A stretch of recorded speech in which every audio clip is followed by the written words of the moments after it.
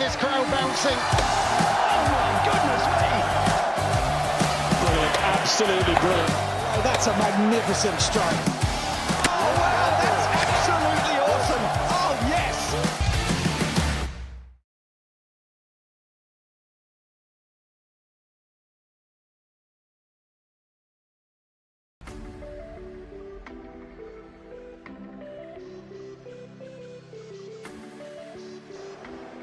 Has he got him? He has. Oh, wow. Now, that is some pickup shot.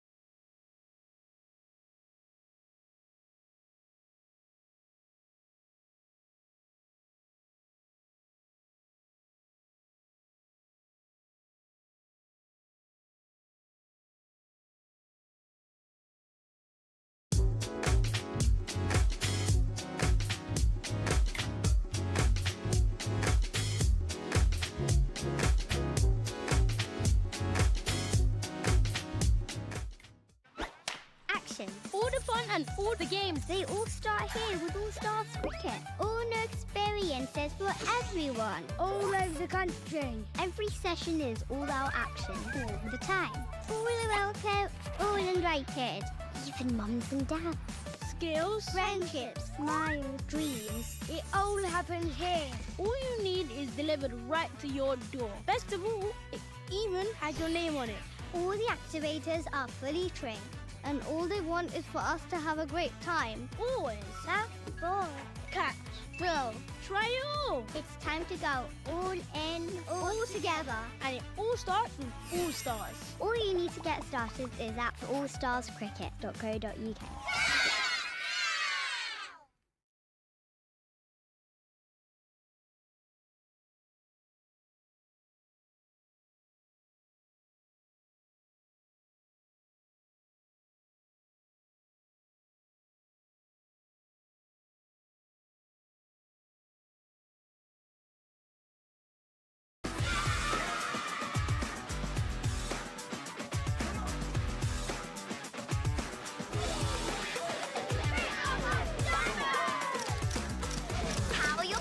This holiday at Dynamo's Cricket.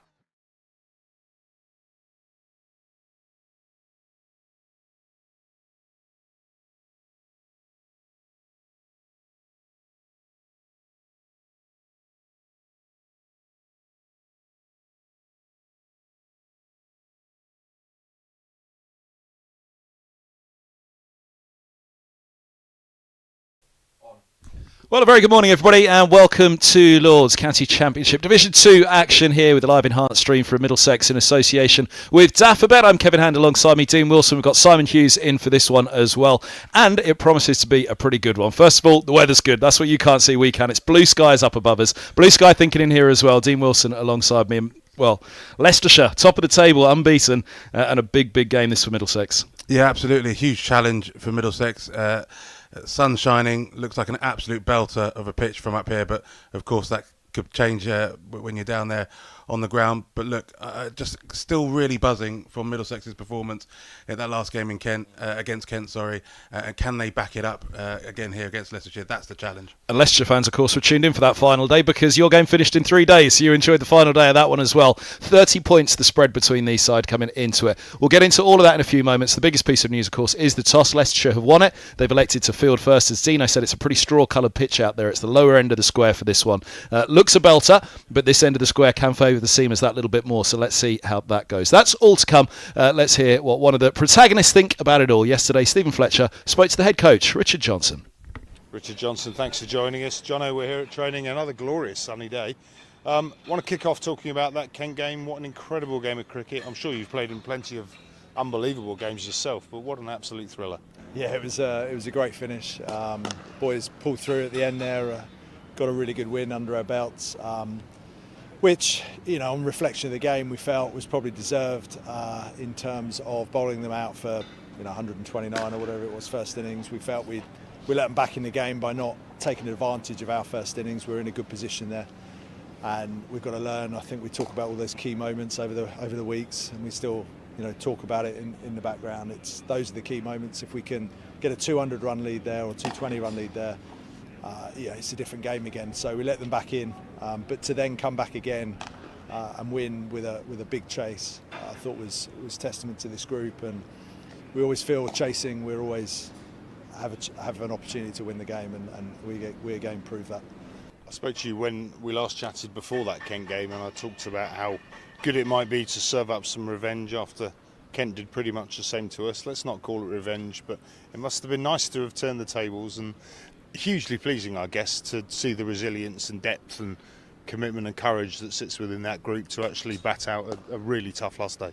Yeah, look, I think I've said all the way along, I don't think we've necessarily got our rewards for the good cricket we've played, and we've slipped up in some key moments that have brought the opposition back into the game. And if we hadn't have got over the line there, you're sort of sitting there going, well, 5 games in, I think we're better than the results have told us. But when you sneak over the line like that and get a win, it just sort of really makes sure that all the hard work and all the thoughts you've got going through with these games, that you're on the right track and you're doing the right thing. So if we can just be a little bit better around those key moments, as we keep saying, if we can just nail those bits down, it'll make life a lot easier for us. And that game should have been a lot easier for us.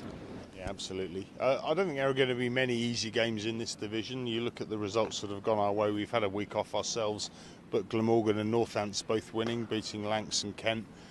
It's tightened everything up. I think we're currently sat in 3rd, maybe 4th place. But it's really bunched the group up now, and I guess the race is very much on. Yeah, look, we didn't hide from the fact, early season, pre-season, we said, the aim is to get promoted, the aim is to win the division. We're trying to build something here long term. We're trying to build something that can compete in the first division and try and win a first division. So, we've not taken our eye off that. I think we're building a really competitive squad. There's real competition for places, and good players, as we said at the start of the year, are being left out, and that can only show the strength of where we are at the moment, and that's still the aim. So, we've got 2 more games before the break for T20, and they're really important games that we've got to play well in. Let's focus on those selection issues. Obviously, some are standing up in the second 11. Let's talk about Josh De Cares to start with. Obviously, Josh, I would say, probably put himself nicely in the shop window for at least the look at first 11 inclusion with the runs he scored in this second 11. But congrats, I guess, go to Josh. He won't be available for this week's game against Leicester, but he's obviously been named as the captain to lead a PCC side against Zimbabwe. So you must be thrilled in one sense for him, and of course Seb Morgan's also in that side. Yeah, absolutely. We spoke to Josh, and he spoke to us at early season. Josh has always wanted to be known first and forthright as an opening or top order batter, and we've used him in a different role, obviously over the last couple of years. With Zaf coming into that role, he's made it very clear, obviously, that he wants to be viewed as that top order batter who can bowl spin, and we knew that anyway. We know what a good player he can be, and him now starting to really stack together some runs really puts pressure on our first team boys. You look at our results in the first team in terms of individuals, with what they're averaging, how many runs they're scoring. It's a real competitive place to be at the moment, and as I said a minute ago, good players are going to be left out, and it's hard to take for those players. But for us as a club, for us to move forward and achieve what we want to achieve, that's what you need. You need proper competition for places. But yeah, him and Sebi, well deserved. I'm sure they'll both rip it up in that game. And he'll be coming back next week and telling me that he needs to be in the team again, which I hope he does. Absolutely right. Talking of players in the second 11 who've obviously had the opportunity to step up, Luke Holman really grabbed his moment here last time out. 60 in the first dig, 100 in the second dig. Wonderful to see him at his first class maiden 100. You must be thrilled first and foremost with him, and how tough a call to stick him in at number 4. Big call, that's for sure. Yeah, he's gone away this winter. We've got him opening the batting in the winter, opening the batting in the second team. We want to challenge the guys who are knocking on the door as high up the order as we can, that when we pick them they've had experience in different positions. Had no doubt that he's technically a good player. He's a game player. He plays the game, and I know that sounds a bit weird, but he plays what's in front of him really well. Smart cricketer. So I didn't have too many fears about putting him at 4, but obviously it's the first time that he's batted that high. So for him to come through with I think a 40 odd and a 100, for him to come through and do that, I thought was excellent. And again has added more pressure on the squad, on the team to stay in and be picked and be competitive. I guess Leicestershire coming back in this week. Leicestershire, of course, missed out on the last game with a toe injury. He'll, I assume, step back in now. His normal slot is number 4. Luke batting at number 4, another problem for you. Nice one to have, though, I guess. Yeah, everyone says that, don't they? It's a nice problem to have, having too many people. But it's not nice telling people they're not playing when it comes around to it. But I suppose it's part of the job. But yeah, it's another massive thing for us. Him being an all-rounder and being able to bowl, obviously leg spin as well, adds another string to his bow. So, yep, it's something I've got to work out over the next 24 hours. And I might have already worked that out, but I'm not telling you, Fletch. So, no, I'd expect nothing less. It's good problems, as you say, until you have to tell people they're not playing. Yeah, of course. Let's look ahead to what comes next. We've got Leicester here over the next 4 days. A side that sit proudly at the top of the table. Many people perhaps surprised by that, but they're a very good side. They've got some very good players. Of course, Peter Hanscom sits within there, our former captain. So it'd be nice to see Pete back again, but hopefully not with him spending too much time in the middle. Yeah, Pete, I think, scored 100 against us last year. So he's a good man, Pete. And I know it didn't work out entirely here, but he's a good man, and you want to see him doing well elsewhere, apart from this week, obviously. But yeah, look, they're a hard-working side. They bat all the way down. You know what you're getting with them. They're hard to beat. They'll be competitive all the way through. I've always said we're at home. We play good cricket here. We know how this place plays. So we always feel very confident going into our games here, and we'll keep doing what we've done over the last few weeks, and even better. So let's not focus too much on them. We'll be focusing more around how we go about our game this week and about our home conditions. It always seems mad, Johnny, that the season appears to have only just started, but yet in 2 weeks' time we'll be out there in blast action. 2 weeks tomorrow, double header against Sussex here at Lords, which of course means Kane Williamson joins up with the squad and Josh Little comes in for his stint in the blast. Exciting times for sure, but the lads behind us, are they focused purely on red ball at the moment, or do you have to transition the training slightly to some white ball, a bit of a blend of the two? Before the Kent game, we opened up this time last week.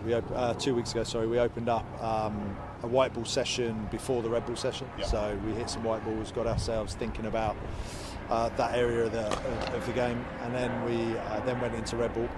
This week, we've had 3 days practice this week. So the middle day yesterday, we did purely a white ball session, and we're back to red ball today. So once these 2 games are not out the way, but once these 2 games are done, we've only got 1 day before the T20 starts. So the Tuesday will be a day off for the lads, because obviously they play 4 days, 2 back-to-back games. And then the Wednesday will be our only day really for T20 practice. So we've had to sneak a couple in along the way. Obviously the second team next week will start playing some T20 cricket as well. So there'll be a little bit around, and there's always a white ball available. People can always hit a white ball, bowl with a white ball. So the fundamentals batting and bowling are similar in the sense of technical stuff, but obviously you want to be freeing yourself up a little bit more with the white ball. So yes, we have done a little bit, but there's not a lot of time in the diary to do too much more at the moment.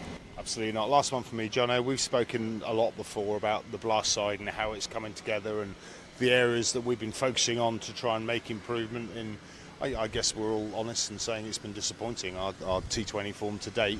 There are a couple of holes that needed filling. One of them would be a death bowler and opening over bowler, and in that you've probably got the answer in Josh. Another one was power hitter in the kind of middle to top order. I guess it's safe to say in Kane you've got an answer to that. So do you go into this blast campaign feeling a little bit more confident that you've got the right shape to the side, should I say, that could compete this year and hopefully get us into those knockouts? I think so, yeah. We're very confident moving into the T20s this year. I think we haven't hidden from the fact, I've said it so many times, we've been the worst team. We're trying to do it differently. We're trying to build from the bottom up. We've invested a lot of time and effort and games into a core of players. That core of players are still here, they're still playing. Yep. They're getting better, and I keep highlighting people like Max and Lukey, the improvements those guys have made over the last couple of years. And so we've got that core, and now we're adding, Deploy's come in, Ben Geddes has come in, Zaffer's come in, now you're adding a couple of overseas players in that we haven't had before. So yeah, look, we're in a position now where we feel we can compete week in, week out, and the aim has to be to win games of cricket and win more than we've won in the past. And if we can get into that sort of quarter-final area, then I think that's the aim for this year. And once you get there, who knows what will happen. Well, on that joyously positive note, which I'm sure will be music to everyone's ears, let's call it a day. Jono, before that, good luck over the next 4 days against Leicester. Hope it goes well, a big one. Be nice to see ourselves coming out of that one with another win. Will do.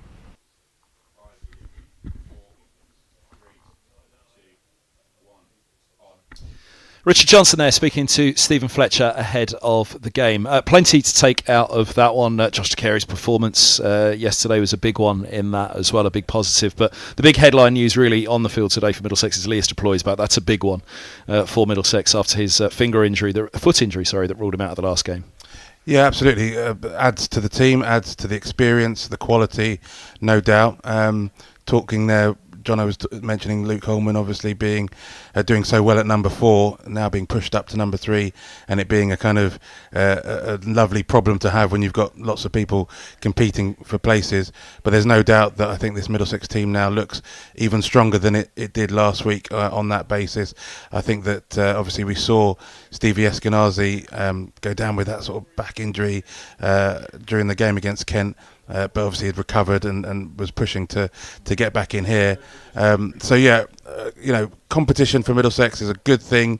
As I say, they'll be buoyed and confident from that win against Kent. And so now the question is, can they back it up, take that confidence, the presence of Lewis, and run with it here against Leicestershire? Absolutely. Let's have a look at those teams in full then for this one. Players just making their way out to the middle now. So Sam Robson, Max Holden, Luke Holman, Leicester Ploy, Ryan Higgins, Ben Geddes, Jack Davies, Afa Gohar, Toby Rowland-Jones, Navia Sharma and Dane Passon. So Sharma is again the big headline news on that one for a debut for him. As for Leicester, Rishi Patel, Sol Budinger, Rehan Ahmed, Lewis Hill, Pete Hanscom, Ian Holland, Ben Cox, Logan Van Beek, who picked up 4 in that first innings against Northamptonshire in their last round, Ben Green, Tom Scriven, and the exciting Josh Hull as well. So Leicestershire win the toss and elect to bowl. Sam Robson is on strike, back in the side for the Kent game, Robson, but now the new opening partner up alongside him. Well, new but olds. Max Holden's back up the top as Middlesex reshuffle after Luke Holman's century in the last game meant he had to stay in the side. Stephen Eskenazi in the squad for this one, but as Dean mentioned, had that back injury. When he made the squad, whether he was fully recovered, fully fit for it, but very, very difficult to find who to drop or to rest or rotate, as they also call it nowadays. But it's going to be Robson, and it's going to be Holland with the ball in hand. 3 slips in place. Glorious sunny day here at Lord's. And here's the first ball of what should be a very, very tasty encounter at the top of Division 2.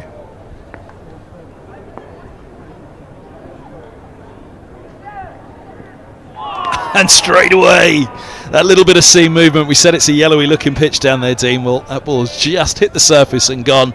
And an early warning sign for the batters. Yeah, that's what a bowler wants to see right from that first delivery. Some sideways movement. That's always the thing that's going to cause batters problems, and using the slope to good effect as well. Nice start there for Holland. Top wicket taker, I think, in the division, so he'll be fancying his chances. In behind that one, Robson. So we are the bottom edge of the square here, towards the bottom edge, not all the way below the home dressing room, but short boundary below Old Father Time. Deep third, just a little bit more around as a result of deep backward point, just to protect the slightly shorter boundary. 6-3 field for Holland.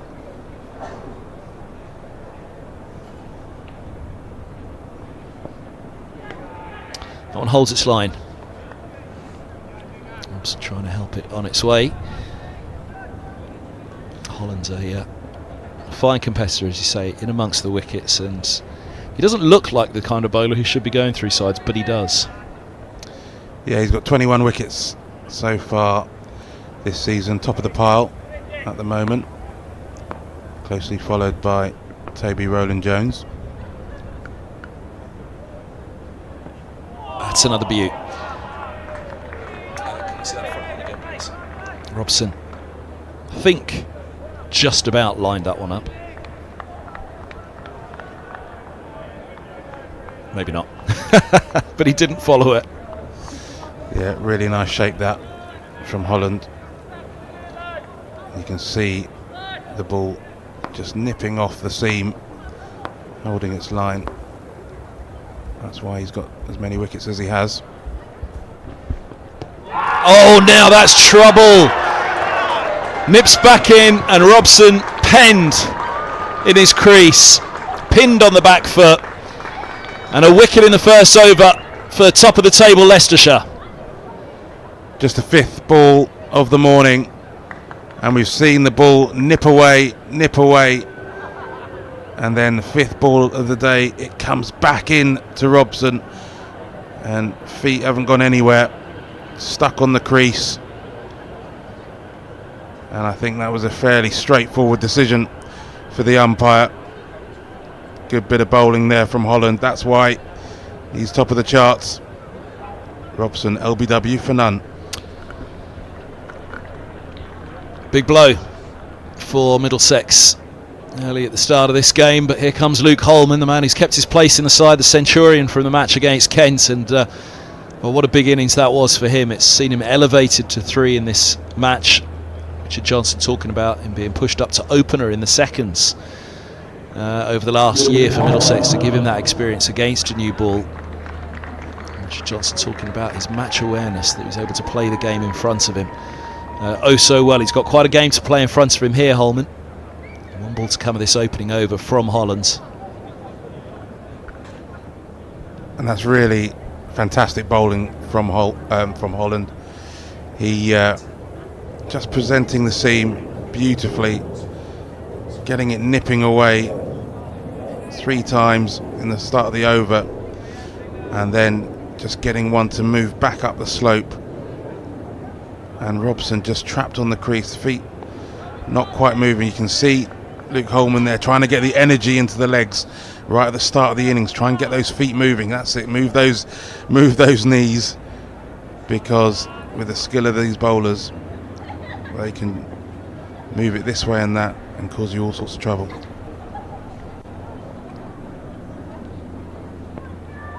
And that is a very good leave from Holman, considering the seam movement we've seen so far this morning.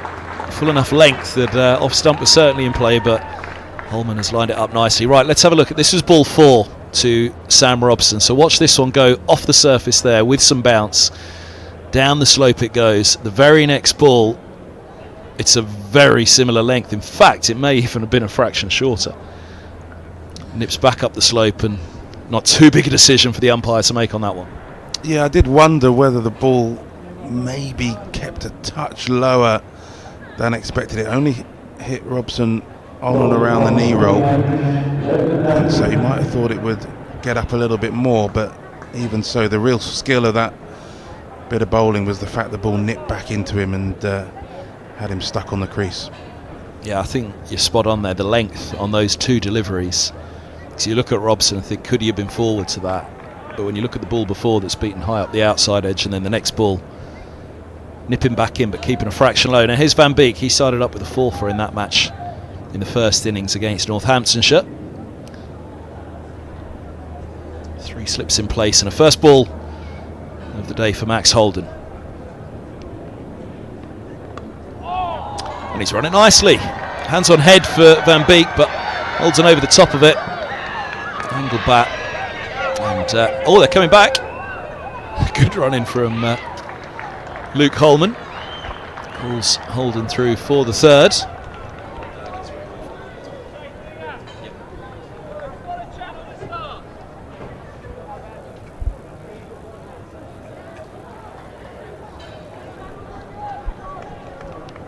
Got everything just about right. Was stretching a little bit for it, Holden, which is where the hands on head for Van Beek came from.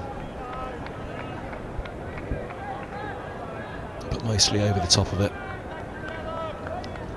And deep third, still in position, just come around a little bit finer for the first ball to Holman from Van Beek. Oh!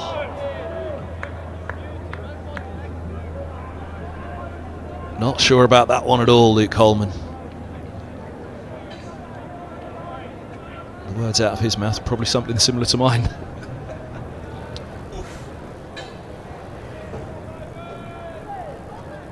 Good bit of bowling there from Van Beek. Just letting Holman know that he can get the ball moving up the slope as well. So a little bit something extra to think about.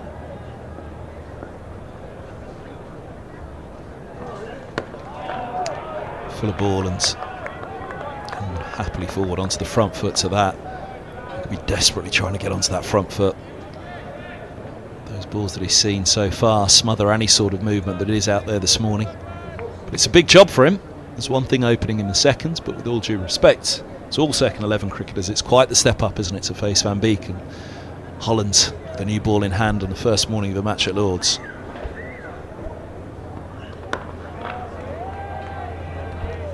And Leicestershire sitting pretty on the top of the table at the moment, largely down to the success of this bowling attack.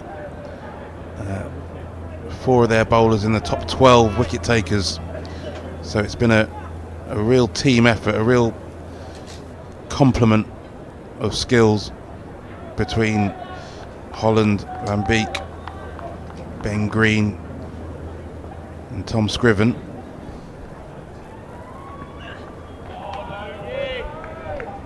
Comfortable on that occasion for Holman. Outside the off stump, you feel pretty unlucky if it was jagging back up the stump from there. Yeah, I mean, there's no doubt about it that from all 17 other counties, they probably looked at Division 2 and gone, Leicestershire how? But when you are Leicestershire and when you look at it yourself, top of the table, it's no great surprise. And so the century for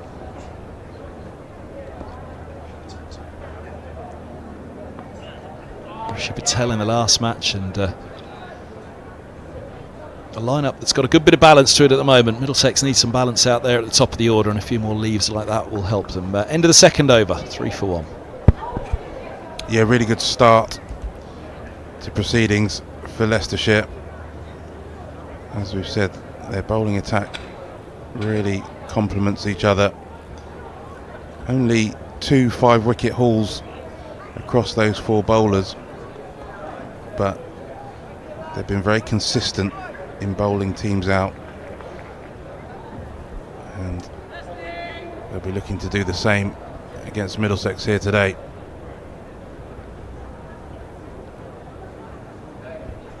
Something upsetting someone somewhere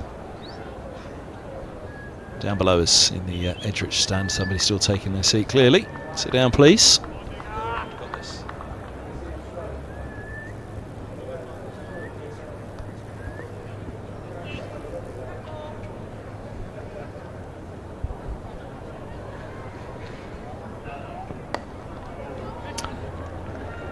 Happily off the legs for Holden, who get a couple to keep the strike. Now we've got a nice early challenge at the start of the game here. Kev, we've got Holman batting with Holden.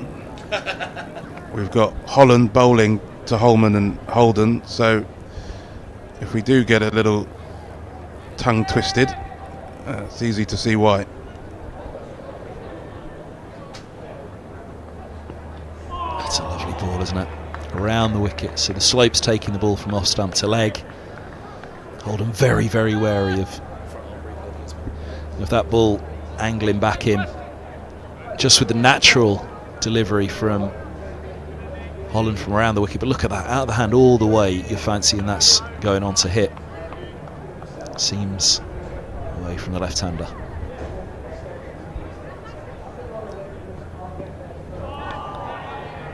Piece of string. Really skillful stuff here from Holland. Coming round the wicket now. And just getting the ball to hold its line. I think Holden is going to try to play the line. And if it does move, then so be it. But already Holland asking some searching questions. Wisconsin-born Holland. He had a fine match against Middlesex down at the Utilita Bowl a few years back. It was the Abberton Abbas show mainly. Can't remember if I think it was the match where Abbas went through them 6 for 11. Holland likewise though was proving a big threat. If it wasn't that same game, it was one either side. And similarly up here at Lords, as I say, you kind of look at him and think, well, he's not 6'5", he's not 90 miles an hour, but he's very, very skillful and leading the way for Leicestershire. He was certainly doing pretty well down at Hampshire, and he'd certainly impressed against Middlesex in his time there, but finding his way in the East Midlands now.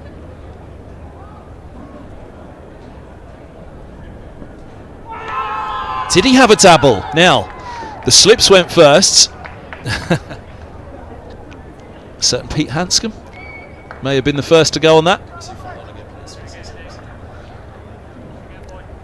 It didn't look as though he was that close to it, but only just withdrew in time, didn't he? Slip. He was the one who really went first, wasn't he? Cox then followed. But Patel was the first. The bowler belatedly getting involved as well, 5 for 1. Yeah, more an appeal on the shot than the actual outcome. But Leicestershire feeling pretty good about things already.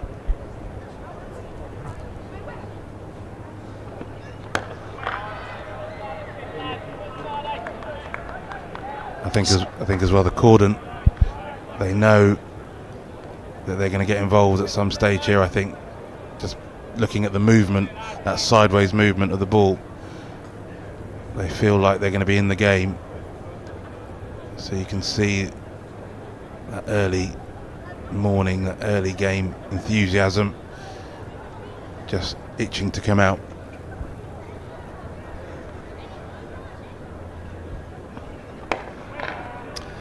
That's a lovely, lovely shot. Holman's off the mark, eases his way off the mark, eases into the shot, eases it to the boundary for 4.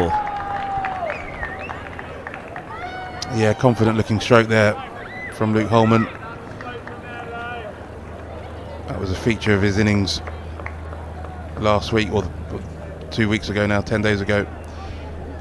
Very strong through the offside, times the ball well. And that one all along the ground through the cover region.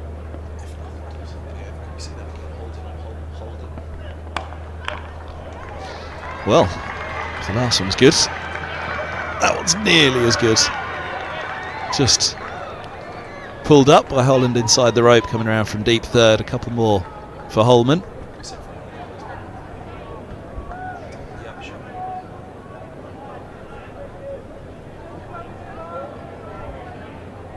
One off the front foot, one off the back. Yeah, very nice and quick transfer of weight was initially looking to come forward and then stood tall. Another couple of runs. Oh, now there's the follow-up from Van Beek. There's the warning sign.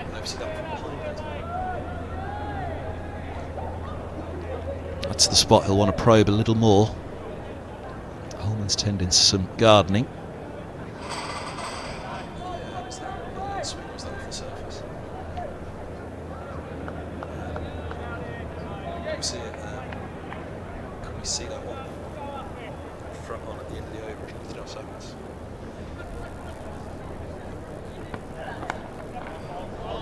Steered again.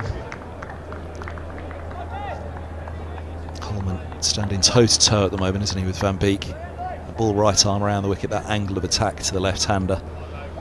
With the slope here, it's wanting him to engage because as we saw the ball that did slide away down the slope. The previous ball, the outside edge, will constantly be in play.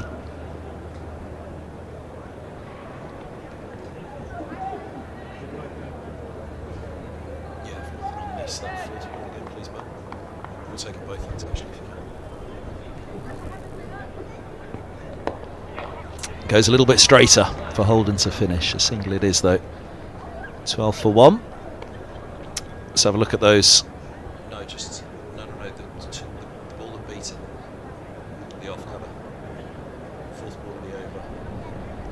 Here's the balls that will make the batters sit up and take note. We'll see it in a minute. That's the one off the back foot that was eased away for a couple.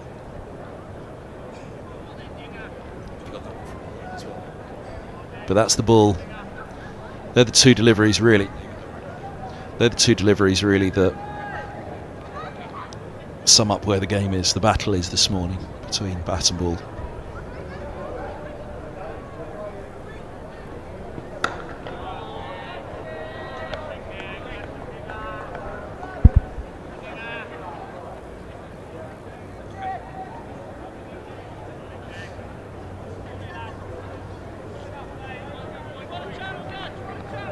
Holland at the top of the bowling charts.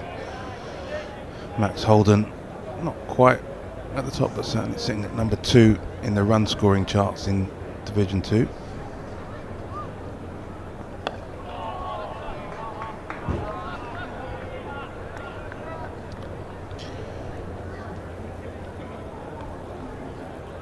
He scored 566 runs so far this summer, just under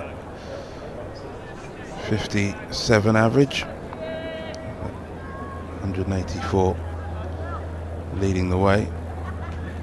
Marcus Harris though, 749. He's having a great summer. Oh, that is a gorgeous delivery. Holland's over the wicket to the left-hander. We've seen the seam movement down the slope, in particular to Sam Robson early on. We saw the one come back up the slope to trap the right-hander LBW, but there's the ball going across the lefty. Yeah, I like this move back to over the wicket by Holland.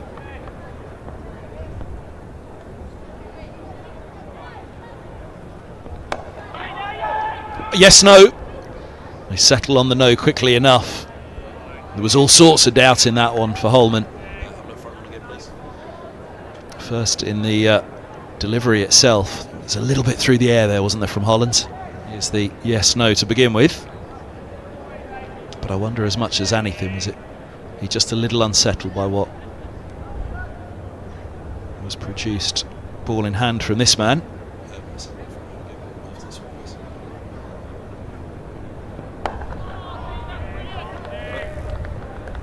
Here's the ball that led to the yes-no debate. Just a hint of late swing before pitching on that one. Holman certainly unsettled either way. Yeah, just giving him something to think about. That's why I think it was a good idea of Holland just to change the angle of attack. He's coming back round the wicket now. He's moved back, but he's not letting the batters settle into a groove here.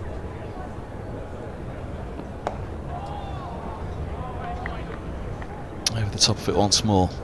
Holman, a single is claimed. Just a couple of singles off the over. Another good one for Hollands. Pressure is right on this pair for Middlesex now. They're 15 for 1. When you've got two left-handers at the crease and both right-arm seam bowlers coming round the wicket, it certainly helps the batters to line up where the ball's coming from. And I just think that Holland's decision there just to switch it up, just to go back over and try and send the ball across the left-handers, just means that they're not getting used to seeing the ball coming from the same direction and the same place every time. Clearly Van Beek wants to stay round the wicket. That's the angle that he prefers.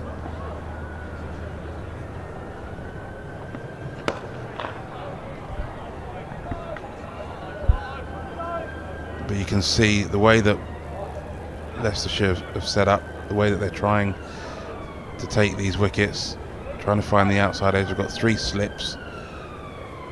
There's also a little bit of protection with a third man. And so both Van Beek and Holland looking to test that outside edge.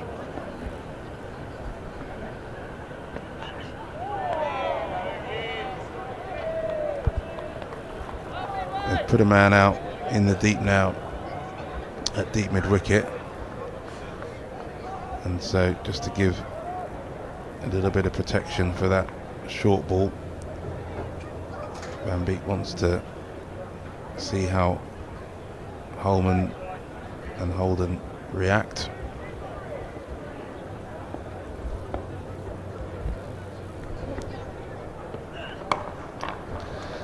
Just a little bit at short, a little bit of width. A lovely shot. 4 more for Holden. Into double figures. And there's the danger when you are around the wicket to the left-hander. If you do start a little too wide like that, then the lefty's going to be confident, especially to the short boundary, that they can cash in. Yeah, that's not the greatest idea to bowl short and wide to Holman. Doesn't need to be asked twice. If you're going to bowl it short, it's got to go a lot shorter than that.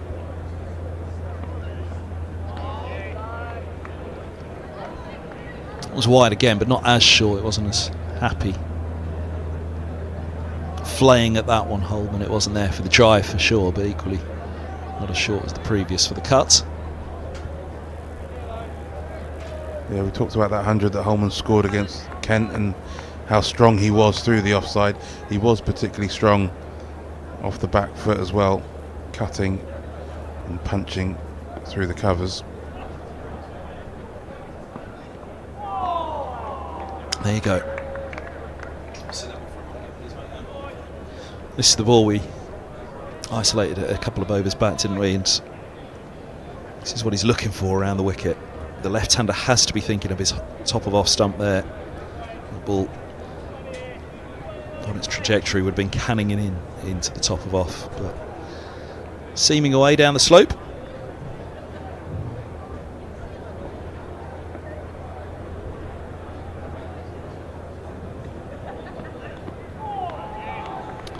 And then one that holds its line. Just the boundary off the over. Middlesex 19 for 1.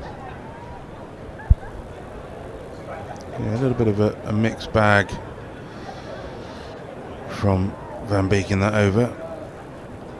Trying to test out the short ball, but there's still plenty of movement in that new ball. Only 6 overs old so far, so there's still plenty of reward to be had for the bowlers by bringing the batters forward and trying to get those 3 slips into the game.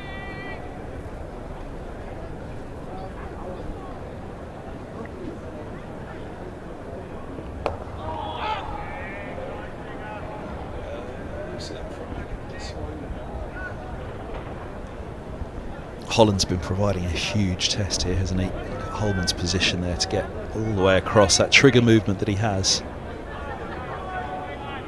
See it on release again. This delivery from Holland. He's looking to fully smother those stumps and get outside the line of off.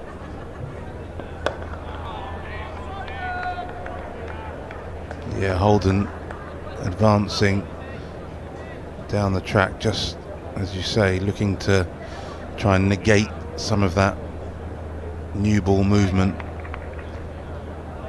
He obviously feels very comfortable, very confident in doing that, not express pace to keep him back.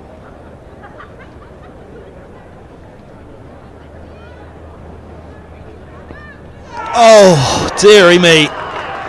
That's another beaut from Holland. Holden looks back up the track. He was trying desperately to get forward and across to do exactly that. Smothered the ball outside of off stump. Shut the gate. He couldn't do so though. Holland's burst through.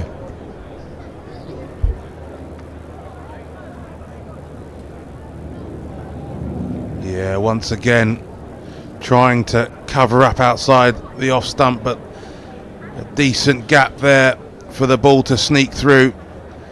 Bat and pad just not close enough together, and Holland gets his reward. Holden head drops. He knows he's been beaten by one that's nipped back at him, and he's got to go for 7. That's really well bowled by Ian Holland. 7 runs, 13 balls. Middlesex 19 for 2. So Leicestershire Ploy is back in the side. And back at number 4, the position that Holman was keeping warm for him in his absence with that foot injury during the last match against Kent. Here he was thumped on both feet in the match at Derbyshire. And out LBW to one of them as well, but a nasty injury which had him in all sorts of pain. It looked awful as well. He managed to get through that game but wasn't able to make the Kent game a fortnight ago, but a week's rest in between rounds for Middlesex. Or over a round indeed, last weekend off for both of these counties. So fully refreshed. Middlesex will hope this man's fully revitalised and fully recovered, because they need him now. 19 for 2 against the table toppers. The Foxes are sniffing blood here. Is that how it works with Foxes and sniffing blood? Most definitely, although I think it might be sniffing chicken bones in the in the recycling maybe. It's the hounds usually, isn't it? Middlesex hounded at the moment.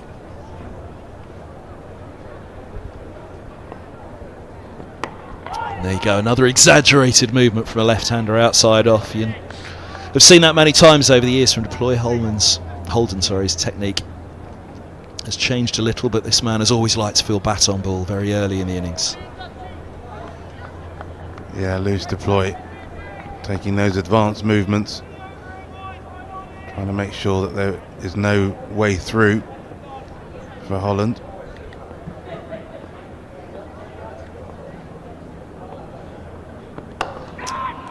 Oh, and gone at mid-wicket. What a catch that is! What a wicket that is for Leicestershire. And what a toss to win it seems to be at the moment. They've got the ball doing a bit. Deploy trying as he might to use his feet and to get at the bowling early. Whips the ball straight to mid-wicket. Ballinger with the catch. Leicestershire with a huge wicket. Well, Lewis Deploy would have felt they had a little freebie there, flick of the wrist. He wanted it to go a lot finer and tickle it down towards long leg, but instead he got a bit too much on it, and it was a bit too uppish. Landed safely in the hands of Ballinger at mid-wicket, and I think that Leicestershire will feel that they've got a bit of a bonus there. The ball, yes, it was on the stumps, but from that angle that Holland is coming round the wicket, loose Deploy would have felt that was an easy tuck off the pads, and instead he's managed to find the hands of mid-wicket, and so Middlesex are in all sorts of trouble now, and some of it of their own doing. Ryan Higgins out to bat at number 5 in just the 7th over. 3 wickets for Leicestershire, 3 for Holland, and 1 ball to come of this over. So 19 for 3.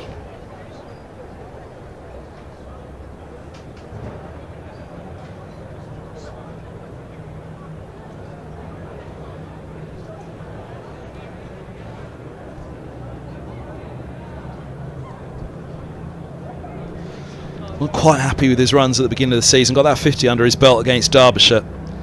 Higgins, they need something much bigger here. This is a strong start from the Foxes.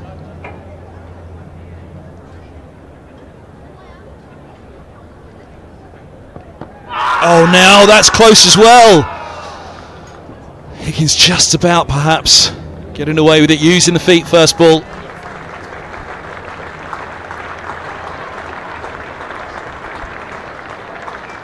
Oh my goodness me, that is close. Ian Holland there showing just why he's taken more wickets than anybody else in Division 2 this season. He really has got that ball on a bit of string. 19 for 3. End of the over. Dean Wilson, thanks very much. Change around in the commentary box. Simon Hughes is taking Dean's place alongside me. Somebody needs to take a place solidly out in the middle for Middlesex at the moment. Holman on 12 on strike. Having watched a couple go in the last over. Squirts away as far as points. Yoza, I reckon you'd have fancied a bowl out there this morning. I certainly would. Yeah, I mean, it's a lovely day for batting, isn't it? Beautiful sunny blue sky, and the pitch does look quite white in colour. But this guy, Ian Holland in particular, is very good at just getting that ball to nip around with a nice new Duke's ball. The seam is really proud. I mean, one or two poor shots as well have contributed to Middlesex's plight. Yeah, there's a match here against Kent 2 seasons ago. Murtagh, absolute early season actually. He went through both ends. Actually, it was both ends of the season. There was Kent early season and then Warwickshire late season, lower end of the square. And Murtagh, renowned as a swing bowler as he was doing exactly what Holland's doing at the moment, just seaming it around on that slightly fuller length, and he caused chaos in that game. Well, I always think the slope does give bowlers an advantage, especially with the new ball, because they can use the angles. We saw that wicket there, for instance, of Max Holden from round the wicket, and that definitely came down the slope. So even though the movement off the seam was significant, the slope would have helped that and got it to get through the gate. And then obviously when you're bowling to right-handers from the nursery end, you can get the ball to leave the bat, as we saw right early on with Sam Robson.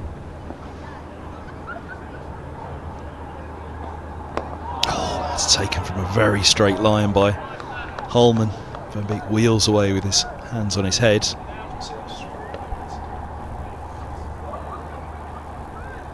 Well, actually, he's just playing the Holden wicket, so you can see the gap there between bat and pad, and you've got to try and allow. Now, watch the front knee doesn't really bend there. That's where the ball got through, because his front knee didn't lean into the shot until after the ball had got past him. And he's trying his best there to get out towards the ball. He's come down the wicket a little bit to try and negate the movement, but unfortunately didn't use his front knee or his weight transfer enough to nullify that movement.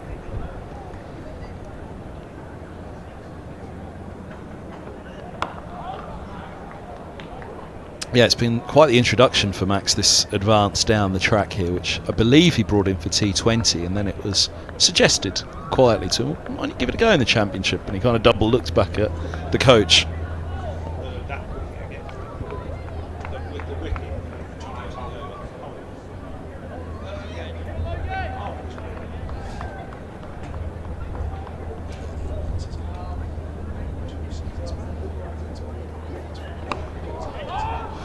Got a little bit of spite in it from Van Beek to end the over. 20 for 3. Let's have a look at that Holden wicket again, though.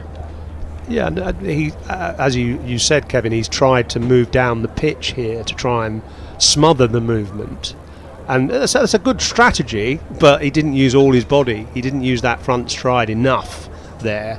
And he'll know, when he goes back and has a look at that dismissal, he'll think, yeah, I just did leave a little gap because I didn't transfer the weight forward enough. I mean, it's a trend, isn't it, that people like Ben Stokes, Ollie Pope, a lot of the England players use against this kind of bowling. Actually, I remember Vernon Philander bowling against England for South Africa. That sort of pace, this sort of 75 to 80 mile an hour pace, and batters were trying to get out of their crease to him as well. And it's the right strategy, but it doesn't always work.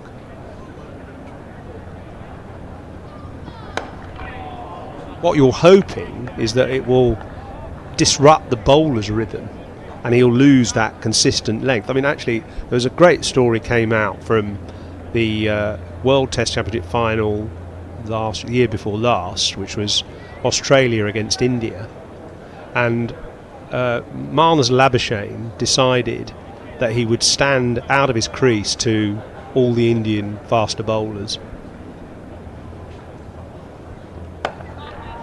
because he'd worked out that Pat Cummins, his teammate, had to bowl a length of 6 metres from the stumps to hit the stumps. So if he could, so a natural fast bowler needs to bowl about 6 metres from the stumps, no shorter, to hit the top of off.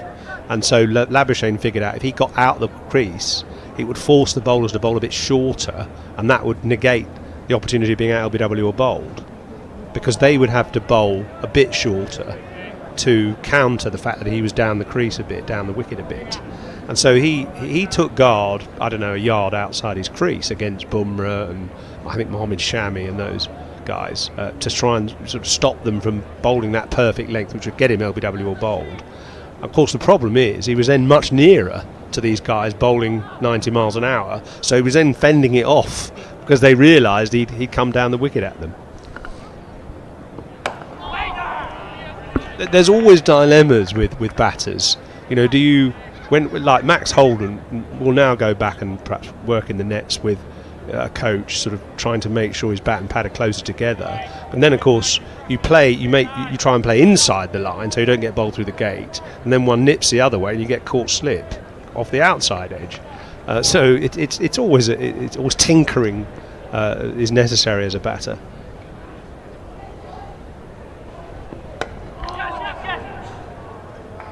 Nice dab from Holman, plenty of pressure on him now at number 3, elevated up the order even further this week for Middlesex. But yeah, Holden, it's been an interesting one because I've always said he's been nailed on as a first-class opener since the first time you see Max Holden, England under-19 captain. But then his game really went to another level with T20, and whether the championship game fell away as a result, whether it was just a natural progression of the career, whatever it was, however you want to balance it all, he's looked in incredible touch this season, and that trigger movement has been a big change for him in the last year.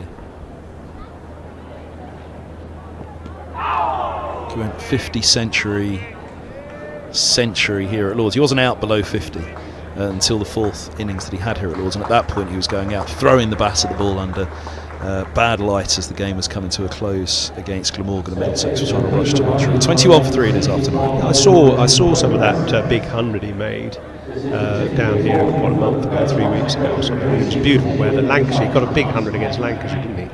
They were 7 for 3, 7 for 3 and 9 for 3 against Lancashire in their second innings, and in deep trouble, 100 runs shy of making Lancashire bat again when he came up with that first time. I think the pitch then looks so flat.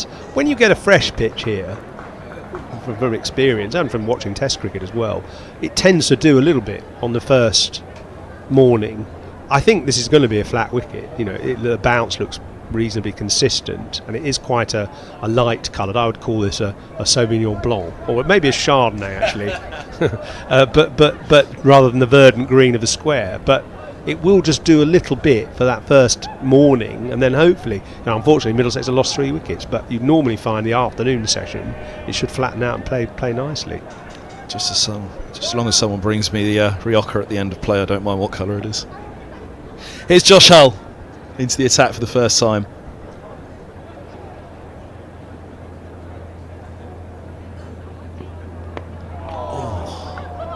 Right onto the spot there, Hull, wasn't he? First ball. Yeah, I'll be very interested to see how he goes, actually. He played, obviously, that one test match last year at the Oval. Very long run-up. What he does is he collapses at the crease. I think he's improved that, though, actually. If you just look there, he's actually got a straight front leg now, whereas actually last year his front leg was collapsing as he let go of the ball. He was losing a lot of height.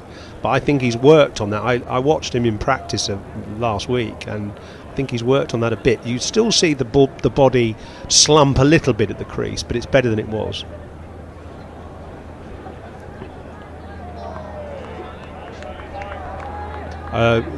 Yeah, I was just sort of watching him. I think I saw him warming up somewhere. Maybe he took some wickets, didn't he, in the last game for Leicester? So he's certainly promising, and England like him because he's got pace. He swings the ball.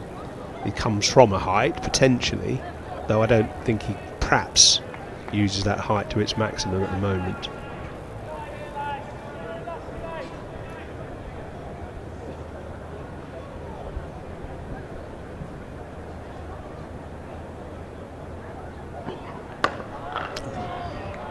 Higgins is quite open in the crease, isn't he? And I think this is going to be an interesting test for him here against the left arm of Hull from the pavilion end.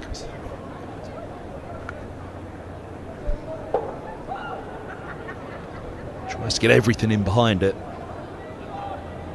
Well, on that one he actually didn't, but he did in the end. Yeah, I think he was expecting that to come in. I mean, that's the natural angle from this end to the pavilion end, is to make it come into the right-hander. Bit of bounce on that. Steered, or ridden I should say, down to deep third. One issue I had with Josh Hull when he came into the England side, actually, and nicely played that was by Higgins. He rode the bounce well, got up on his toes and played it down. It was good. I thought England was struggling with their over rate, and obviously that's caused them penalty points in the World Test Championship League. Hull has a very long run, but I think he's cut it a bit because he was running from further before, so he's cut his run a bit, so he'll probably get through his over a little bit quicker.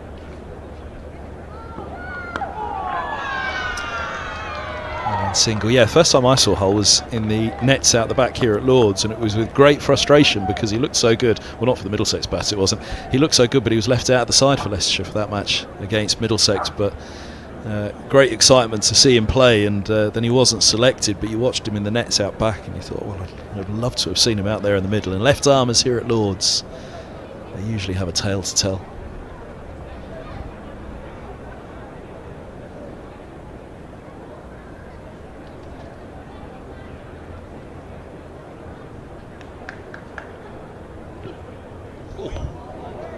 Slips out in the over with a dot ball, 24 for 3. I can't remember actually Middlesex having too many left arm seamers. Have you? I was going to say that this is my 21st season now, and probably in all the years that I've covered Middlesex, that is the one thing that I think they've always missed. They've had James Franklin in the championship year, but Josh Little, of course, is going to play in the Blast. Indeed, which should be good. Indeed, yeah, in from Ireland. He was at the other end of his career, wasn't he? At that point, James Franklin was mostly playing as a batter, and perhaps at times underbowled himself a little as the fourth seamer. He had Finn and Roland Jones as Mercer as the front three, so he didn't see quite as much. He didn't have quite the same pace.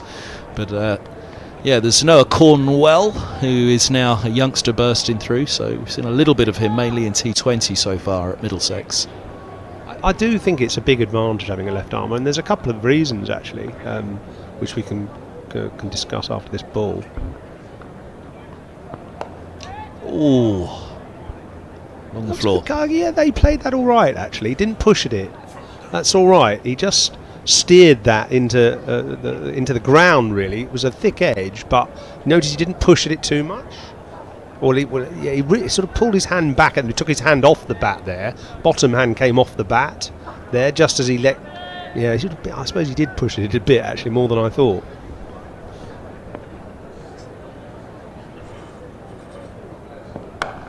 Well, to some extent, he's working it out on the go here, and Richard Johnson alluded to that slightly in the pre-match when he said the great thing about Luke is he plays the game in front of him, and even he on interview qualified that himself, saying that his adaptability to not only the situation immediately in front of him, but the match situation. He was talking about that century in the last game.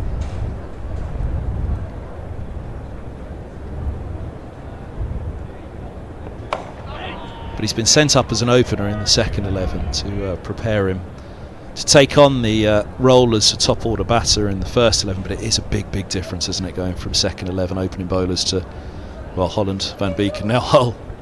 Yeah, I mean, it can be done. Some of the greats of the game started down the order. Garfield Sobers was a number 9 initially in the West Indies side. Kevin Peterson was an off-spinning all-rounder batting at 8 originally. So, these progressions can happen.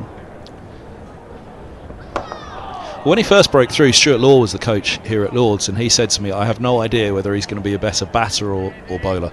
He's genuinely on a balance with both. It could go either way here. That he'll be, a genuine frontline batter or a genuine frontline spinner, but I don't know which at this stage. I think the one thing that will inhibit his batting a bit, he's got a very low back lift, and he might need to work on that a bit because he doesn't. The bat doesn't go up very high when he actually plays the ball. It only goes about stump high, and I'm not sort of arguing that you've got to have a Brian Lara, backlift pointing to the sky, but to get some flow into your shots, you just need a bit more with the bat going back. And at the moment, he's a bit of a sort of nudger and nurdler. I think. I know he can play some flamboyant shots also, but at the moment, he's got a sort of slightly crab-like technique.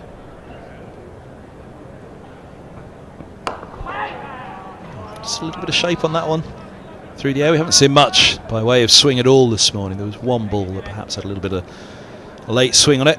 24 for 3 after 11 here at Lords. The live enhanced stream from Middlesex in association with Daffabet.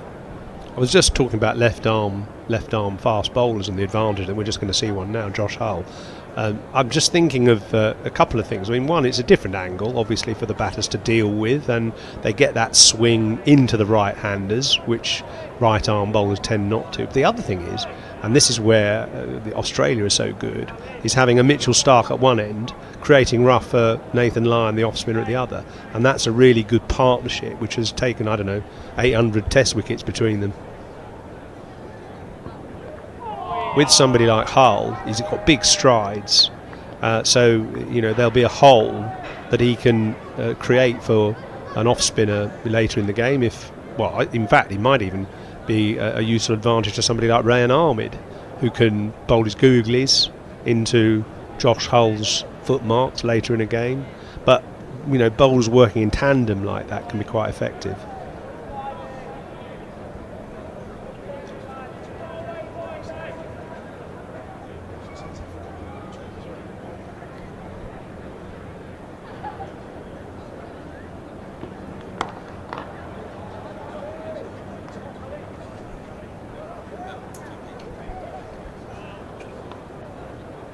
Graham Swan always talks about the advantage that Dirk Bollinger, I think, gave him way back in 2011, that series, where 2010-11, where he was bowling for Australia and dug a perfect hole for Swan to aim at later in the game.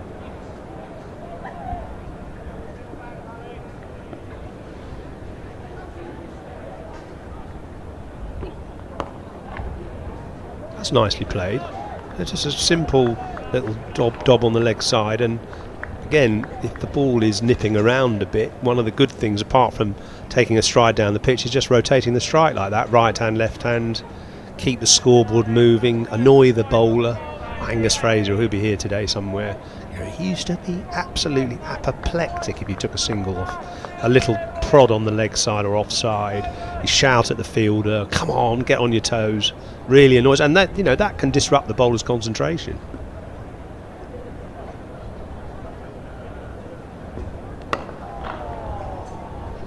We had a chance to see anyone yet this morning when you were on the way in. Have you spotted Gatton or anybody You wandering around? You can't miss him.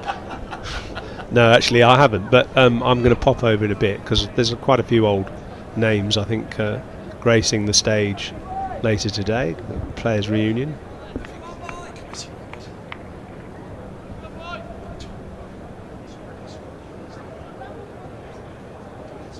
Ex-players, yeah. I don't know, actually. I don't know where they're going to be. I'll have to find out. Oh, now just offered a little bit of width on that one, Harlan. Higgins going aggressively at it. I don't know why he's doing that at the moment. There's a man out for that shot, so he's only going to get one, or snick it through to third man for a single, there's 2 slips waiting. I don't think that's a good shot with the score on 26 for 3. I think, you know, Middlesex just need to take a bit of stock and see off this hard ball. How many overs gone? 13, 11.5, 12 overs gone. So, you know, wait till it's 20 plus overs before you play those shots. That's offered a little fuller, and he's able to just lean into that one. There's the man swooping up right on the offside boundary, so it's just a couple for Higgins, but long half volley. Yeah, that was a half volley, so fair enough. You got to put those away, as he did. But it was the ball before, which was a length, also wide. That was a loose shot, but that's a good shot. And Higgins he's a solid player, isn't he? He's very consistent. Great record, actually. Player of the year the last couple of years. Yeah, I mean, I said the season they came down 2 years ago, I'm not quite sure it'd have been that year without Higgins. And they did only just come down marginally, but equally that was with a real standout year from Higgins' performance. Figures Holland has 6 overs, 3 maidens, 3 for 5. Figures you dream of at Lord's. Oh, now that got big on Holman. Down to deep third it goes. That took him by surprise. That was surprising, wasn't it? It did seem to lift a bit unexpectedly. Well, only slightly. I don't think it was that well played. Got away with it. He got himself into an awkward position, didn't he? I think it was probably more. It looked as though, to the naked eye, as though it had got big on him. But yeah, he comes and prods at the surface now. Holman, but all part of that learning curve, and learning in the middle at number 3.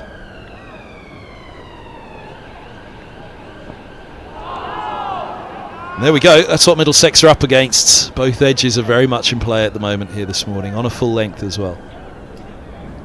It's hard to tell at the moment, actually, whether this is dampness that's causing that movement or dryness, because you can see the footholds where the bowlers have been bowling are already relatively dark. They look slightly crumbly, but I can't tell whether that's a slight dampness on the surface or a dryness. There are so many tales here at Lord's, aren't there?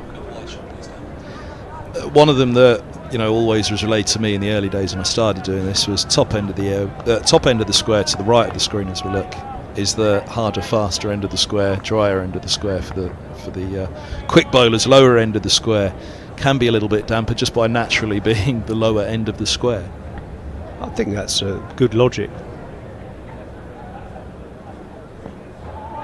But any truth in it, in your opinion? Well, yeah, I think so. I would say there seems to be more life at the top of the square, sort of higher up the hill, if you like, and the pitches generally are flatter down at the bottom end. I mean, I also think that bowling from the pavilion end at the top of the square, you're bowling into quite a hill, because the hill goes diagonally across Lord's, so you're bowling into a slope from the pavilion end more at the top of the square than the lower down.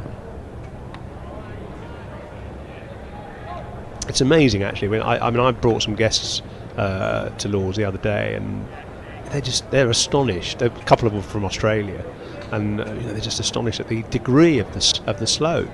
And it's when you get out there, especially, it's really quite extraordinary, and it makes a big difference in how you bat and bowl, actually.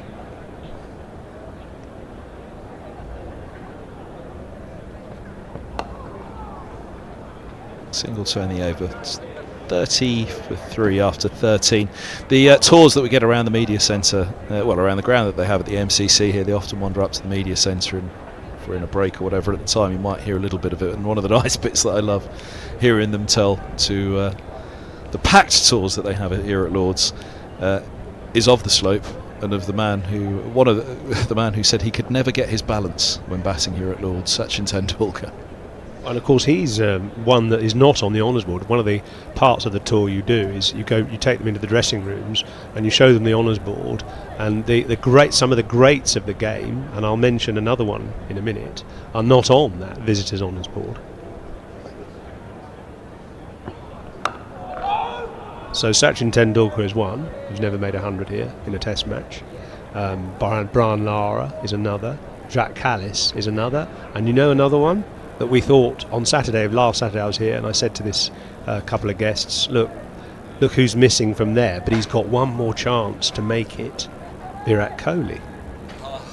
And that was before, of course, he'd announced his retirement from Test cricket. But no Virat Kohli on the Visitors' Honours Board, having made 100 here either.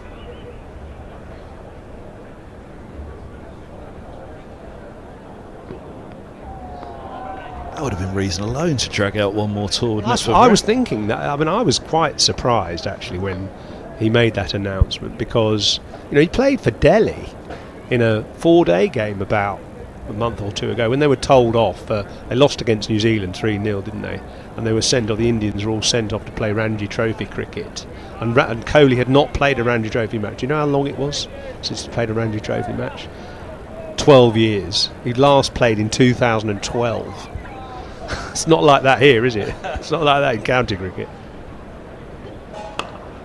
Oh, open face. That's a good bit of field. That's a really sharp bit of fielding at point. They're going to get an overthrow. They're going to get buzzers. But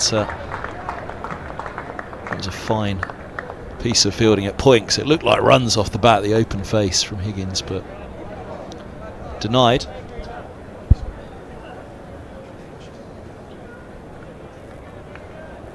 So I suppose, just going back to Kohli, I think it was quite surprising that he suddenly decided to retire from Test cricket. I mean, his output has been less over the last 3 years, but still you'd have thought one more crack against England and one more chance to make 100 at the home of cricket.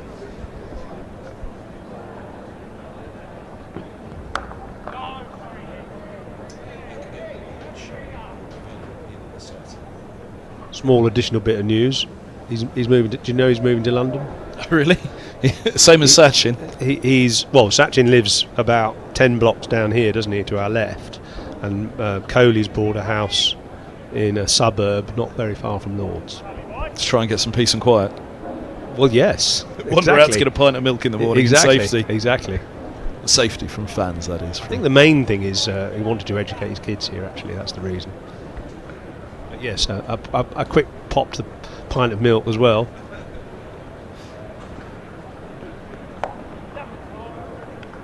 That was always the story, wasn't it, for why Sachin Tendulkar moved to London, so that he could actually go out in the morning and get the newspaper. He used to go in disguise in Mumbai. He had to go out in wigs and all sorts of sort of other clever disguises, maybe a false nose or something, I don't know.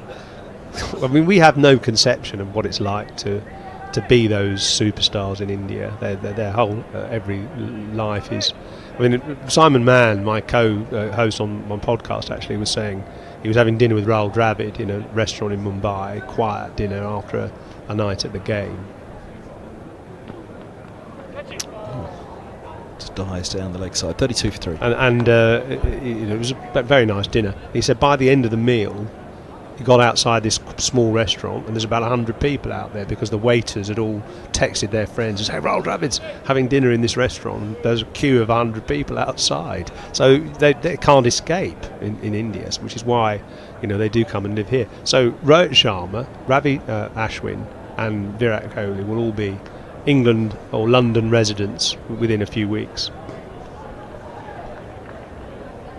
Sure. Heard it here first. Well, there you go. Yeah, I'm sure they'll be busy throughout the tour this summer as well, won't they? There'll be men in demand, even if they're not on the field. A couple of slips in a gully for Holland around the wicket. It's a Holman.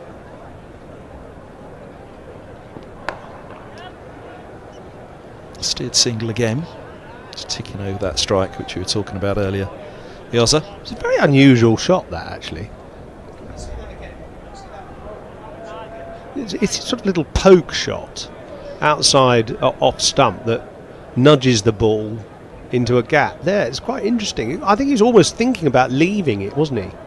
And then he thought, well, okay, I can probably just knock that into a gap. It's a slightly unusual shot.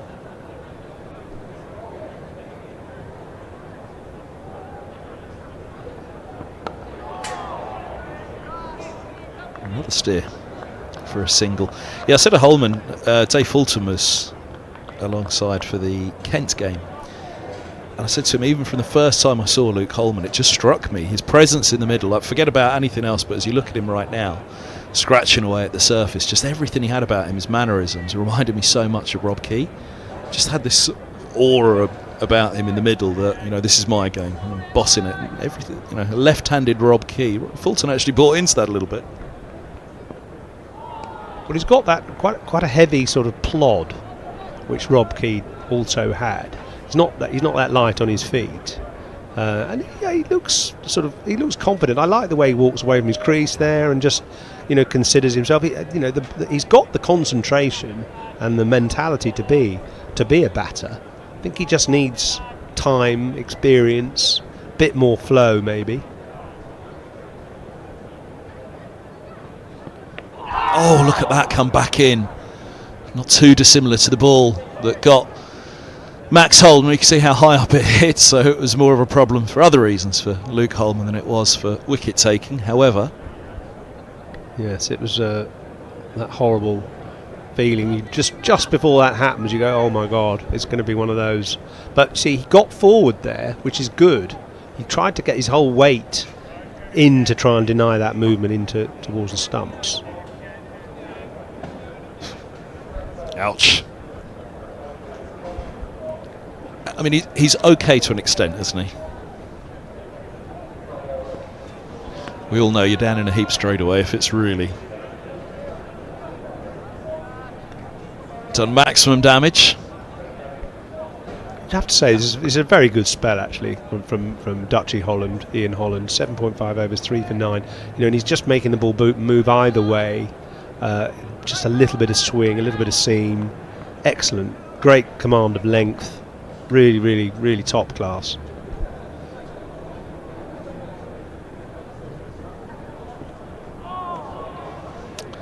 Left alone, end of the over. 34 for 3. You're watching the live enhanced stream from here at Lords, from Middlesex, in association with Dafferbet.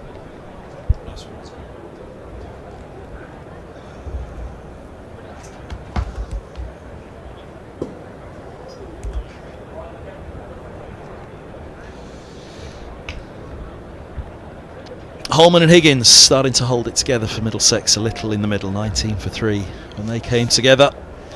Down below, there's the feet moving again for Holman, and get the blood flowing once more. Clear the mind. Holding it together up here for the next half an hour with me. Simon Hughes been replaced by Dean Wilson.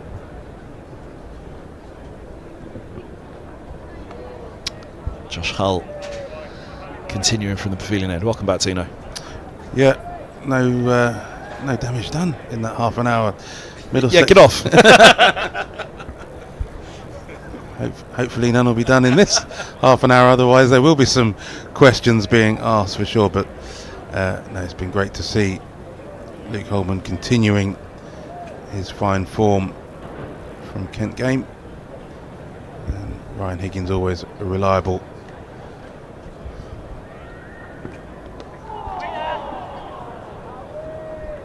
It's again a challenging one for Higgins. Didn't quite get a chance to touch on it with Yoza, but I think this is going to be an interesting matchup. Left arm over to the right-handed Higgins. That ball coming back in. Yeah, and that height that Josh Hull is bowling from, that release point, which we hear so much about these days, is an extra dimension to this challenge for Higgins.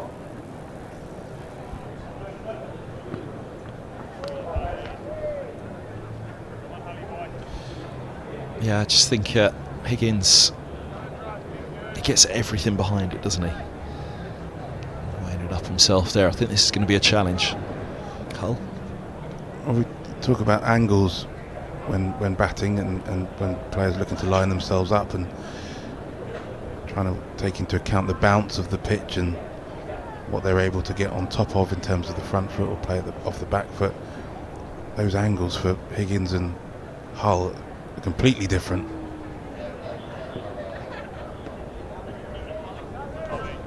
Dragged a couple leg side to begin. Hull in this over, but tighten that up, no doubt. Part of the brains trust for Leicestershire making their way around the rope. It's down below the mound stand.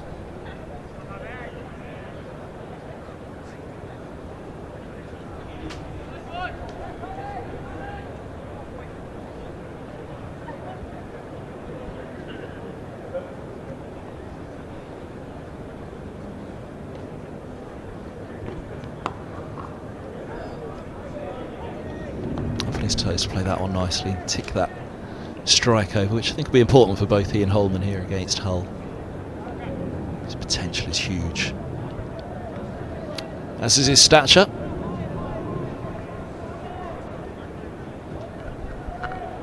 Very good, Kev.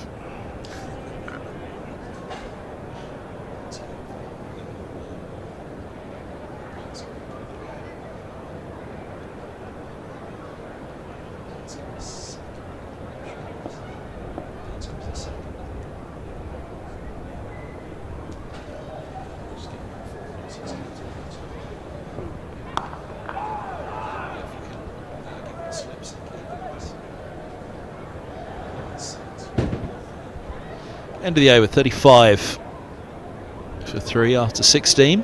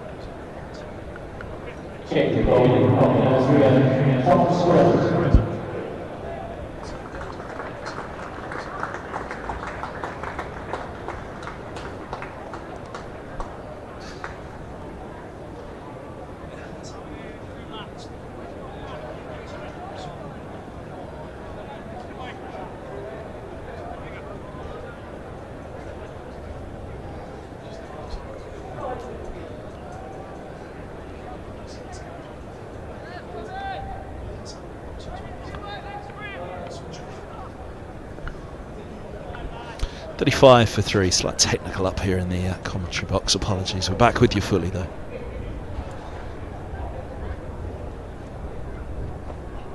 Not a bad start, Scriven into the attack, replacing Holland, who has had it on a piece of string all morning from the nursery end. And Scriven immediately puts the ball where he'll want to keep it all spell long.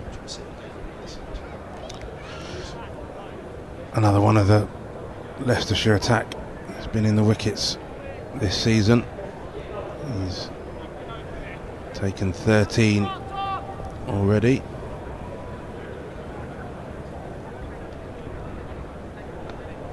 And then he skids one down the left side, the leg side after I praise him. But testing out what's happening out there, and I've seen the ball doing all sorts from this end for Holland, so he'll want to know too. Picked up 5 wickets in the draw against Lancashire, and likes bowling wicket to wicket. Picked up a trio of LBWs in that Lancashire middle order.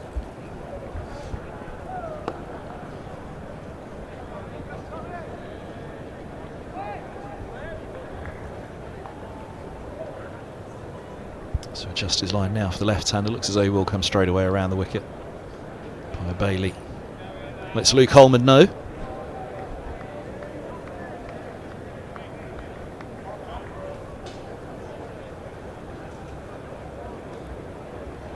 This is where Leicestershire have been good, keeping up the pressure. Each bowler comes on,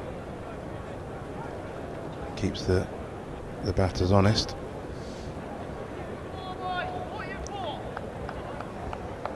Wide at the top of the table.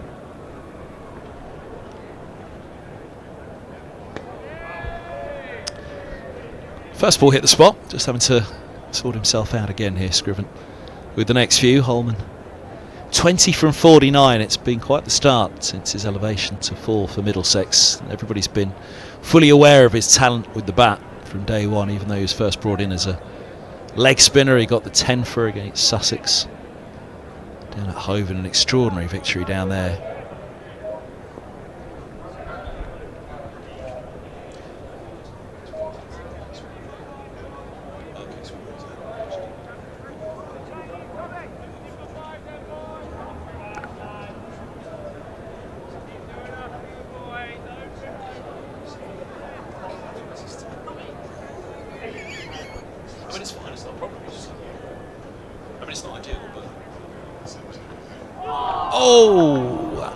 waddles away down the slope.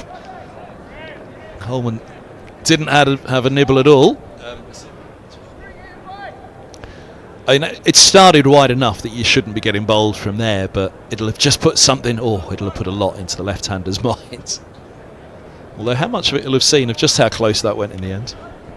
Yeah, that was a really tidy bit of bowling there, using the contours very close to that off stump.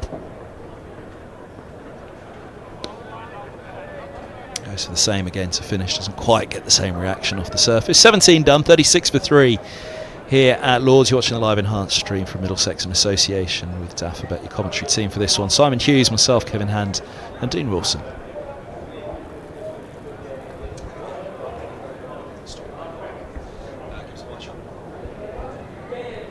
There's the pavilion looking pretty packed for the first day of this game. The Fridays have all been good, weather-wise and attendance-wise in the pavilion. Not the busiest it's been. Lancashire first day of the season.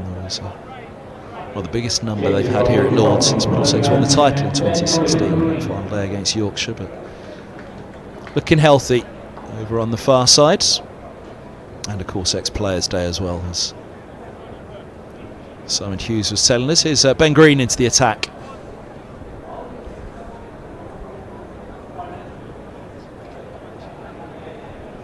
The mustachioed Ben Green. In from Somerset, and he had a fine day in the sun already here against Middlesex. In the sun, indeed, as producer Dan is desperate to tell me, he had a blast in the T20 against Middlesex.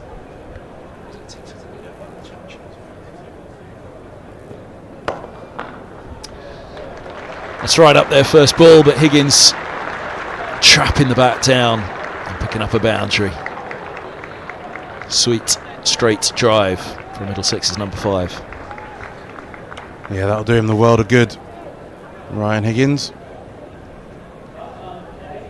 didn't try to hit it too hard, but got enough on it just to ease its way with the slope towards the pavilion. His first boundary of the day.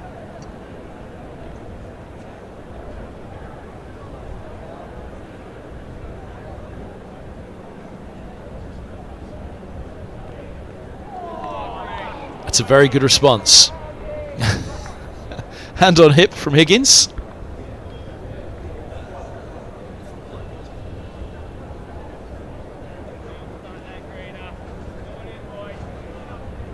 Here's how the right-hander lined it up. Yep. Worried about the top of off. Classic pavilion end bowling to the right-hander.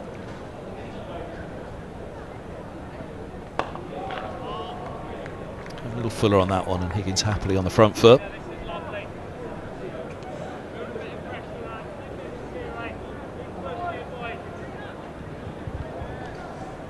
Ben Green up there with 17 wickets so far this season. An average just over 17, so doing a good job. That's not a bad job at all from Green. Beat him on the back foot. Next one, Higgins was happily on the front foot.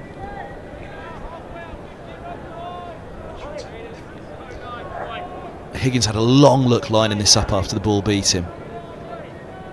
Yes, he's got to play at that. Angling towards that off stump, it just straightens enough to beat the edge. Little whip from Higgins, protecting that short boundary on the onside quite heavily, or consistently I should say. Leicestershire today and nobody's up, so just a couple got mid on, but other than that, deep square and long leg. The two fielders back. Yeah, it's a good field for Green. 2 slips are still in. Still looking for that outside edge.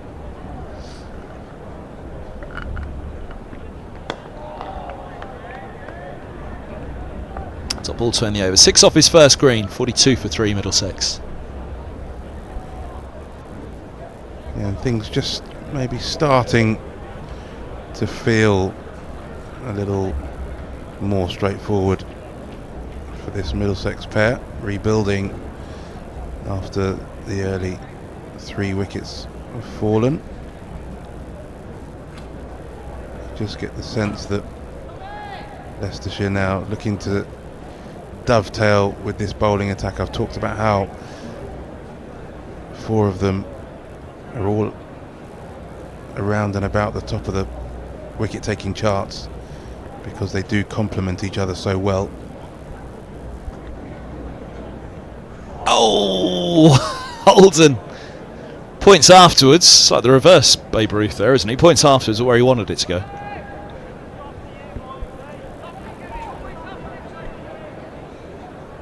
The width was there for him, the length was just about there. Yeah, that's right. That's where I wanted to hit it, he says. Just about there.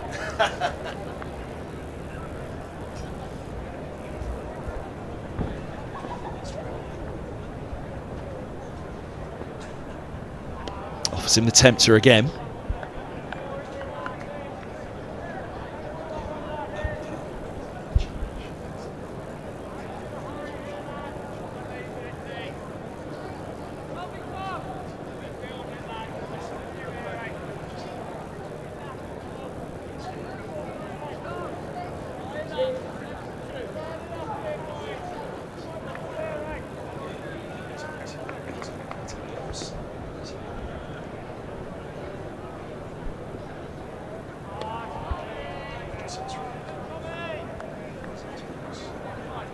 Holman just taking his time, just reminding himself he's got plenty of time to bat all day if he can,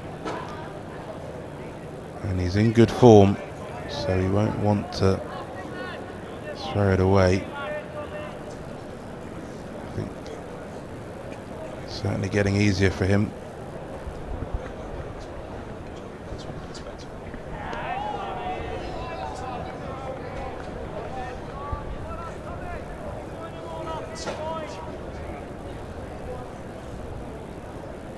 Huge expanse of real estate out in the covers, the big boundary up towards the grandstand. A bit like your front garden, Dean. Oval's a bit closer to your back garden, I know, but You need some water for the garden, that's for sure. and that's what he was looking for before. Snapped away by Holman, 3 points. Sharply struck. Well, Scriven really had been tempting Holman outside the off stump throughout this over, and he beat the inside edge a few balls earlier. Holman happy to let a couple go, but that one absolutely in his wheelhouse, puts it away confidently all along the ground. Maybe Scriven might think twice about such an offering.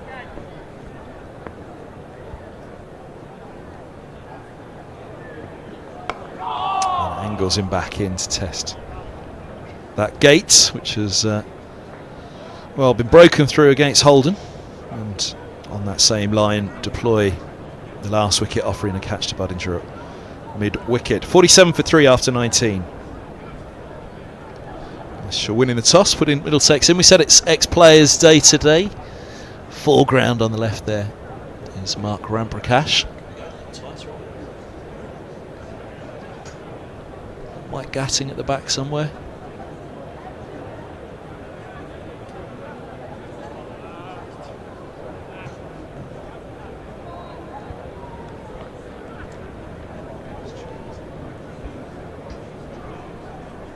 We'll see if we can cherry pick them around the ground.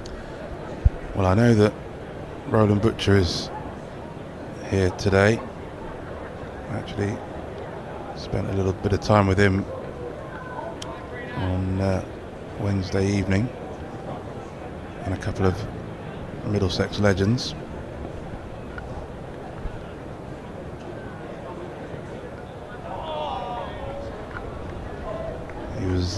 He was launching his book breaking barriers, and he had two former Middlesex captains, his two Middlesex captains, for a bit of a chat to the audience. Mike Gatting and Mike Brearley, really entertaining and fascinating to hear from them.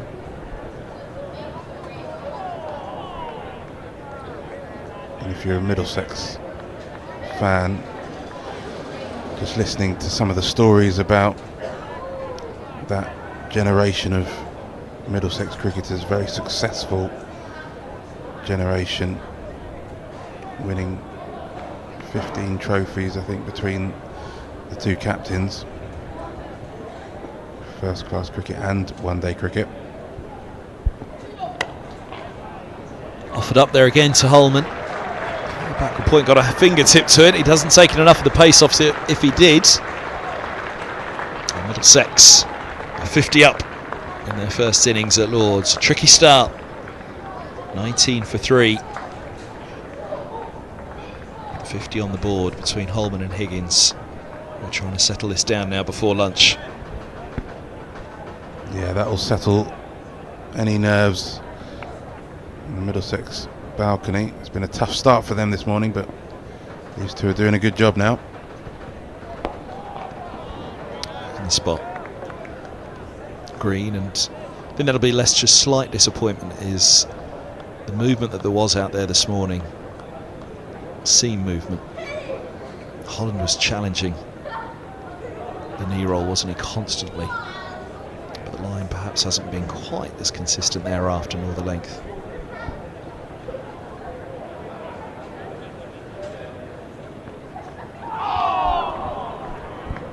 That was a bit better.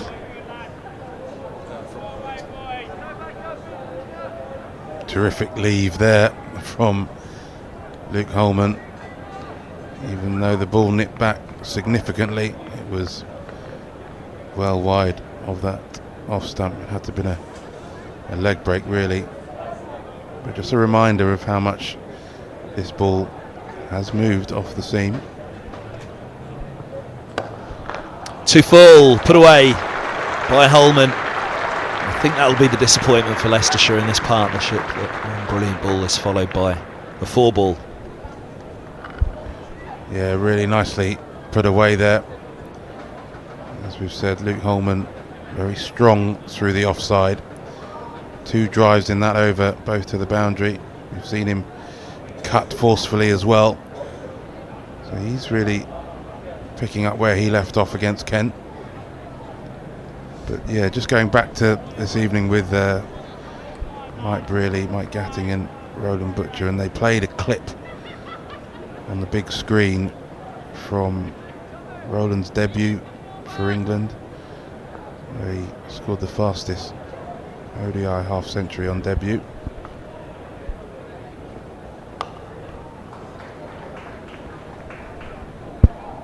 And then from a Middlesex point of view, they showed a lovely set of highlights from the Gillette Cup final in 1980, where Mike Brearley and Roland Butcher put on a match-winning partnership to win that trophy at Lords, sparking some great memories between the two of them as they reminisce to the audience on the evening.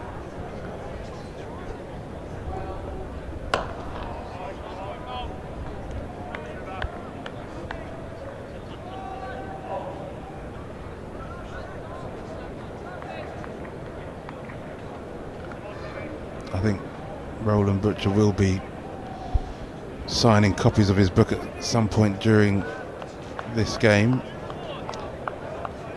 but yeah, he's very proud of putting it all down on paper.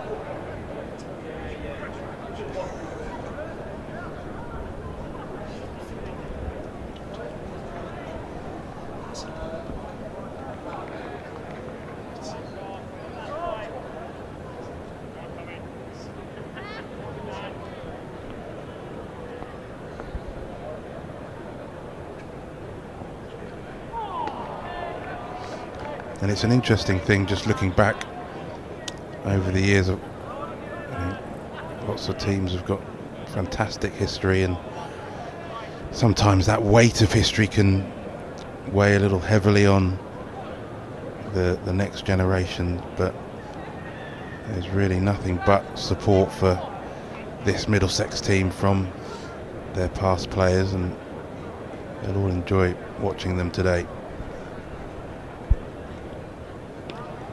I mean, personally, I think Middlesex miss a Roy Keane character. Well, who would be that Roy Keane character? Oh, now there's a job for us. Go on. One or two taciturn members of the dressing room over the years.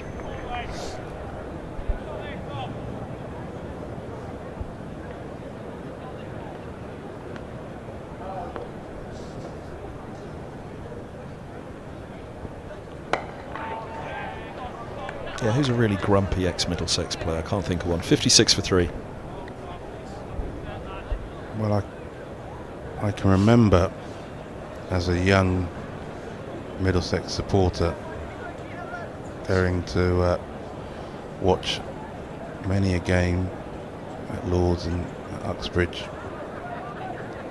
and try and get your autograph book out and say hello to the players when you could, and it was quite hard to persuade Mark Ramprakash to put his name to a page. Edged! And just short of second slip. I wondered how he'd get on against Hull from the pavilion end. I guess get everything in behind it.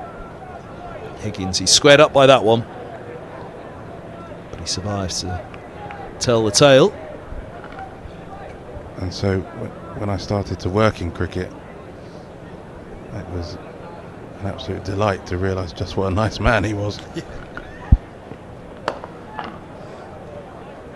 I first met Ramps at Arundel when I'd have been about 14 or so. I was playing the game down there and he was the guest. So was Colin Cowdrey. They were giving out the medals at the end. I didn't get... Well, I'd have got one for turning up. I didn't even give them out for turning up back then. But yeah, it was in between his two England stints, and I say his two England stints, obviously there were a few, weren't there, but the one big gap in between. And he was asked, he did a Q&A with the kids, would he ever get back in the England side, and he said no. You know, that time's gone and he's focused on his career with the county, but of course back he came again. Made a good go of it on the next turn as well, but was always blighted both, well, not just Mark Ramprakash, but Manny, by selection inadequacies, shall we call them, of that era.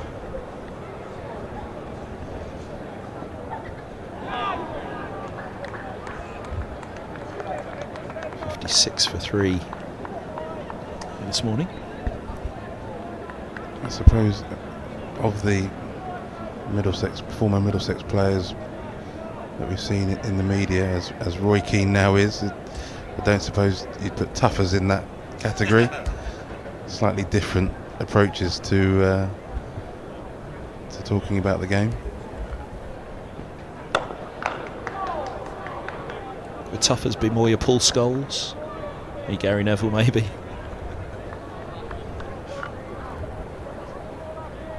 Yeah, slightly more irreverent. I mean, you know, he'd hate for me to mention it now, but grumpy was a word often put in front of Gus Fraser.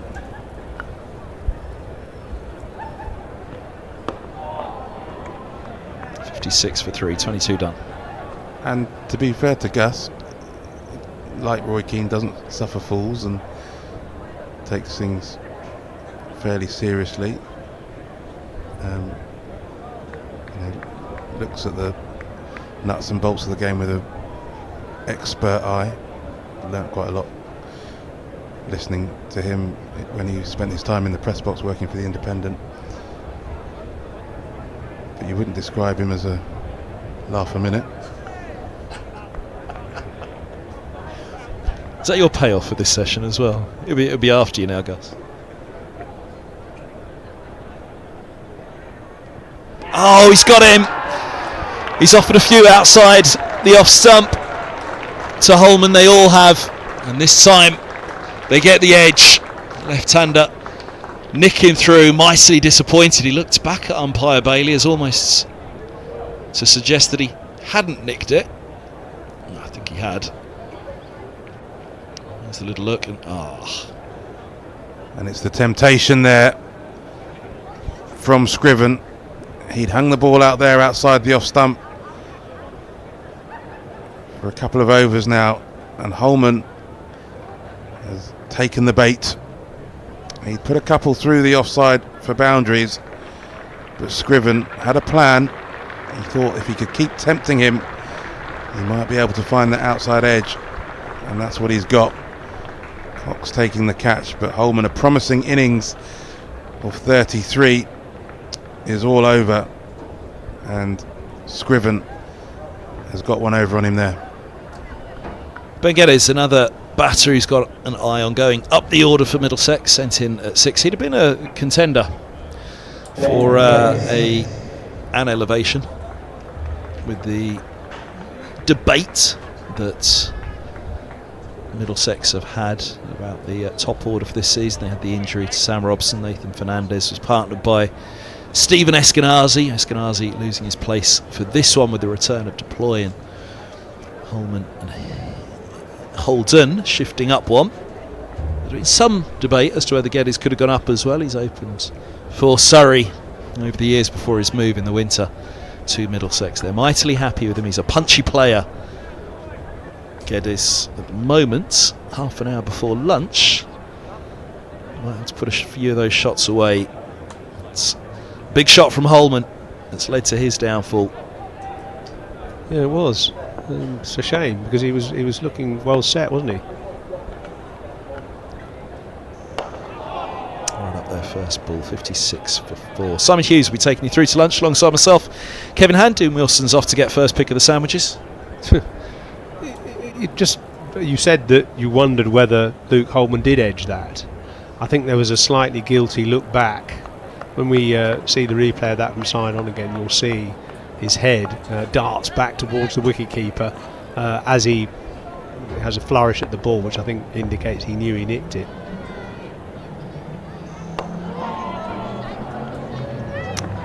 There'll be a couple to get off the mark for Geddes. Deep square. Deep long leg coming around to deep backward square.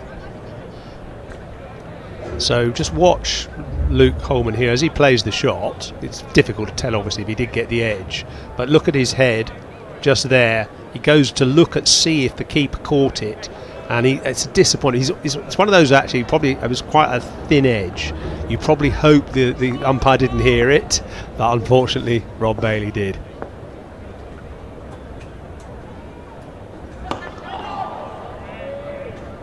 Yeah, front on, my first thought was he's definitely hit it. It was only the look I from mean, it's behind. hard. It's so hard to tell, isn't it, from this distance? And you know, unless you have the ultra edge, which obviously county cricket doesn't have, then it's very difficult to be able to tell really on the pictures alone. Who needs ultra edge when you've got Rob Bailey?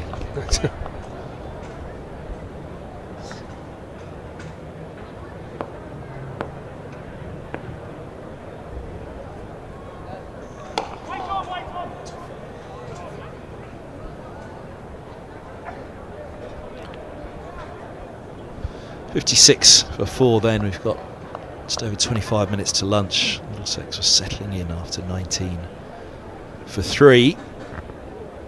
They will desperately want to claw their way to lunch now. 4 down, no more. It's enough damage done already by top of the table Leicestershire. Yeah, and there's a lot of work that the lower order can do. It's sort of everybody's got a bat now in these county sides. That's raced away. He said he's a punchy player. Does like to feel bat on ball, Geddes. He gets a good chunk of that. End of the over, 58. 62 for 4. Yeah, it was a nice ball to get actually, that. On the pads, full. You've got to certainly put those away. That was a bit fuller than the ball that Deploy got, which he chipped to mid-wicket earlier in the innings. And just talk about batting down the order. it's so important. I chatted with Ian Holland a couple of weeks ago, the Leicestershire player, and he was saying that their number 11 in one game was Tom Scriven, and he's averaging 40 this year. So it's absolutely, with these clever little medium pacers and seamers getting early wickets. Oh, that's edged, and through it goes. It didn't carry. Keeper going for it, Cox. It was his catch. Had it have carried. Yeah, so that's a good example, really. The movement that these medium pacers are getting at this time of year. Actually, I think he played inside that. I don't actually think that did much, really. Maybe he was playing for that to come down the slope, and it just stayed and held its line. But actually, he didn't push at it, and the edge didn't carry. Anyway, I mean, with these seamers taking early wickets in April and May, having strong players down the order that can make 40s and 50s, that sort of 8, 9, 10 is vital.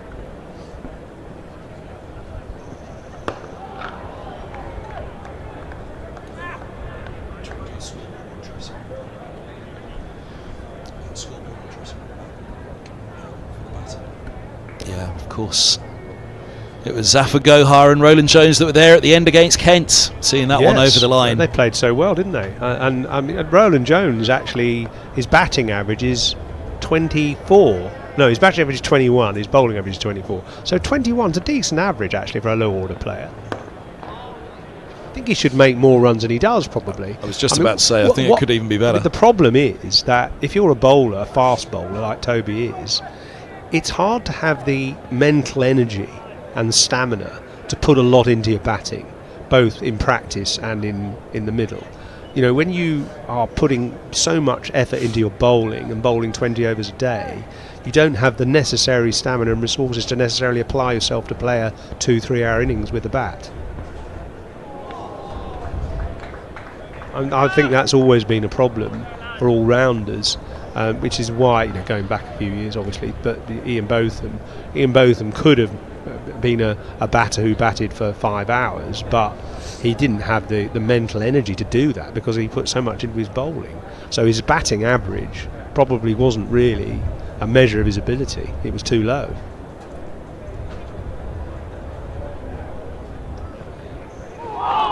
It's a good leave. Another one looking to angle down the slope to the right-hander. Yeah, that was a very good lead.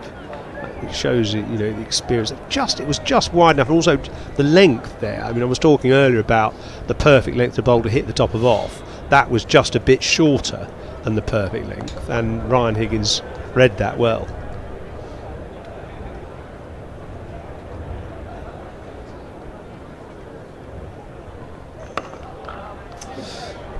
Goes that a little bit fuller, as Higgins would have expected to end the over. 66 for 4, live enhanced stream at Lords from Middlesex in association with Dafferbat. Get this crowd bouncing. Oh my goodness me! Brilliant, absolutely brilliant. Oh, that's a magnificent strike. Oh wow, that's absolutely awesome. Oh yes!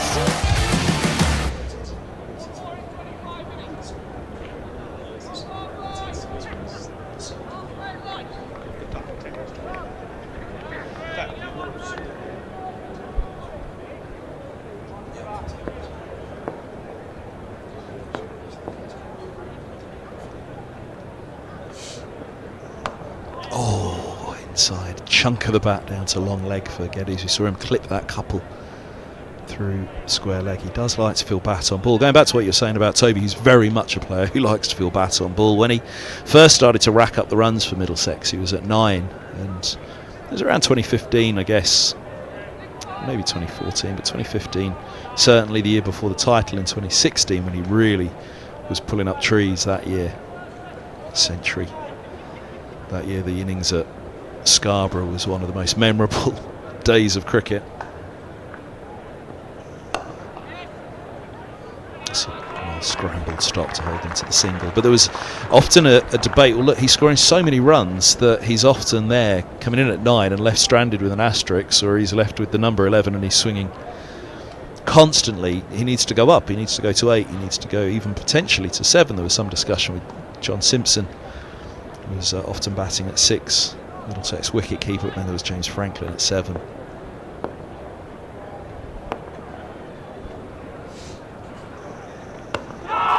But even just getting him up to 8 was, debated. And Richard Johnson was the bowling coach at the time, and I remember speaking to him about it now. The now head coach here at Middlesex.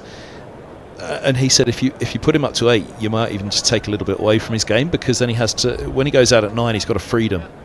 All right, if there's still a top order batter at the other ends who's been hanging in, then maybe he's got to play a little bit straighter. And of course, Toby was a batter who came through the Middlesex Academy as an opening bat.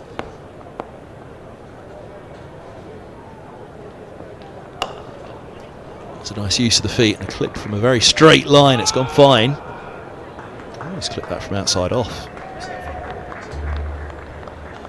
He's a very, very positive player. He's been out hooking and pulling a lot this year. I didn't clip it from outside it off, but actually he just clipped about it off the stumps. That was hitting middle and leg, certainly, and he's looking to get outside the off stump there to try and pick up. It was a bit Steve Smith like that, wasn't it?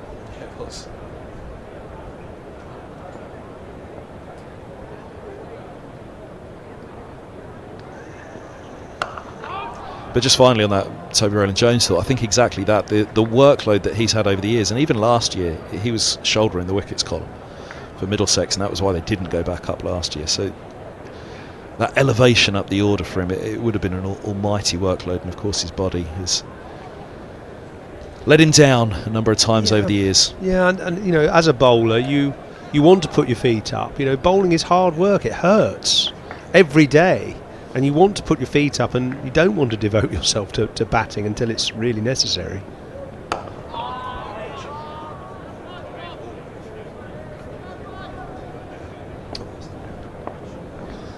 .25 done, 69 for 4. We've got 20 minutes till tea. Till lunch, indeed. You're thinking ahead of yourself. I was thinking of the cake.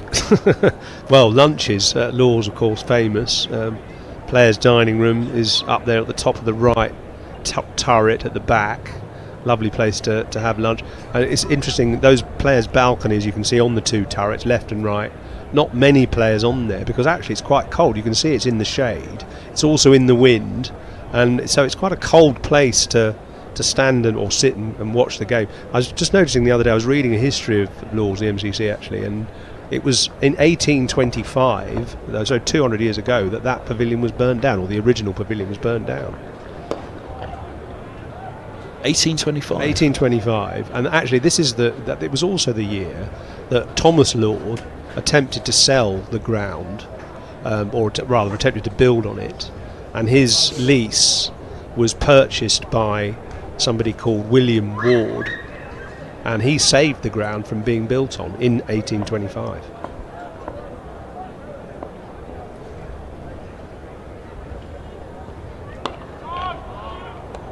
So from Dorset Square. Yeah, Dorset Square to here, that was 1814. Then they had 10 years here, and then the lease sort of ran out. And I think actually Thomas Lord was offered the chance, as the founder of Lawes, he was offered the chance to build on it. And he thought, yes, that sounds like a good idea. And William Ward bought his lease off him and saved the ground from development. So there would have been a plan for Lords 3 then, from Dorset Square to here. I suppose so. Was yeah. it mentioned? Was it documented in the book at all? Well, you haven't got to that chapter actually, yet. Well, the interesting thing is that because of the fire in 1825, the pavilion burnt down. So all the early records of MCC were lost in that fire.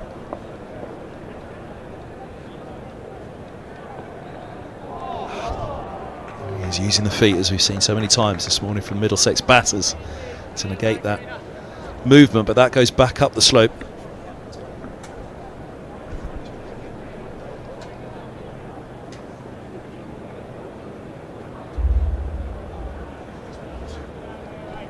We'll see movement. He's gone a long way there, and again it looks, for those, we were talking about the slope this morning, haven't we?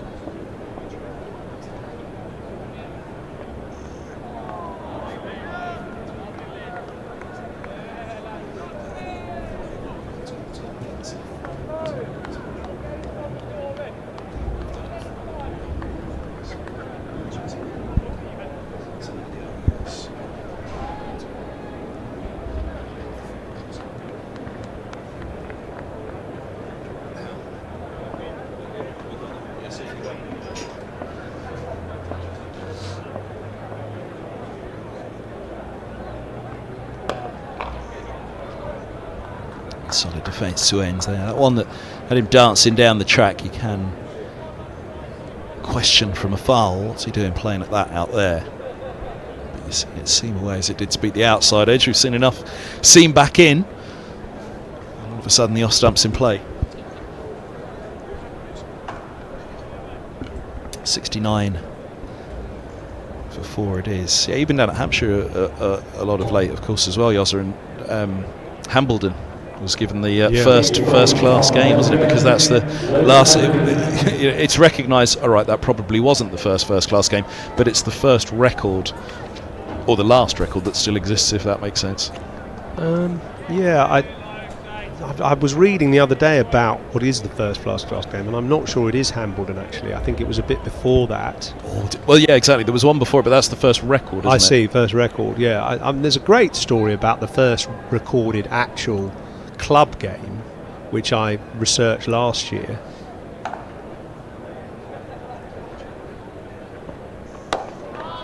It was 400 years ago last year, funnily enough, 1624.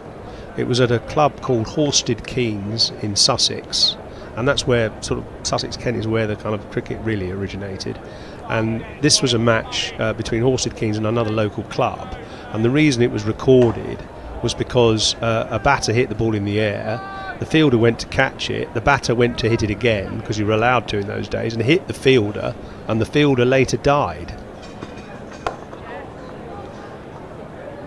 So it's a rather macabre story about a death on a cricket field, which was recorded by the coroner, and that's why the record of the game survived, because it was a coroner's report about a death on the field.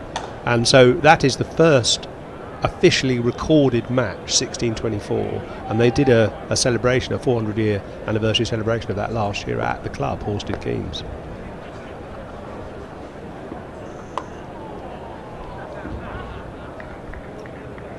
Single run way down. I'm trying to remember what that Hambledon match would have been now, what year that would have been. Well, it would have been about 1750. Hambledon was really in its prime in that sort of mid part of the 18th century. Where there were sort of various famous names played, and they took on all England. Hambledon had a lot of professional players, and they took on all England sides. They played other counties, Kent and Surrey and so on. So it was a club side against a county side, and they were very, very prominent, and they were the forerunners really of the MCC. So many of the Hambledon players eventually migrated to play for something called the White Conduit Club, which was the origin of the MCC. White Conduit Club played in Islington, and then that formed the MCC in 1787. 1772, there it was, Tuesday the 23rd of June 1772, the first designated first class match. That's too high. But designated in the sense that it's the first one that a scorecard exists from. Now, that's not to say there wasn't scorecards before that, however it's the only one, or as far back as they can go. And indeed there was some debate about one corner, if not an end, of the utility bowl, something else, being named the Hambledon ends.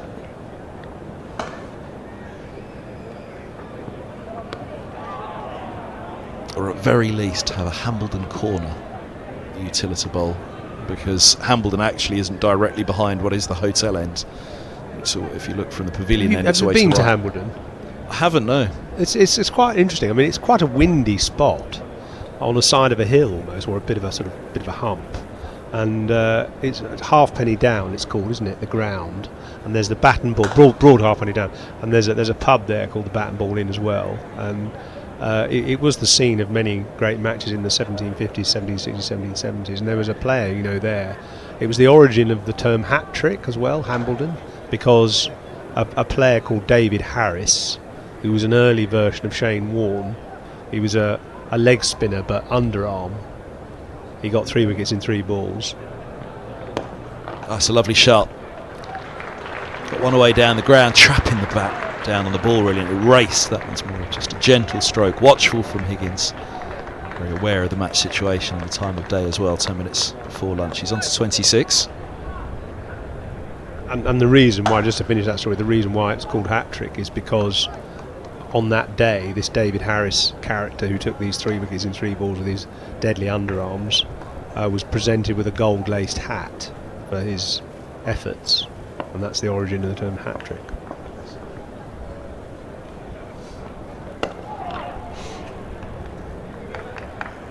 This is a good little partnership, isn't it? They've already just slightly put the pressure back on the bowlers with some good running, and it feels like the pitch has just eased a bit. And Higgins, I like the way he plays. He's looking for opportunity to score, but solid in defence as well.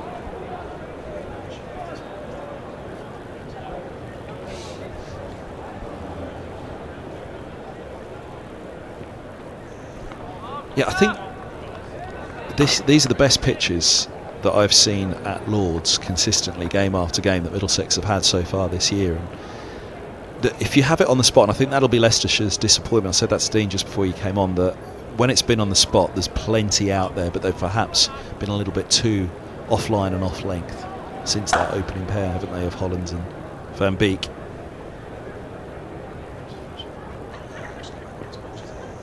Oh, it's a lovely ball, and there's a prime example of it. If you have it on the spot, we've talked about the slope this morning, but if you have it on the spot, there's plenty out there for you as a bowler. Yeah, that's just gone slightly up the hill, very, very slightly. He's played inside the line. It's an art, batting at Lords, because you're almost from batting at the nursery and facing from the pavilion, and you're looking for the ball to come in as a right-hander. So you've got to allow for that, and obviously the reverse at the other end.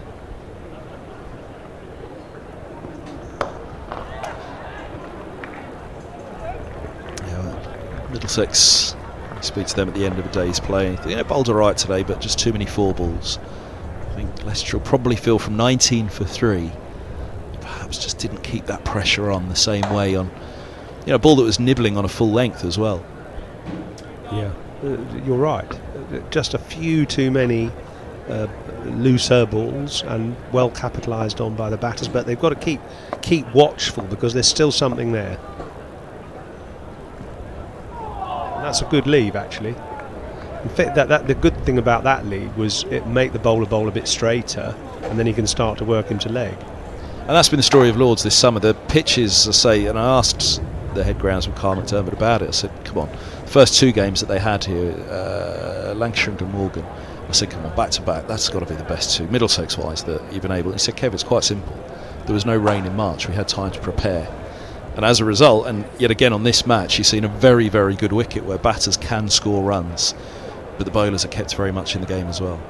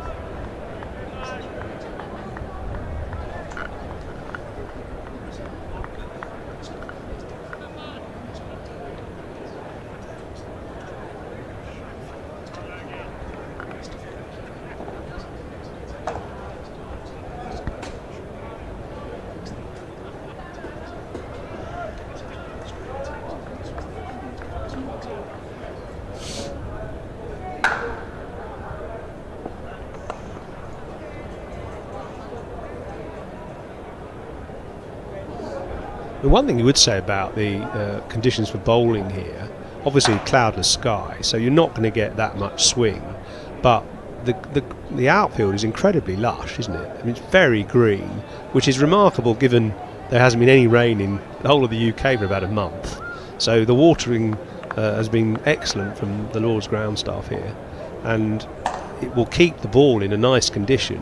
So I noticed that you can see it in Van Beek's hand. It's nice and shiny on one side. They've got a real good polish on one side, but you're not going to get much swing today because the atmosphere is just not conducive to it. There's a hot sun beating down on this pitch, and therefore, and just to get scientific for a minute, there is air rising off that surface, causing a rather unstable air just above the pitch, and that means swing is hard to sustain. It's not conducive to swing when you've got slightly unstable air caused by hot air rising.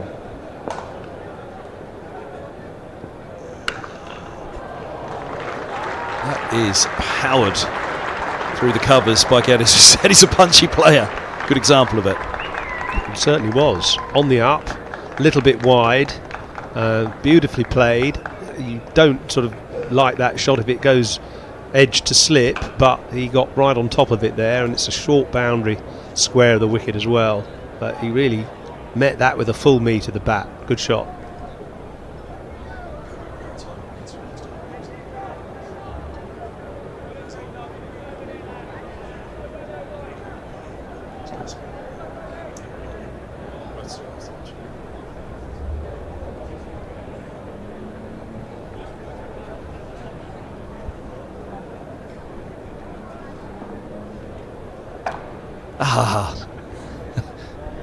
Stephen Fletcher, the main man, he's running around, Director of Communications, our boss basically.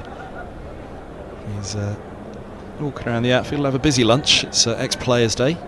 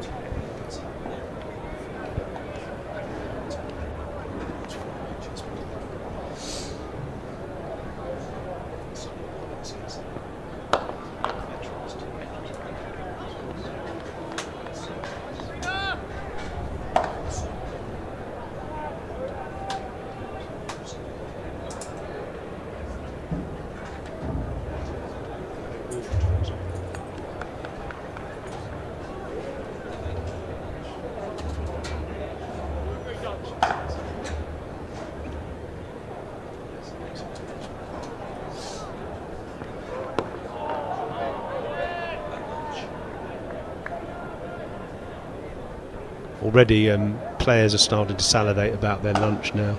Lords is still the place to play for your food, and I'm sure especially Middlesex players will be just thinking, oh, I just got to see 2 more balls out and then I can really tuck into a lovely lunch. Look, he's standing quite a way outside his crease there as well. Oh, nearly pushed back. And well, hold on a minute. Hands are on heads for quite a long time there. That wasn't a third attempt, was it? I thought the first attempt was a bump ball. That was an interesting one, wasn't it? Because it was a good drive. And did it hit his boot on the full? No, that was my thought, was that it... Yeah, they were just cheeky. That was my thought, that it was half volley onto the boot.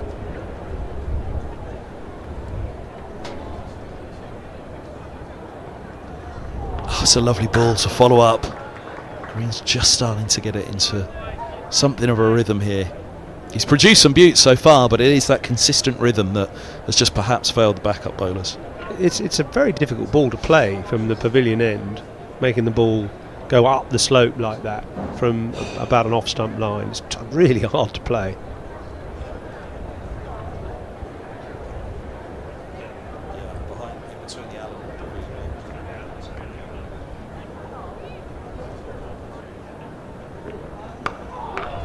That one back in. Dot ball. Not quite sure this is going to be lunch. The umpires are having a look. I didn't want to wholly say that was going to be the final over, final ball before lunch, because we will have one more, will we? Yeah, one more before lunch.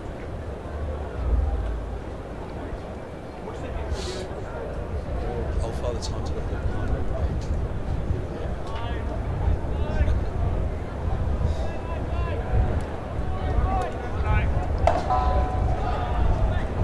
So he's one more. So we're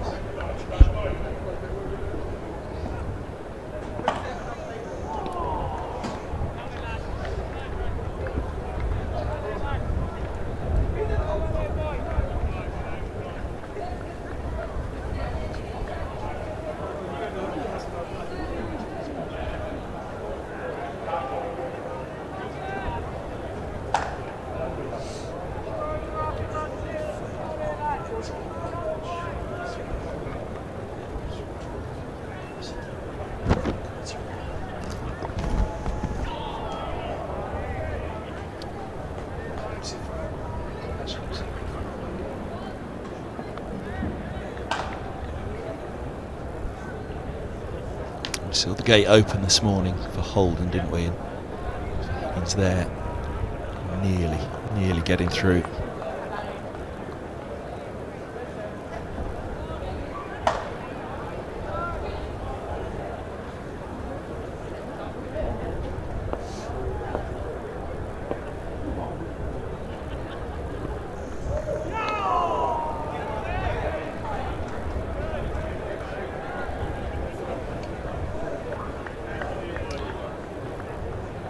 He said he's a punchy player. He's got drawn into that one, but you can see the angle on release. There's no way you can leave that. No, there isn't, and it's interesting because he's quite wide of the crease, Van Beek, actually. So his angle is naturally inclined towards the stumps, and so it induces you to play at those. Well, you have to, really. I'll go short to Geddes, which might be something of a surprise. There's only a long leg set back, but he has been out 3 or 4 times, at least 3 this season, hooking or pulling. I would think that was a drag down ball rather than a deliberate short ball. I mean, he's gone past the edge, bowling a length. Bowlers aren't robots, though. Occasionally the biomechanics don't work so well, and you bowl a short ball which you regret. Luckily, he got away with it. Is this the bluff? They've just dropped square leg back. And it's the bluff.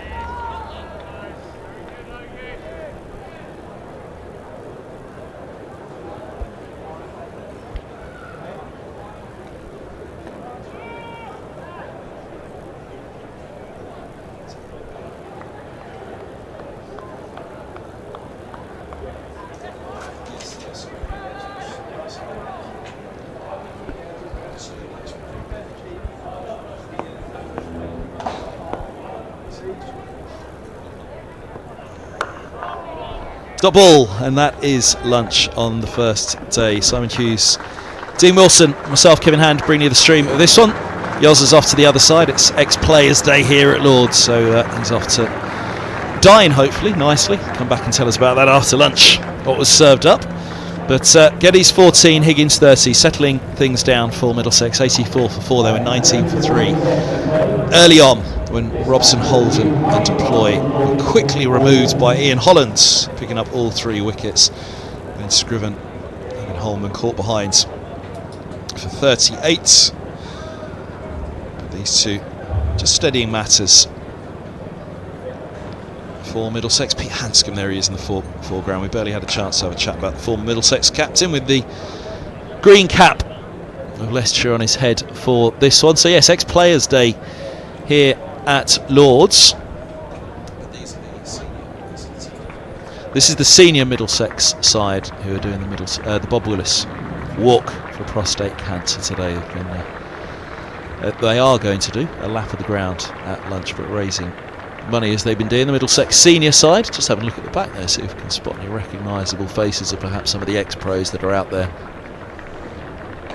who are there or thereabouts. But yes, Nielsen's making his way around to see a few of those. We saw Mark Ramprakash earlier. We'll try and pick out a few more of the former players who are at the ground today for this one. Still can't spot him. I'm trying to keep my eyes peeled about. But yeah, that's the Bob Willis charity, which of course you can Google online and find it to look up if you want to donate. But the Middlesex seniors will be doing a lap of the ground now at lunch after their latest charity walk. We will be heading off for lunch ourselves on the live enhanced stream here. Join us back in just under 14 minutes with Middlesex 84 for 4 on the live enhanced stream in association with Dafferbet.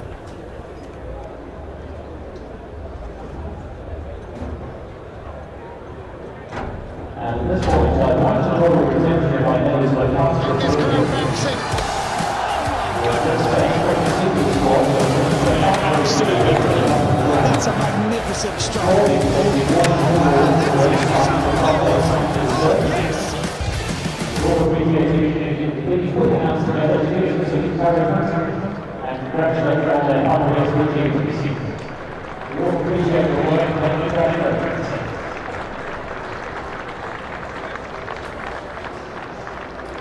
Has he got him? He has. Oh, wow.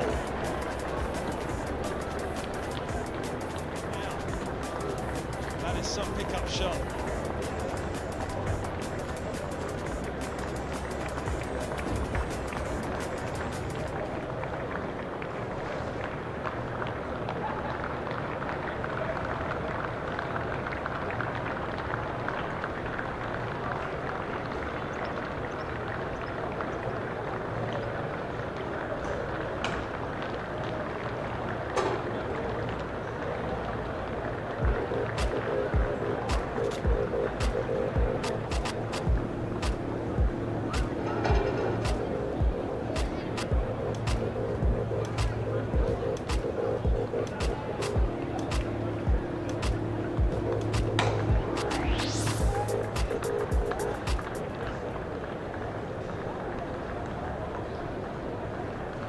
Many thanks for your support.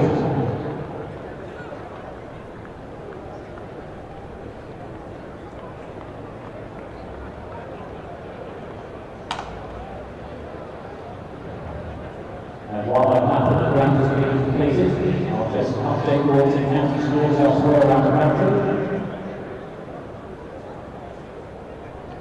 We'll start at Durham, Leicestershire 133 for 1 at lunch against Durham. Taunton, Sunday 99 against Sussex.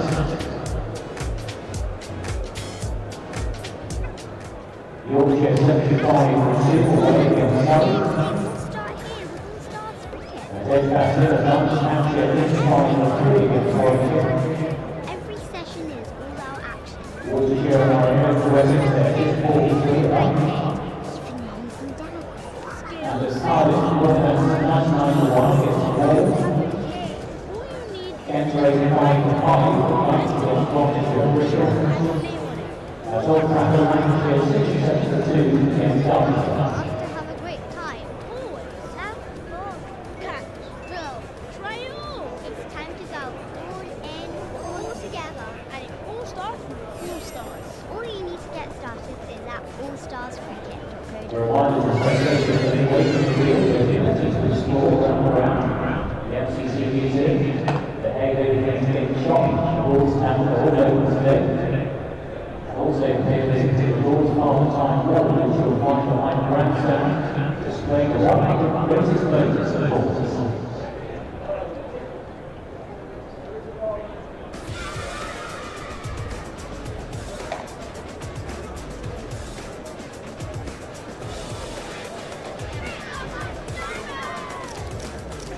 How you'll play this holiday at Dynamos Cricket.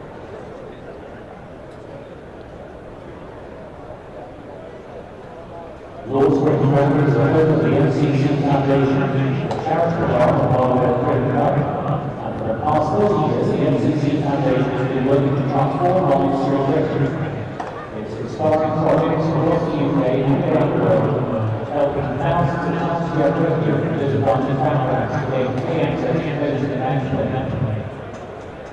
The foundation of the FCA very supportive here. For further information and to find out how to donate, visit Lloyds.org/NCC Foundation.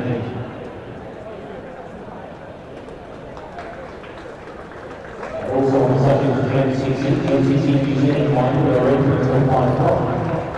£5 for adults and £3 concessions to the NCC Associate Middlesex members and free entry for NCC members. On re-entry is free for restrictions NCC and Middlesex members and their guests.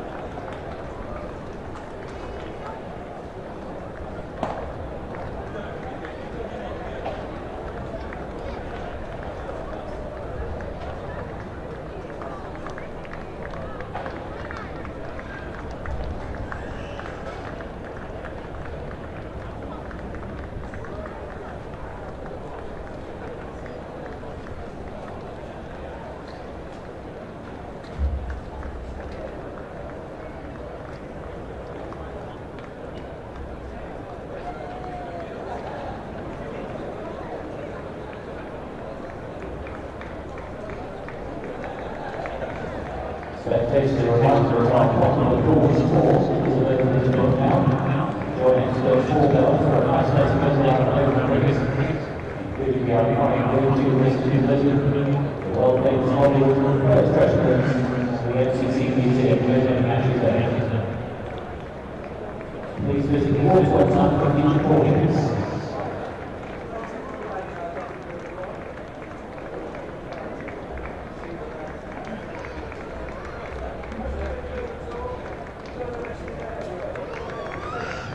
The Lord's Indoor Cricket Centre offers video and environment sessions and feature courses.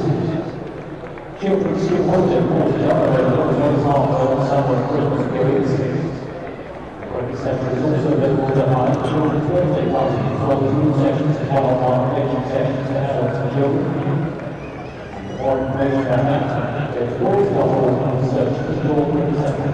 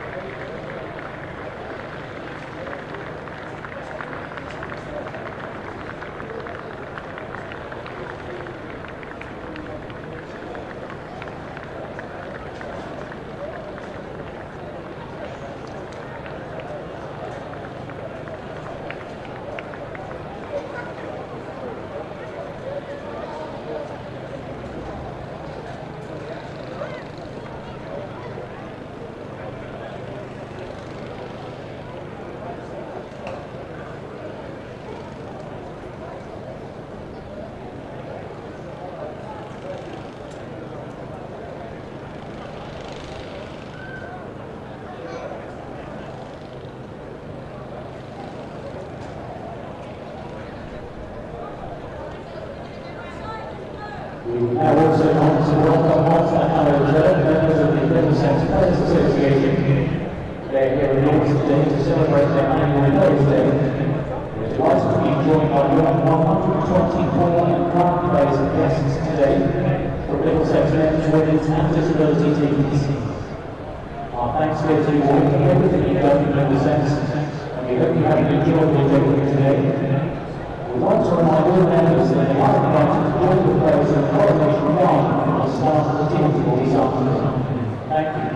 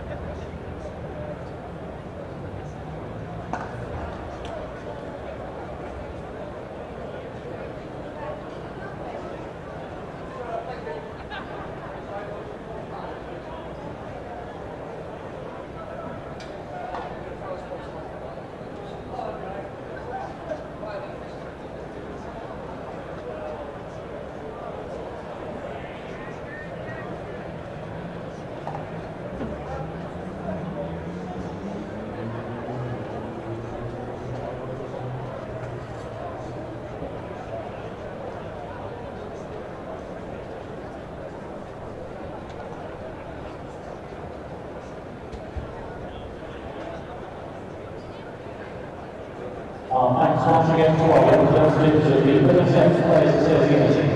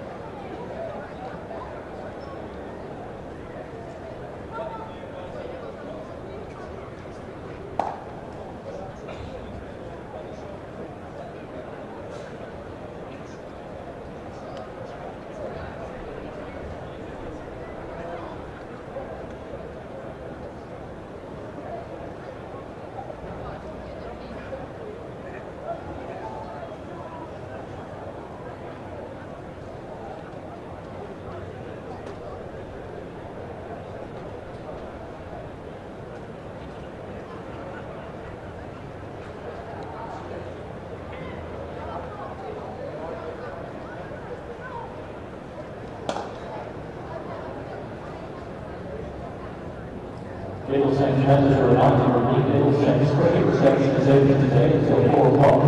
You'll find us adjacent to the end and the shop entrance and adjacent to the outside.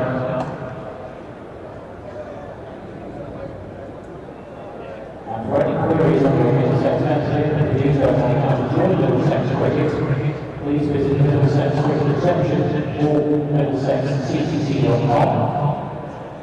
Where you can also pick up more information on the Refer of Friends scheme where members can receive cashback and memberships and switches to introduce in the event.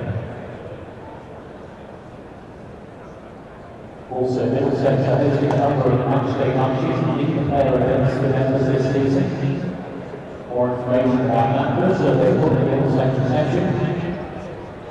And a reminder that the CX Club members is open to all Middlesex members to join. As well as the social meeting having own Middlesex members, the CX Club also fundraises to support youth cricket and county and offers bursaries to young villagers.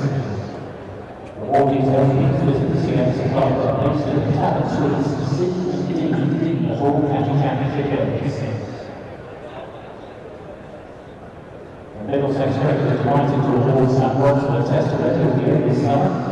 For more information on how to support that, please visit his website www.rothesaytestrecord25.com.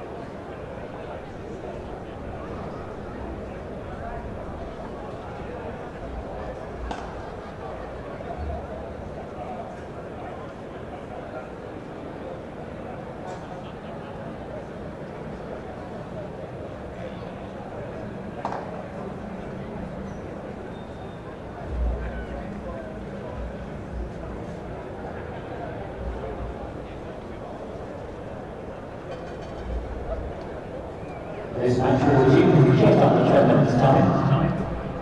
Spectators are reminded this is a ground regulation of the MCC. You are not permitted to walk onto the playing area at any time unless otherwise instructed. Thank you.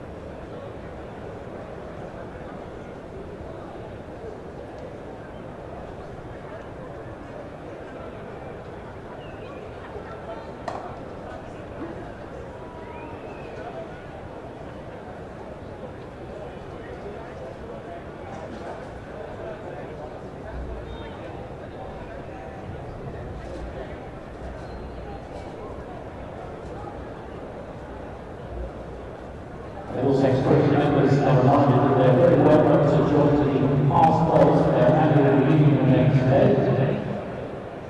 That's going to take place during the Wickets in Coronation Garden, and some former players will be entertained with their ceremonial acts during the Tier 4 this afternoon.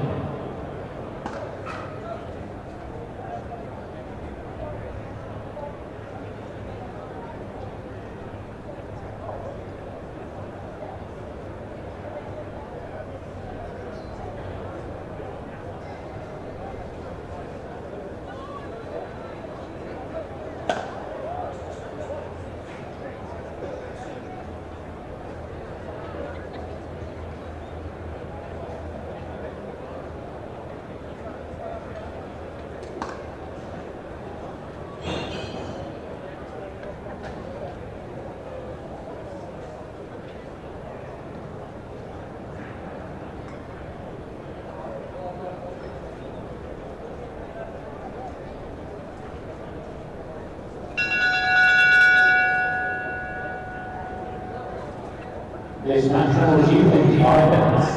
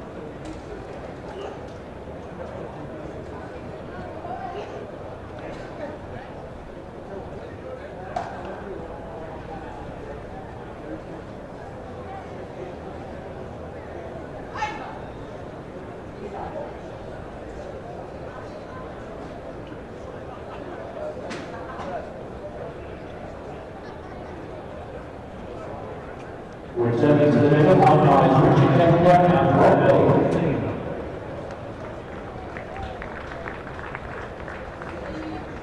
Your match referee is Steve Foster. Your scorers for Rogers and Leicestershire.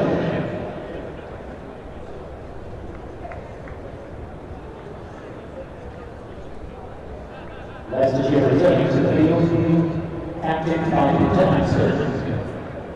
At Wicket, Wickets.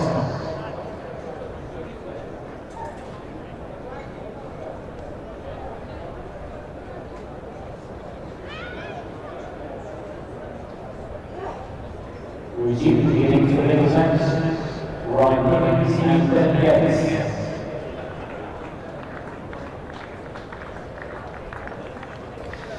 Well, good afternoon, everybody, and welcome back to Lords, the afternoon session of the first day, the live enhanced stream from Middlesex in association with Daffabet. I'm Kevin Hand, Dean Wilson, alongside me to start the afternoon session here. And it was a good start to the morning for Leicestershire. 19 for 3, they reduced Middlesex to having won the toss, but 84 for 4. Gettys on 14. Who you just saw in screen there, it will be Ryan Higgins on strike. You've just seen his boot scratching away at the surface. He has 30, but it is going to be Scriven from the pavilion end to open up after lunch. He did get the last wicket to go, that of Luke Holman for 33, caught by Cox. It was a bit of a waft by the left-hander outside off stump after 3 very fine balls from Holland. Picked up Robson, Holden and Deploy. As much as anything, it was a trap well set, as much as a very good ball. 84 for 4 it is. So Scriven from the pavilion end, you'd imagine it will be straight back to Holland at the nursery, but it's 2 slips in place and it's Higgins on strike for the first ball after lunch.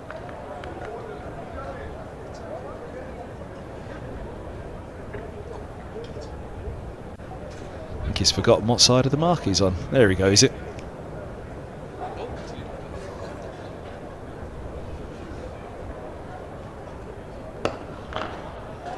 Would help if I'd have spotted that nobody had thrown in the ball at that point, but right on the spot to Higgins. Will be looking for a big score here to get Middlesex off to a reasonable start in this match, Dean. Yeah, absolutely. Middlesex having a bit of a tough time of it in the first session. 4 wickets down, not ideal. Just what Leicestershire would have wanted when they won the toss and decided to bowl.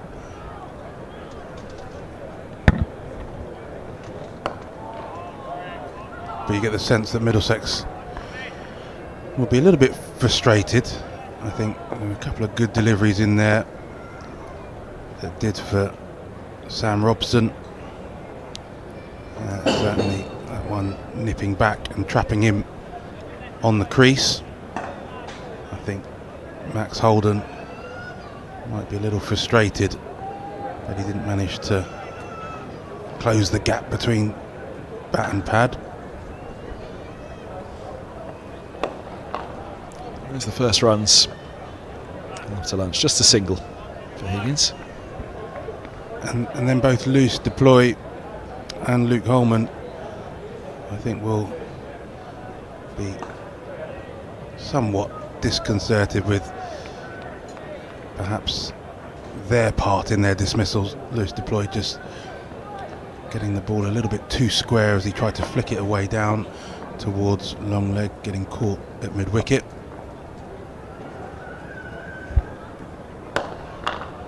Shot from Gettys, who said how he likes to feel. From Higgins, sorry, who said how he likes to feel.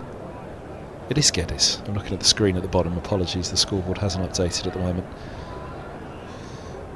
And then, Luke Holman being tempted outside the off stump, consistently tempted by Tom Scriven, and in the end, he managed to find that edge through to the keeper.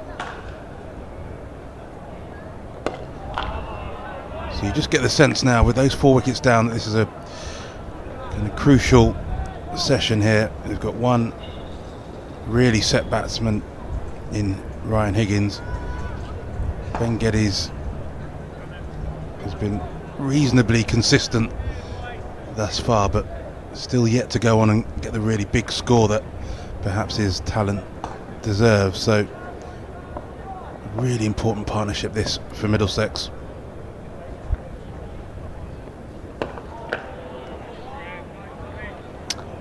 Scoreboard's updated, that is the end of the over, just a single of the first over after lunch, 85 for 4. And then when you've got batters, the quality of Davies and Zafagoa and Roland Jones still to come, you just get the sense that they need just a bit more of a platform, a bit more of a foundation from which to launch. And so this really is a crucial partnership for Middlesex. But Leicestershire are not at the top of the table without good reason. Ian Holland, who's going to start off from the nursery end in this session. 3 wickets already, 24 for the season. He's absolutely flying at the moment.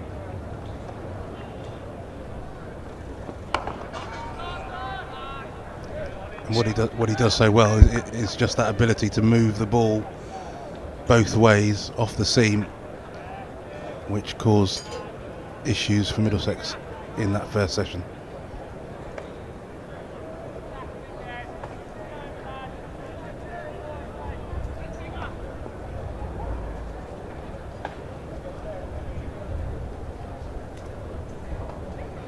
Right on the spot, first 2 balls, isn't he? And that was that first session for me, that Holland and Van Beek had it.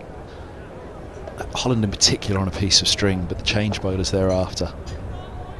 Just too many 4 balls allowed Middlesex to loosen that pressure a little. Very keen to get that strangle back onto the home side.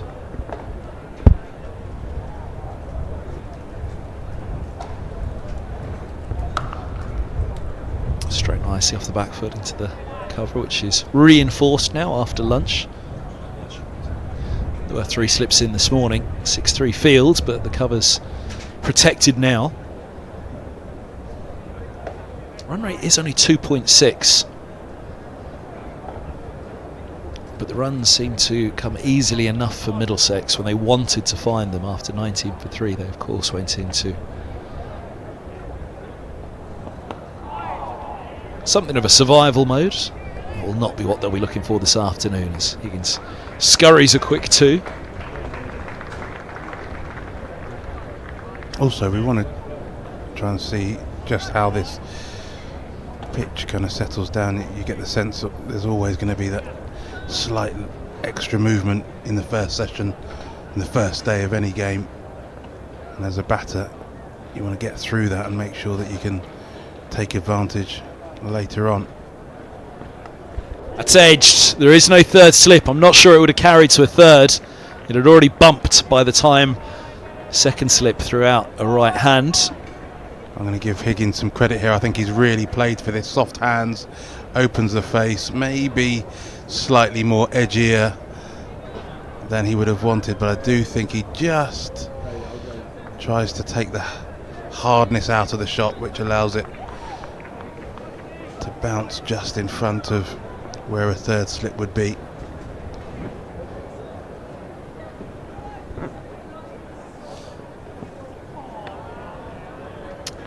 I'll leave to any over, that one angled back in. 91 for 4.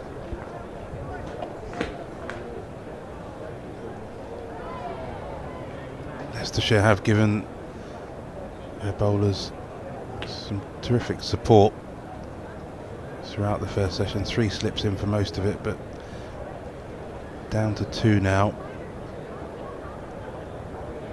with protection for the shorter boundary towards the mound stand. There's a deep mid wicket, a long leg and a third man. So there is protection for the bowlers, as well as those 2 close catches in its slip.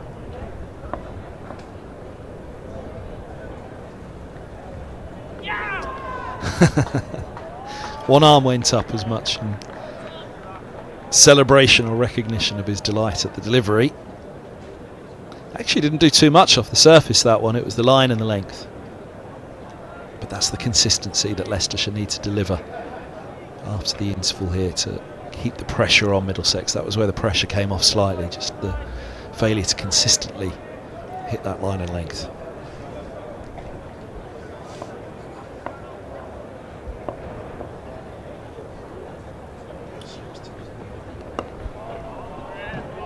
Just makes a little signal with his hand that that one nipped back in.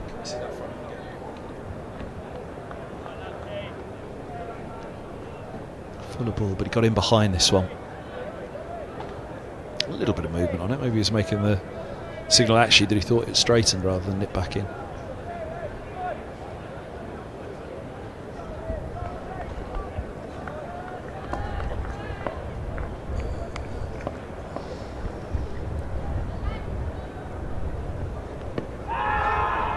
Now he stepped a long way across to play that, but right arm over to the right hander at the pavilion end. It means you really got to straighten that ball against the slope.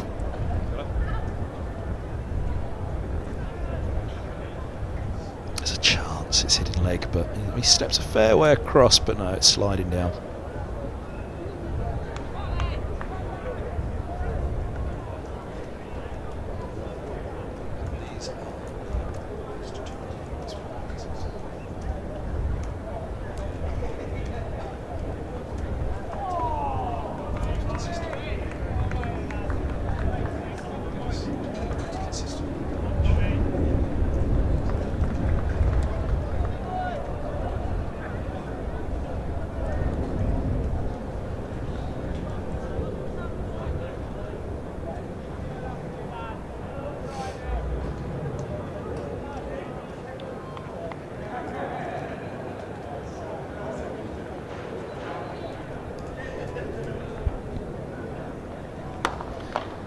Use of the feet from Higgins. We've seen a lot of that this morning. Deploy, it was his downfall. Chipped one up to mid wicket.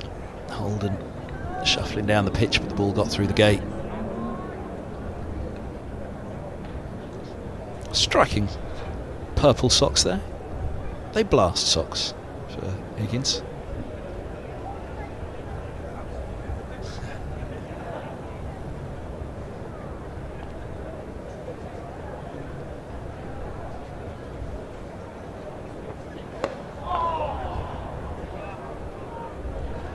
Single to end the over, 93 for 4. 2 weeks yesterday, I'm reliably informed, is the start of the blasts. Yeah, I'm sure. Ready for lift-off, Dino? Well, yes, I'm sure. I'm sure Middlesex will be looking forward to a chance to change the record on T20 cricket. Been a tough format for them over the years, but every season's a new chance for success. Kane Williamson bounding in to play his part.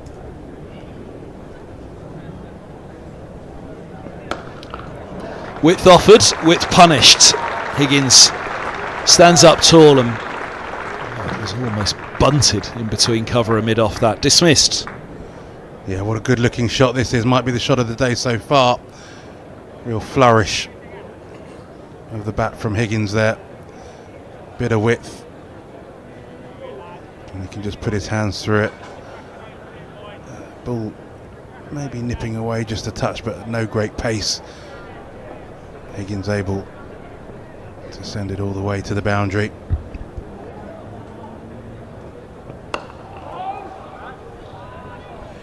You just get the sense though, with the way that Leicestershire have bowled, they won't mind that too much. They've been sort of happy to offer the tempter outside the off stump because they feel as though they can get a bit of movement, they can draw the mistake, and that's certainly what's happened so far today.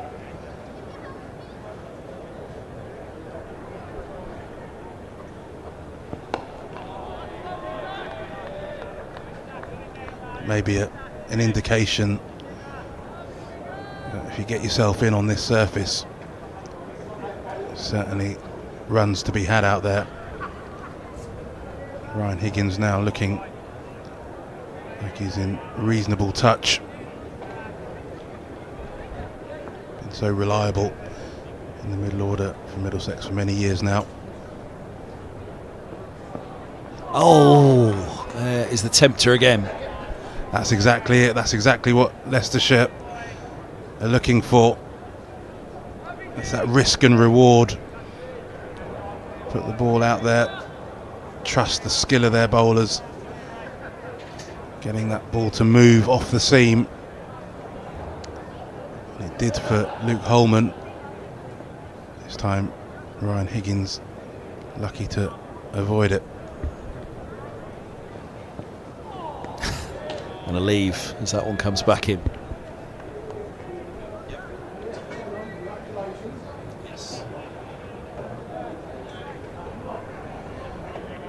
Lords really looking a picture here today. Bathed in sunshine.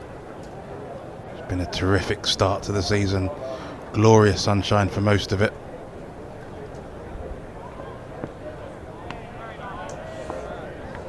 Top ball to end the over, 97 for 4. It's been a good fight back from 19 for 3 for Middlesex. Middlesex Day it is, the county day for Middlesex, not the club, even though it is ex-players day, but Middlesex Day here at Lords. Your county of birth, of course, Dino, and my adoptive. Yeah, absolutely. County of birth, so there was no chance of me playing for Yorkshire.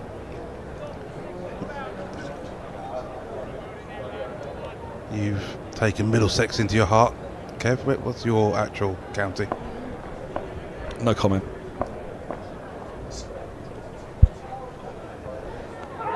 Oh, now that comes back down the slope. Was height a problem? And he shakes the back head, but it legged. But did that one roll up? No, it was high. It was high. It was back leg, but it was above the pad.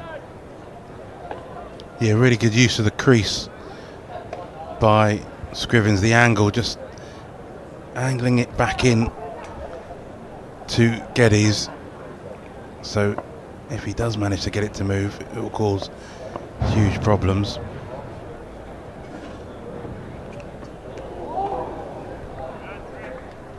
I'll go with Leinster as my county.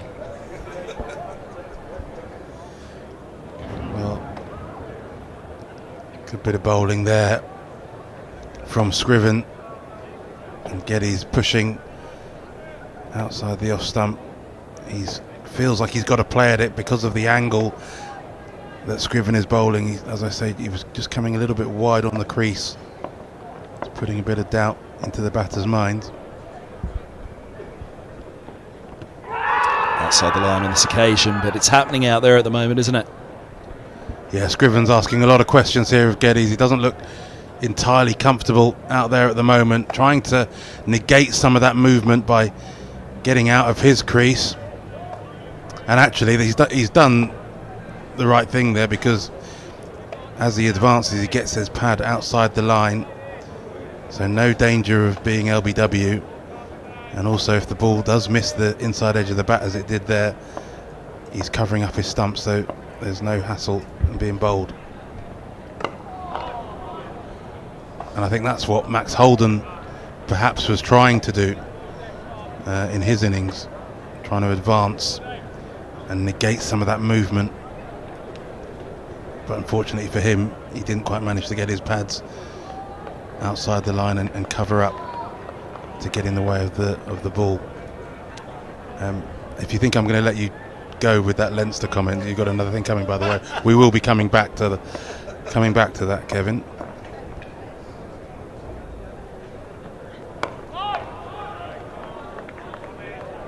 As you rightly said, it is Middlesex Day today, but your county of origin and maybe a familial origin might be Leinster, but is it your current residence? Your current county of residence, and I did have to say that slowly. I'm afraid not. Actually, it's. Sure, you went back on the Northern Line one night with me after a cricket writers club. County of birth, Kevin.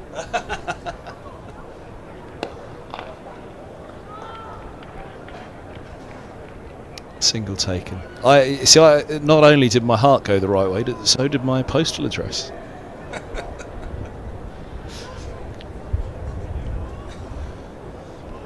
I mean, you talk a lot about Sunbury. North of the river. Oh, Sunbury's north of the river, actually, but north of Sunbury. Actually, hold on a minute. So, Sunbury is in Middlesex, but play in the Surrey League. Richmond are in Surrey, but play in the Middlesex League. I've got that right, haven't I? The right way around of those two, yes. Yeah, Sunbury's in the Middlesex League, but it's in the county of... Wait, no, Sunbury's Surrey. Sunbury's in the Surrey League, but is in the county of Middlesex.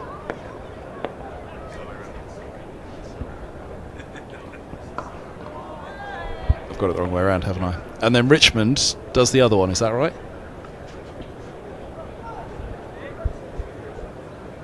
Yeah, that's right. Sunbury, I always remember Sunbury being that sort of slight curiosity in that it was in, or is in Surrey. But I used to play kind of Middlesex age group cricket with a number of players from Sunbury, not least David Nash. I'm under pressure here. I'm having to take a layer off. Getting too hot under the collar. But I mean, we're all friends, no matter what side of the border you're from. But I'm just curious as to why you won't tell us, Kevin, where your county heart actually belongs. County of London.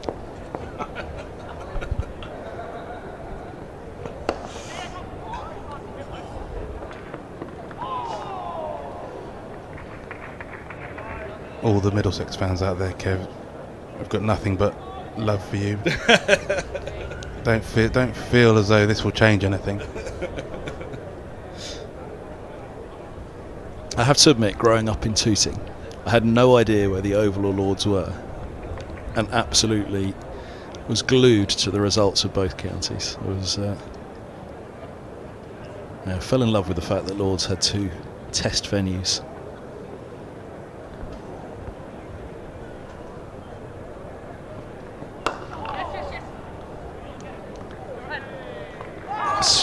Sharp piece of fielding there from Van Beek at mid-on. That's the 100 up for Middlesex. 100 for 4, which is a vast improvement on where they found themselves early this morning. 19 for 3 when Lewis Deploy fell in the 7th over. But they've recovered nicely from there. And again, drawn into one outside the off stump. Yes, I think that's perhaps the order of the day. Certainly the order of the hour. Let's get a few more overs into the ball and into the legs of the bowlers.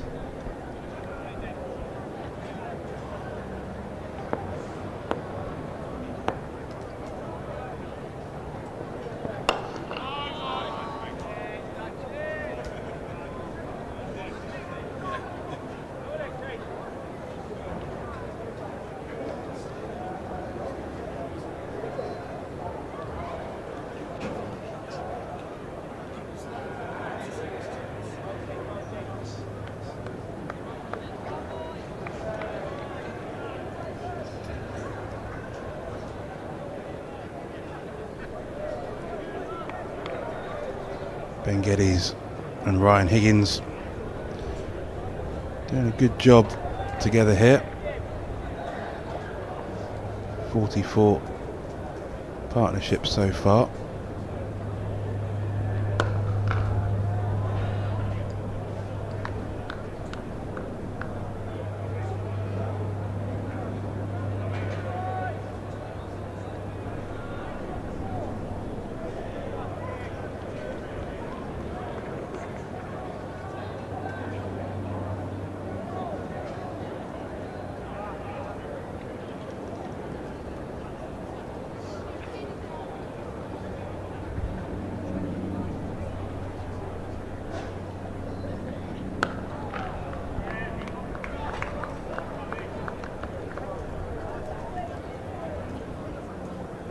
Ryan Higgins has been a mainstay of Middlesex's middle order for a little while now. He's such a model of consistency with both bat and ball.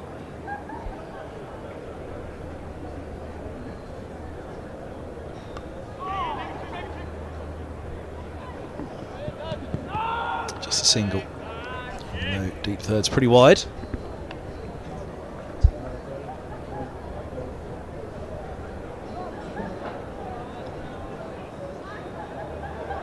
picked up a half century in the first innings against Kent. Another half century in the second innings against Derbyshire, so he's been in a little bit of form with the bat.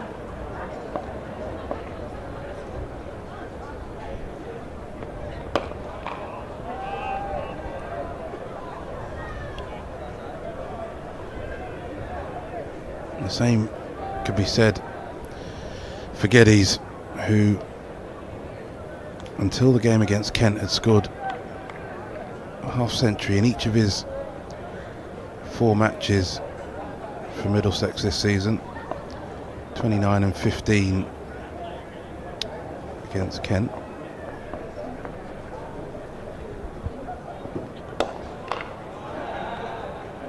But he's come over from Surrey with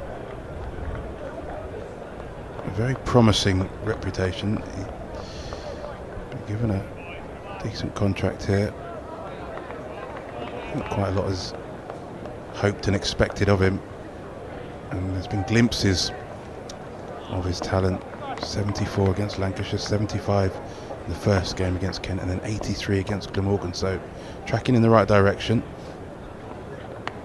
Oh, now, has he just got outside the line? I think he has. Crucially, umpire Kettleborough thinks so as well. Just as I was talking him up there.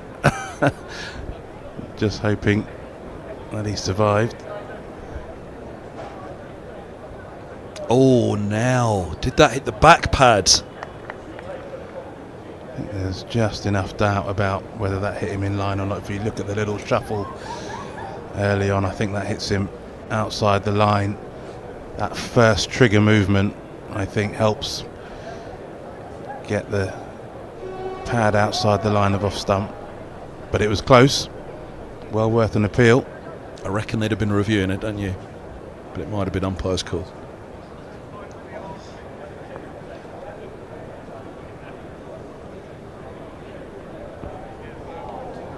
Umpire's call is actually a great help to the commentators now, because it gives us a descriptive way of saying, yeah, it was tight, but probably not out. Yeah, and I think these umpires, Rob Bailey, needs to be absolutely sure that it's hit in line, going on to hit the stumps. Oh, dearie me. Higgins tries to leave. Bottom edge. Down onto the stumps, and a punch at the back of the bat from Higgins as he walks off. But delight for Holland. He has a 4th. Middlesex are rattling here. Oh, desperately disappointing result there for Ryan Higgins. But I tell you, I think there was an extra bit of bounce from that delivery. Yes, he was trying to leave it. It was, yeah, maybe just a little bit too late in pulling that bat up and away. But I do think there was a little bit of extra bounce from that delivery from Holland. And it climbs into the bottom edge of Higgins's bat. And huge disappointment, frustration for Higgins, who knew that he had a lot of responsibility on his shoulders. He was the set batter, but he's got to go bold for 44. Played on, and Ian Holland again in the wickets. It's his 4th wicket of the day. He really is having a terrific season so far with the ball. Everything seems to be going his way at the moment. And that was a bonus wicket, you'd say. Higgins looking to leave outside the off stump. There was no danger, no real danger from that delivery until it hit the bottom of his bat. And Middlesex again find themselves in more trouble than they'd like. 101 for 5. And Leicestershire enjoying this day one sunshine. Yeah, Davies has been in decent nick as well for Middlesex. Zafar Gohar and Roland Jones, the 2 to see at home against Kent.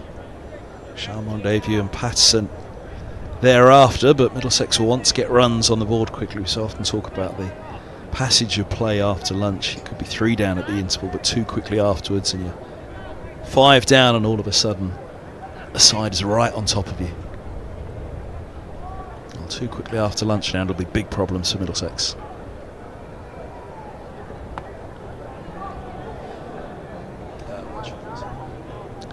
Feels like quite a tight little circle around Davies at the moment.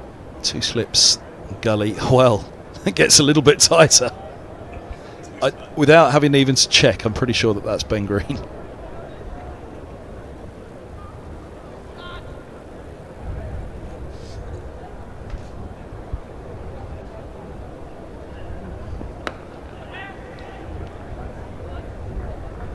Third in position as well as Gully.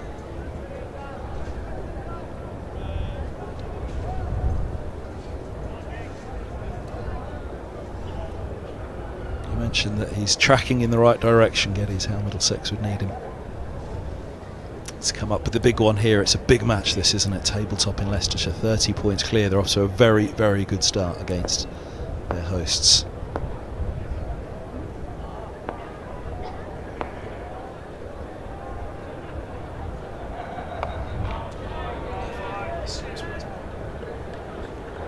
They had a centurion in their last match against Northampton. Should get off to a flying start. Rishi Patel. Well, the last time that they were here, they had a centurion as well, in the shape of a former Middlesex captain who is not in the slips at the moment. Thanks, Pete. Where's he gone?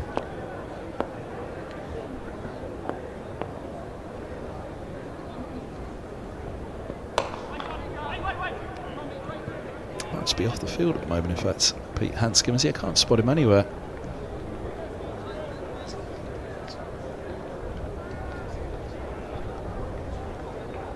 Confidently tell producer Dan, go in on the slipster.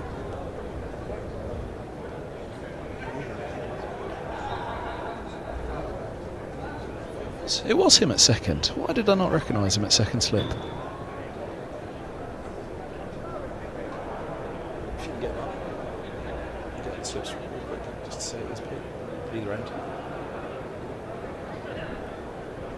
For the life of me, that didn't look like him at the second slip there.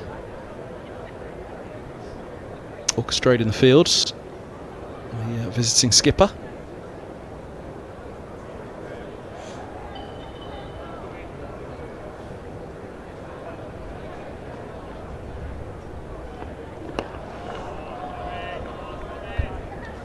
Yeah, Pete Hanscom had a torrid time of things as a Middlesex man. Clearly a quality batter. Didn't quite manage to show what he's capable of with the 3 sixes.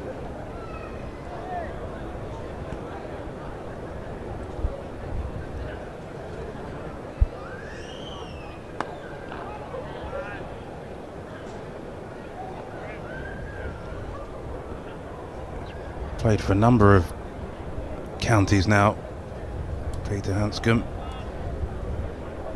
I think it's now 5 counties that he's turned out for.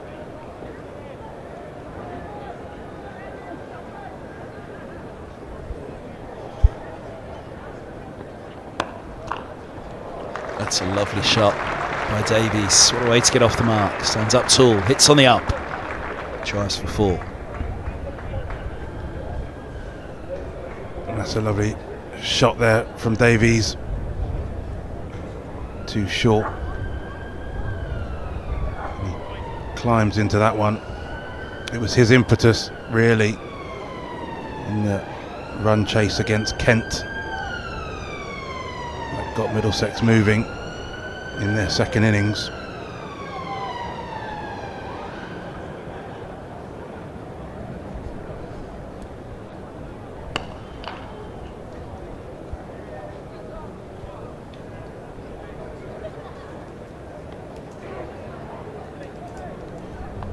Davies scored 59 from 83 balls in that run chase against Kent. And while he was batting together with Luke Holman, it looked like Middlesex were going to cruise all the way to victory. They got there in the end, but it was a lot tougher than it initially looked. Chopping the bat down on that one, fully through. With the drive at it, it was just a shuffle to the pitch. He didn't quite get there, but uses it back past the bowler nonetheless. Single more.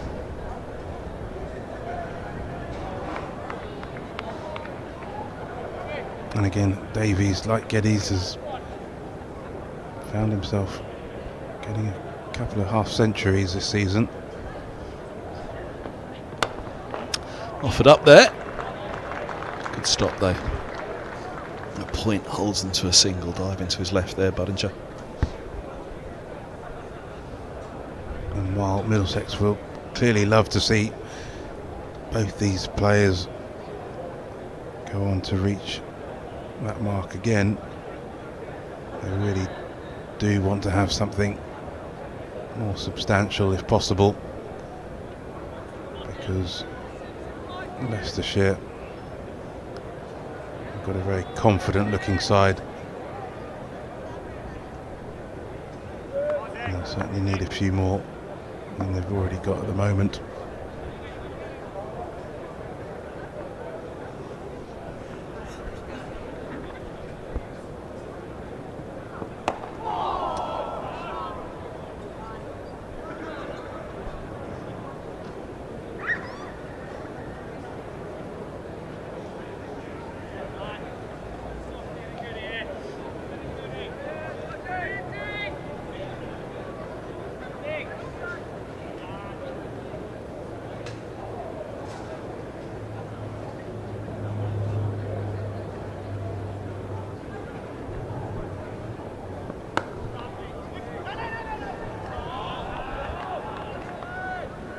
This is the 5th over of Ian Holland's spell, so I wonder whether he'll have many more after this. Might be looking to make a change, but he's doing such a fantastic job for his side. No surprise that they want to keep him going. Oh wow. Well, Davies holds the bat out in front of him, showing the line that he played, which wasn't bad at all. Watch where this ball pitches before beating him. Middle and leg and outside off. I fancy he was just a little bit of late shape on it. He was perhaps thinking it was a little straighter than it was. It's barely been any movement through the air at all in this game. Just the 3 balls perhaps that you can think just slightly a little bit of late movement. That's darted across him clearly, and starting too wide, it's punished. Into double figures, Davies with a back foot punch for 4. Yeah, strong looking shot this through the offside, short and wide. Able to put his hands through it. Races up the slope to the biggest boundary on the ground. And again, Davies, he's a busy batter when he gets out there, Jack Davies. He doesn't hang around without scoring for too long. He's stroke maker, able to hit the ball to all parts when he's in the mood. And he started very brightly here today.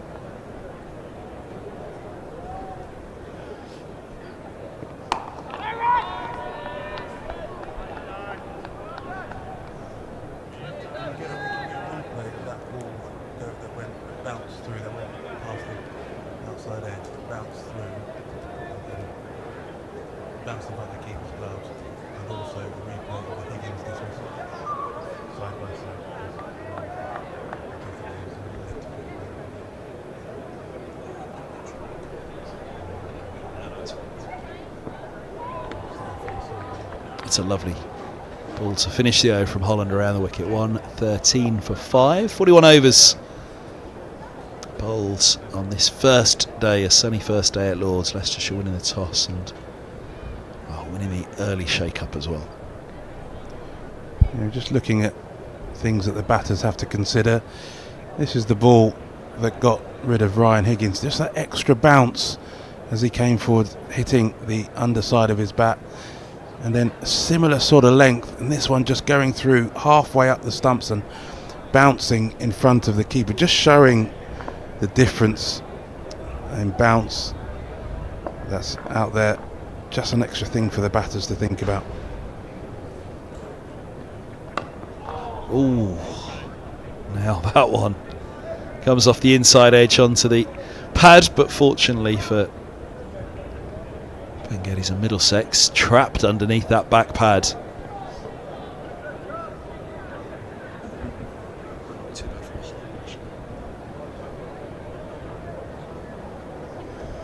Plenty of space on the leg side, the short boundary to the leg side with a deep mid wicket.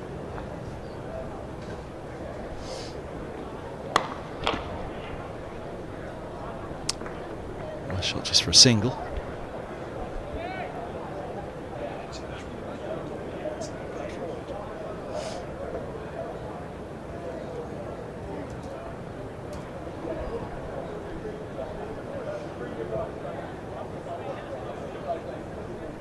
Could have gone anywhere, but nestles safely below that back pad.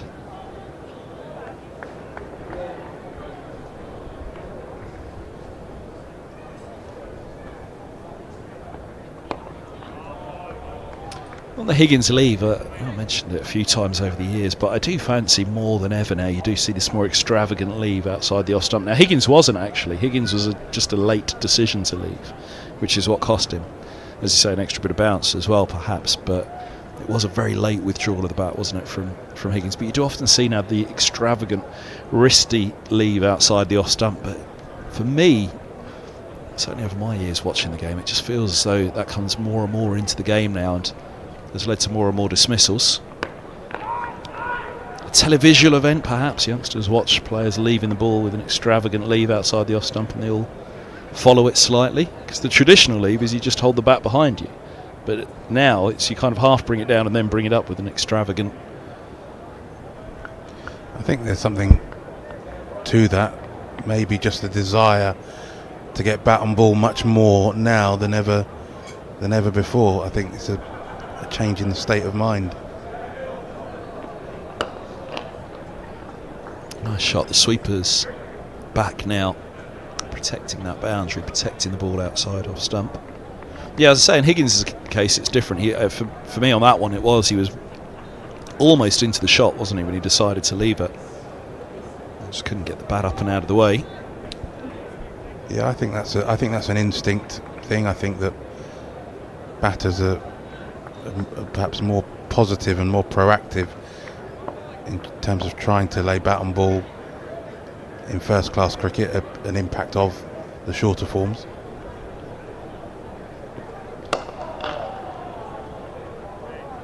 Two singles off the over, 115 for 5.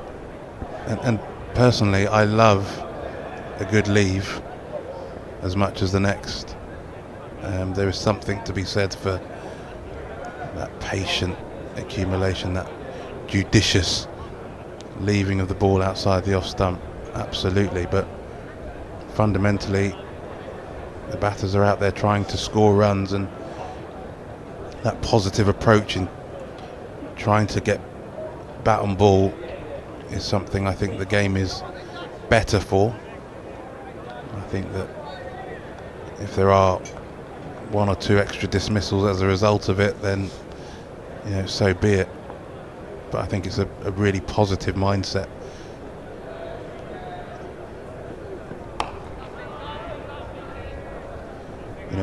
In the international game, so much is kind of talked about Ben Duckett's leave percentage, which is something like 0.2% of deliveries, and he is a kind of archetypal modern cricketer, and for an opener in particular to not be leaving the ball.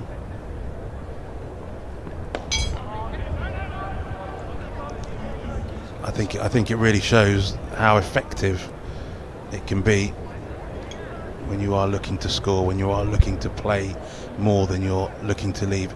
Of course, it's not for everyone. Every player has to find their method, but I think Ben Duckett is a really interesting case in point at just how being positive can be really successful.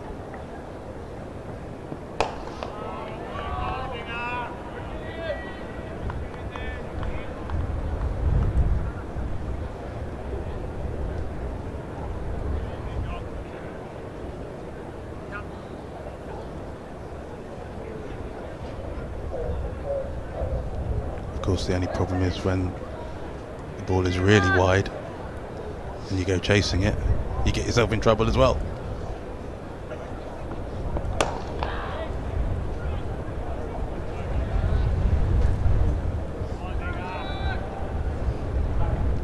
We praised Middlesex a lot for keeping the run rate down this year, haven't we? 2.7 it is at the moment. Leicestershire restricting the hosts to. Of course, that wickets column desperately restricts it. Middlesex, in not taking wickets at times, have been able to keep a tight grip on the run rate. We mentioned for Leicestershire this morning that there were perhaps a few too many 4 balls. Just didn't hit the spot often enough. Haven't been made to pay in terms of the run rate yet by Middlesex, so still time for them to make up. But I just felt from 19 for 3 this morning that there was a squeeze which they really didn't need to let go of, and perhaps did a little. It was mainly after this man came out of the attack, and that's not far from happening again this afternoon. Rattles the inside edge and the pad once more, end of the over. It's a maiden for Holland, 4 for 26 from 14 for him. How many more in this spell? How many more in the runs column for Geddes and Davies? Middlesex will be hoping in a lot. 115 for 5 it is, with the loss of Higgins for 44, bowled by Holland off an inside edge, attempting a leave outside off. Ben Green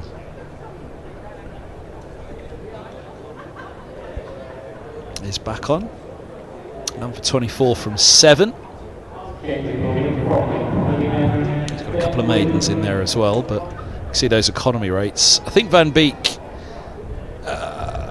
number 25 from 7, it didn't feel as though he was perhaps as loose as that looks.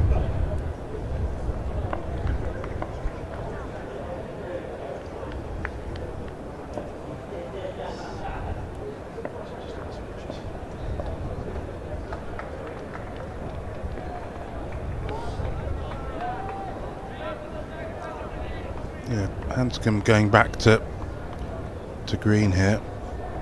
I'm really looking forward to seeing Josh Hull get back into the attack as well. He only bowled 4 overs for 10 runs.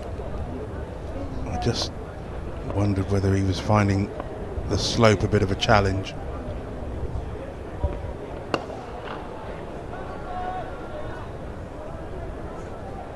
He came on from the pavilion end, and his radar just wasn't quite right. It looked like he was sort of falling away a little bit as he bowled, which is often a sign that maybe the slope just kind of taking the body down the slope with you. inside edge. There's Hull collecting it. So I would like to see whether he'll be brought back on to maybe try his luck from the nursery end or something like that. It is his first appearance at Lords, or his first bowl at Lords, from what I could see in his stats. Don't think he's played here before.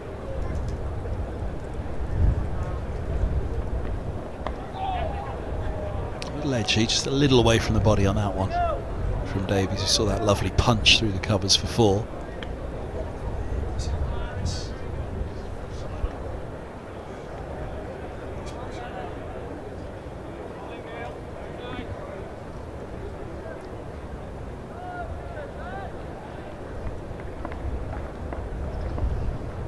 Face, and even from that angle you can see he wasn't pushing it too far away, certainly not out in front of him.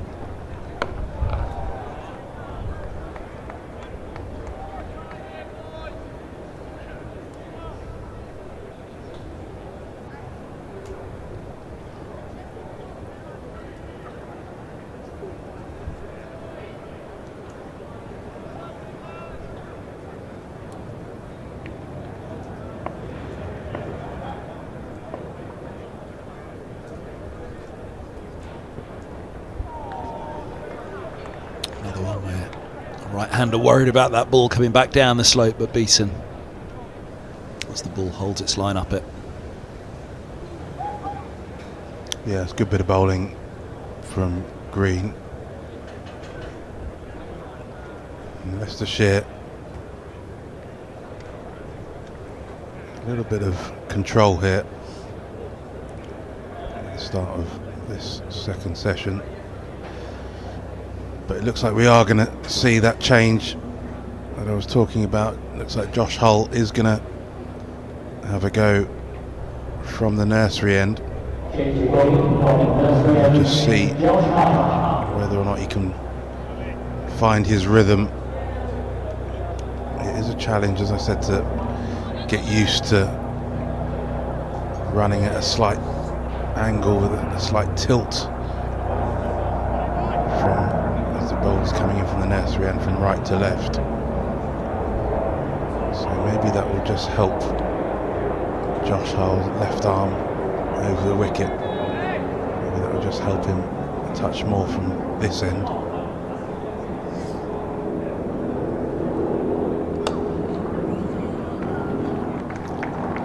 Knocking that one away, Davies, for a single.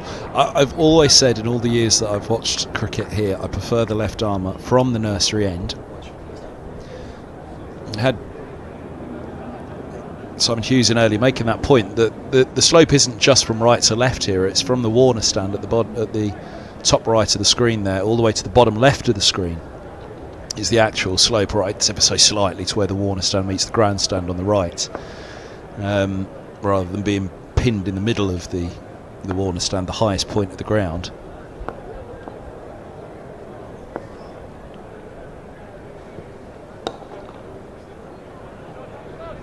But the left armour from the nursery end, I just think the natural variation, that ball will naturally come in, stock ball to a right-hander. So you're against the slope in doing that. I just think when you're from the pavilion end and your stock ball is with the slope, then the lineup, the setup of the batter is much earlier and much more confident. Whereas from the nursery ends, you're not as confident setting up as a right-hander with the ball, or indeed a left-hander.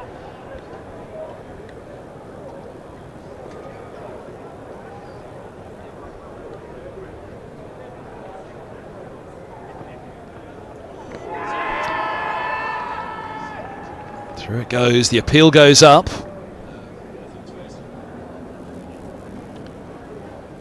Yeah, I think that just speaks to what you're talking about there, Kev.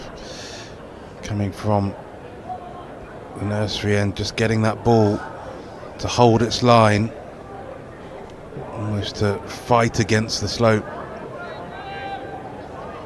which I think causes uncertainty in the batter's mind, rather than just moving along down the slope back in towards them.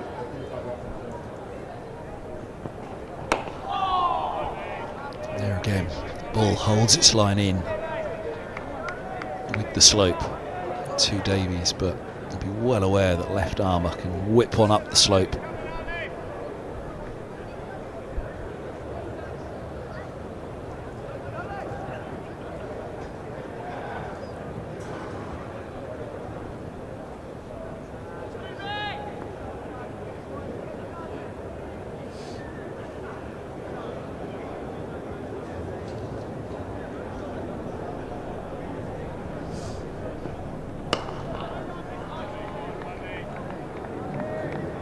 Yeah, already Hull looks a little more comfortable from this end in terms of the line he's looking for. He's got protection on both sides of the wicket, 4 men out. He's got the third man, long leg, deep cover and a deep square leg, so plenty of protection, but it's the 2 slips that he's looking to get into the game now.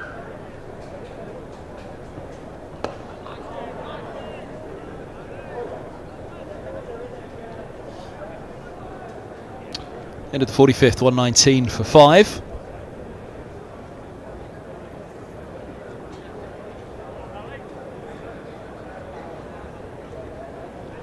And bar the odd short ball that has been put away by Jack Davies, Leicestershire have been really clinical and effective with their bowling after lunch.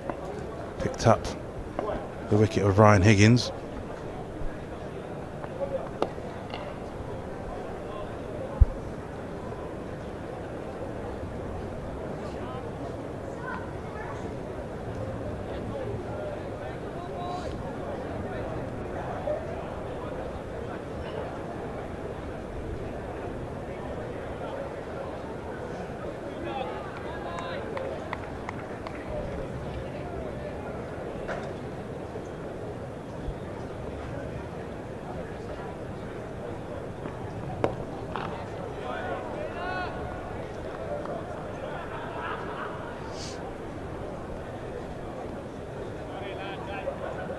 And it's been all seam so far from Leicestershire. They have got spin of Ryan Ahmed if they want it.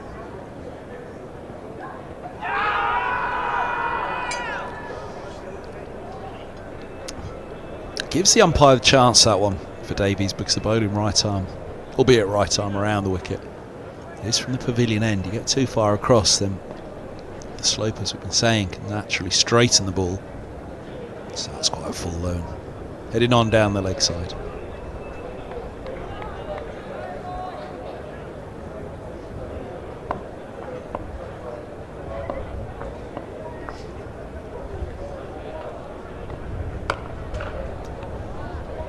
Another use of the feet. Just the 37 overs bowled so far this season by Ryan Ahmed. Picked up 2 wickets.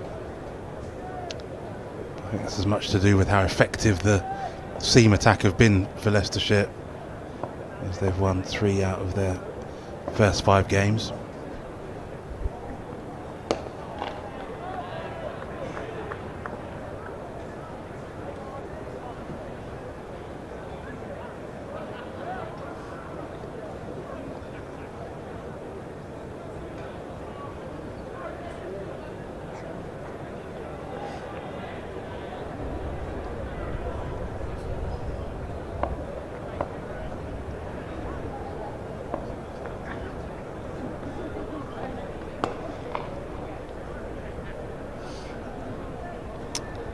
On 2-2 for 5.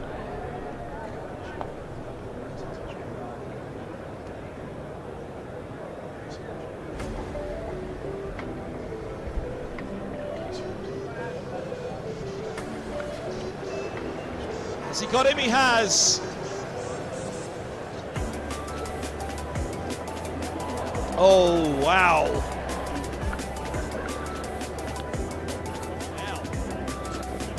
Some pickup shot.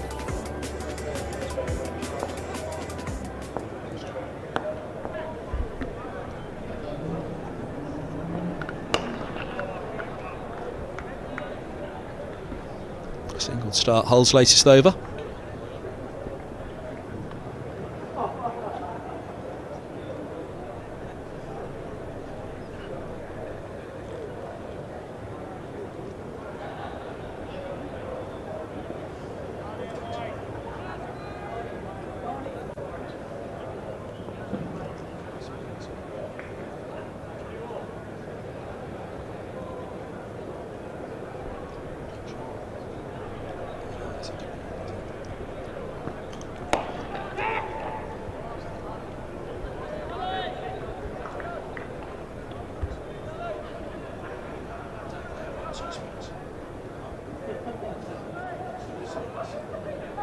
We saw the leg spin of Matt Parkinson in operation on throughout day 4 of the Kent game. Almost took them to victory. It was definitely a bit of turn out of the footmarks.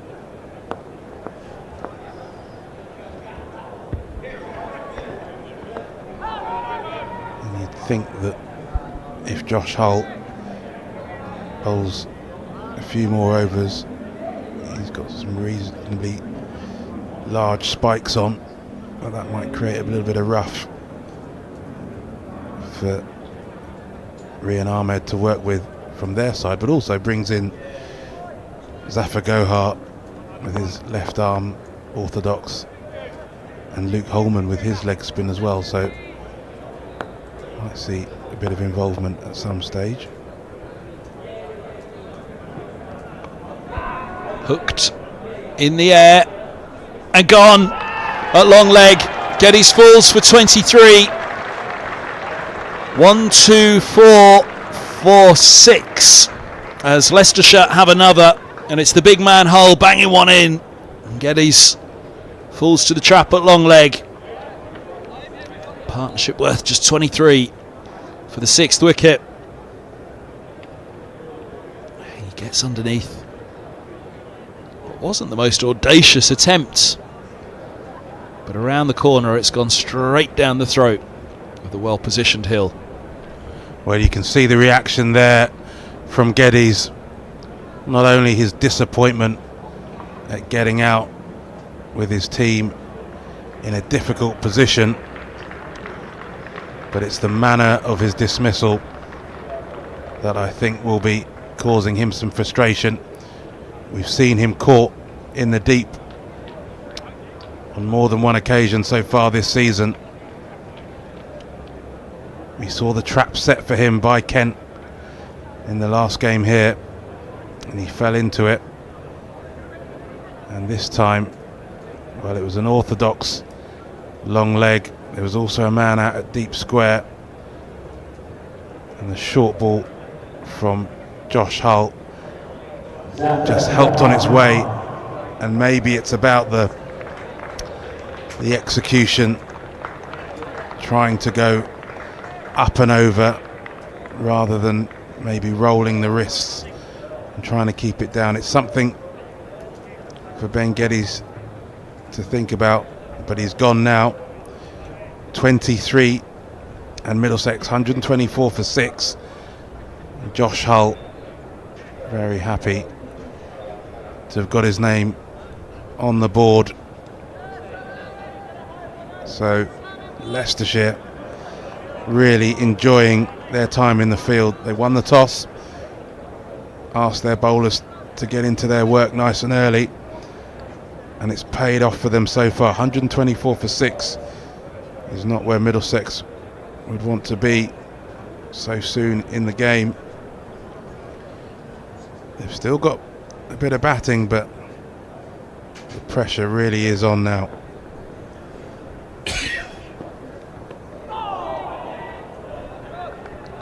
The bounce as much as anything squaring Gohar on that occasion. Zafar on the screen, but Gohar on the back.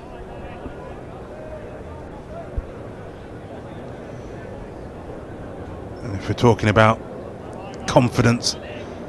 Surely his confidence must still be sky high after his performance against Kent, seeing the side home alongside his captain.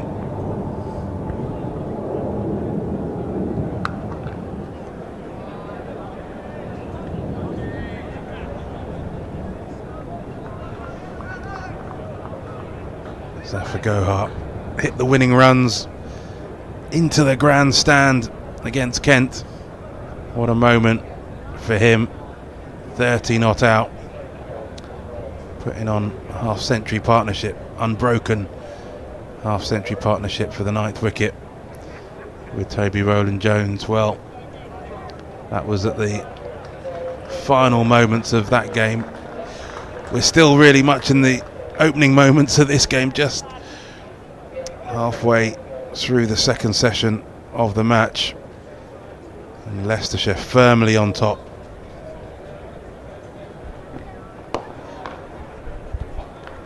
Nice looking shot again from Davies. It's interesting they've dropped cover back, points up but covers back, protecting that short boundary. I think that's as much to say, look, keep the length up there.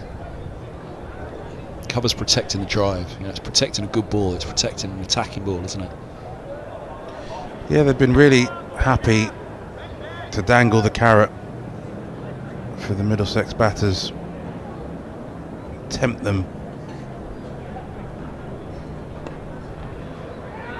Yes, no. No's the answer.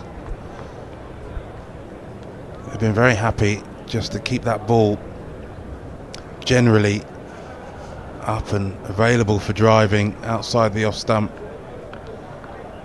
in the hope and the knowledge that a chance will come. Well, the chances have come, but also been shot selection issues.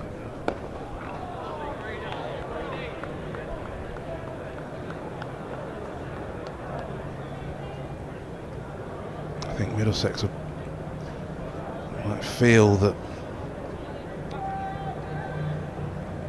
Leicestershire have perhaps been slightly aided in their collection of 6 wickets so far.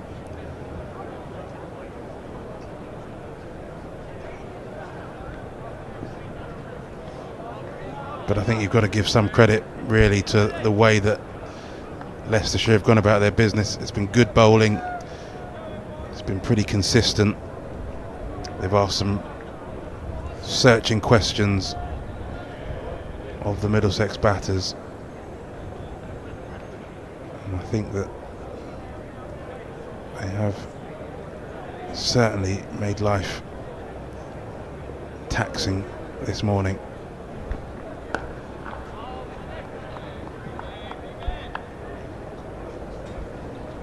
Yeah, I think Leicester bowled well this morning. It's an odd one because it's one of those days where you think they'll be a little bit disappointed by the 4 balls that have been there, and as you say, some of the wickets, you might just look at the wickets themselves and say, oh, Middlesex haven't helped themselves. But in between the 4 balls and in between some of the wickets that Middlesex have perhaps been a little bit soft with, there's been some cracking deliveries. I just think the pressure's just been there and built all day, hasn't it? Yes, I think Middlesex perhaps haven't helped themselves wholly in that pressure front, but it's a fine balance at the moment, and it will be very interesting once both sides are batted. 1, 2, 5 for 6. Yeah, of course. I think you're right there, Kev. It is easy to watch from here and ask those questions about shots and things like that, but I do think, as I say, credit to the Leicestershire bowlers, because they really have been there or thereabouts. Ian Holland in particular has been outstanding today. He's given very little away, and then he's been backed up by the likes of Ben Green, Josh Hull, Tom Scriven.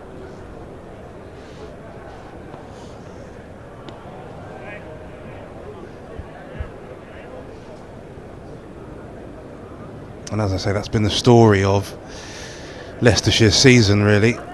They've had all of their seam bowlers contributing. It's been a real team effort. And so they continue to do the right things with the ball in hand.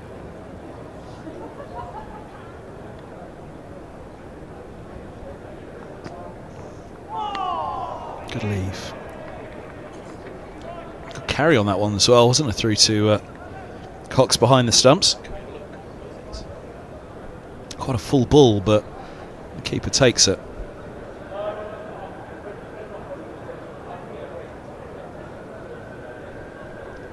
I thought he perhaps took it a little bit higher than he did on first look, but excitement for Hull. So he felt he was close with that ball, holding its line down the slope. Over just slightly perhaps on that one. Looked like he might have got a little tickle down the leg side there, but I think the ball just bouncing in front of Ben Cox.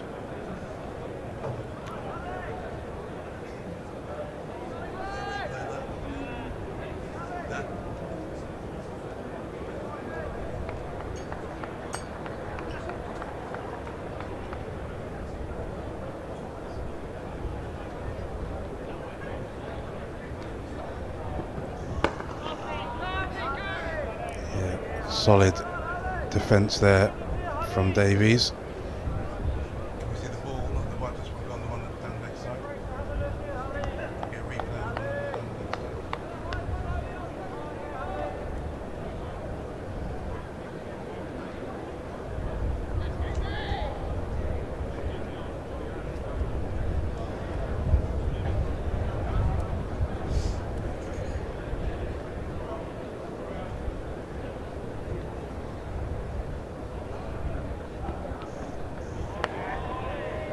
There was a little bit more lift on that one, wasn't there? Even still though, Cox actually took that one relatively easy.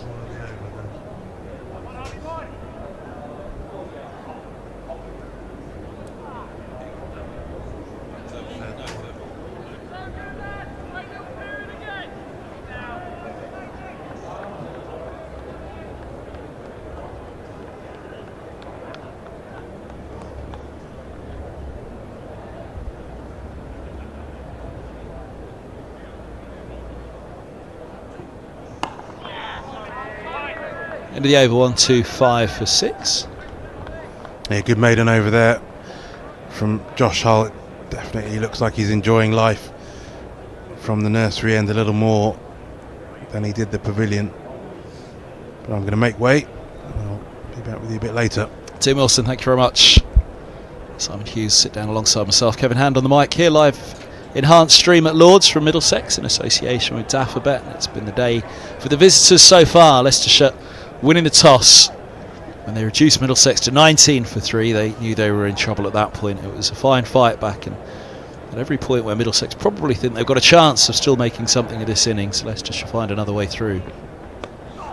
So they nearly do there. Thick edge flies away down to deep third, 1-2-6 for 6. Yoz is back alongside me. Were you wined and dined on the other side, or at least wined, surely? Yeah, there's a good collection actually of old Middlesex players and less old, mostly old. I thought you were going to say old and very old. Well, old and very old. And some ladies as well who played for Middlesex in the women's team. Really nice. Best turnout I've ever seen here, actually. About over 100 former Middlesex players. And some great names there, actually. John Embry, Mike Brearley, Mike Gatting, of course. Quite timed, sweeper back. It wasn't quite needed. Mid-off would have got there if he wanted to. Yeah, it is an event that does seem to be growing each year, and it's one thing that I think the county are doing better than they've done before, and that would be one of my laments over the 21 years, is probably that you don't see enough, or hadn't seen enough of the old faces over the years, but you are now starting to see more and more. Well, I think it's important for every county to remember their past players and actually activate their history a bit more, and there's so many stories. I mean, you know, Angus Fraser and I are talking about facing fast bowlers in the past, for instance.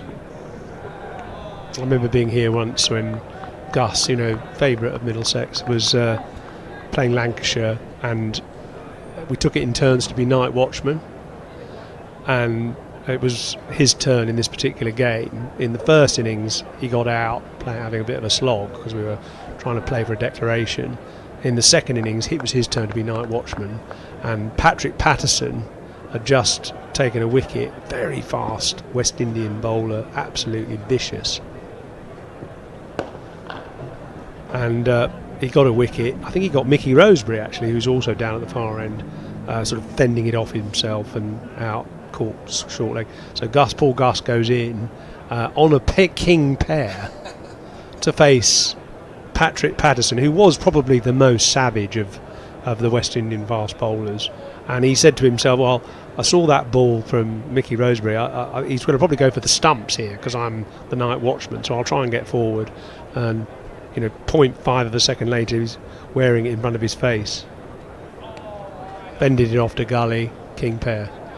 And Patterson was one of those fast bowlers where when you faced him he had this extraordinary action where he was a big man and he sort of almost shuffled to the wicket, but as he arrived at the crease his left foot would go almost parallel to the ground, and you could see his studs. He got his left foot so high, and then within a nanosecond the ball was in front of your face. It was savage to face.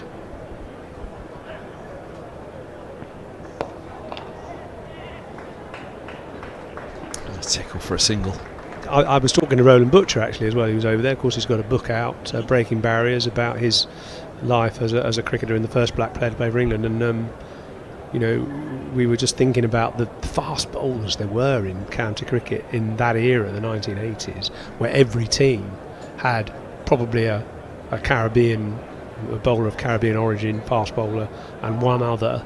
And there was probably 25 bowlers that bowled close to 90 miles an hour. Sometimes, maybe they wouldn't go absolutely full bore, but it was a little different to watching the game now, where it's dominated, I wouldn't say exclusively, but a lot by those sort of medium pacers like Ian Holland, who's done so well today. I can't really explain why. Why is it those bowlers have been so successful? But they haven't they? The dobbers, if you like, which we would almost in our day have regarded as a bit anonymous, but now they're prolific.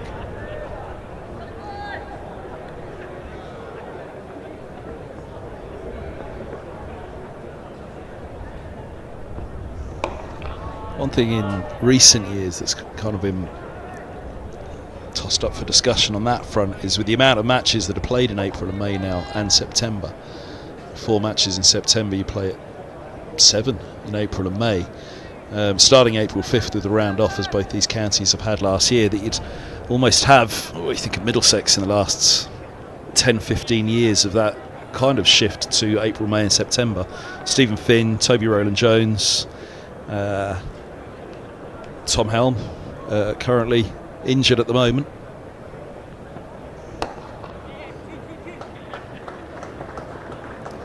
Pick up a couple there, it's well run. There's a silly, or a short leg in. As a result, there's no mid-on with the deep square and the long leg now set back for Josh Hull. So your point being really that those bowlers that you mentioned can't sustain it for 7 games in 6 weeks. Well, I think it's pretty tough. I think that one of the things that was put back to me by when you kind of asked that question is that actually on the damper, slower surfaces of April and May, that the ones who seem to get the more reward are those who bowl that little bit fuller, perhaps on what is more a traditional club length. Whereas the bigger guys who are bowling closer to an international length, which is that much shorter than a county length traditionally. Oh, now Gohar giving it some real intent for 4. So Geddes full to Hull, hooking down the throat. That was a good shot actually. He played that really well. He got inside it and swivelled on it as well. I think he kept it down. So actually that was very well played. He came from down, low to high, so not ideal. If you want to pull the ball down, you probably want to be coming from a bit higher on the back lift and hitting it down, but he swiveled on it nicely there. It's just a deep square out of sight. They've brought in the mid-on now after that couple taken earlier in the over. It's going down the leg side, but yeah, I think Zafar Gohar, I have to say, from what I have seen of his batting this season, there's no doubt that you can regard him as a genuine all-rounder. He's really impressed with the bat and his calmness in that chase against Kent, and I don't often go across and get in the nose or under the nose of the players after a game. But on that occasion I just had to see how they all felt, and it was one of the big matches. You knew it was because you could see it from their reaction. So I popped into the bowler's bar and Zafar was in there talking about it, as you can imagine he well was.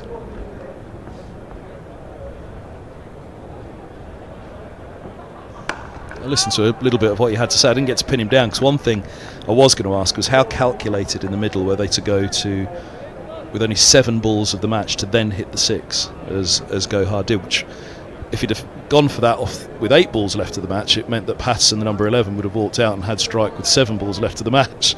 So having done it with 7 balls left of the match, even if he'd have got out to that shot, Roland Jones would have had strike the next over. So I think you called it actually at the time.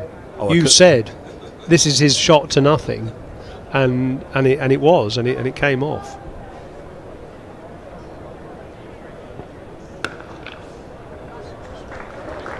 It's another nice shot for 2, but yeah, to know just how calculated he was. But what I didn't get a chance to speak to either he or Toby at length at the end of that game, but what I did hear from what he was saying was just that calmness of play straight, just play straight. We have time is on our side, there's no panic, play straight. And it was a really calm chase from Zafar Gohar. So no, I have to say I've been very impressed with his batting.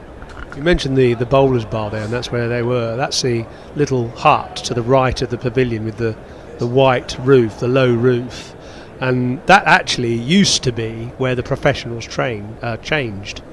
The professionals at Lord's in the sort of 1800s and 1900s, that's where they changed, and the amateurs, the gentlemen, if you like, got the pavilion to change in. So all the professionals had to change in that little bit on the right, and of course the professionals were mostly bowlers and the amateurs were mostly batsmen, so that's why it became known in the end as the bowler's bar.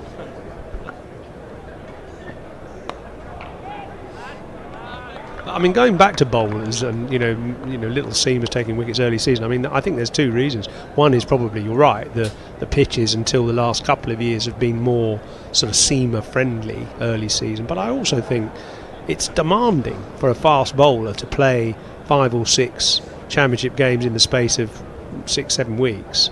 I mean, Ian Holland was saying to me recently when I spoke to him that players want 5 days off after each of these 4-day matches if they can get it. Another swagger from Gohar, just a single on this occasion.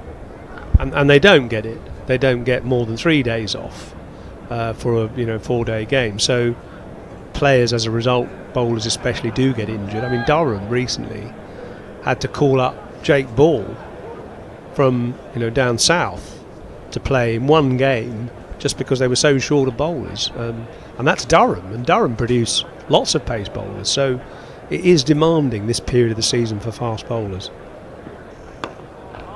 And Kent, of course, in that match had to call in Richards from the Essex second 11 for his championship debut, and Kent with a pretty decent attack, but missing Stewart and Gilchrist, Dudgeon the overseas.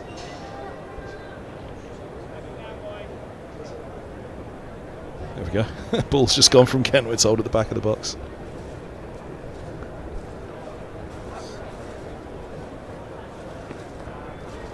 I mean, you certainly need a battery of seamers to get through a season. You need 5 or 6 or 7, and actually, that, funnily enough, that was the source of Middlesex's success in the 1980s when we won 4 or 5 championships.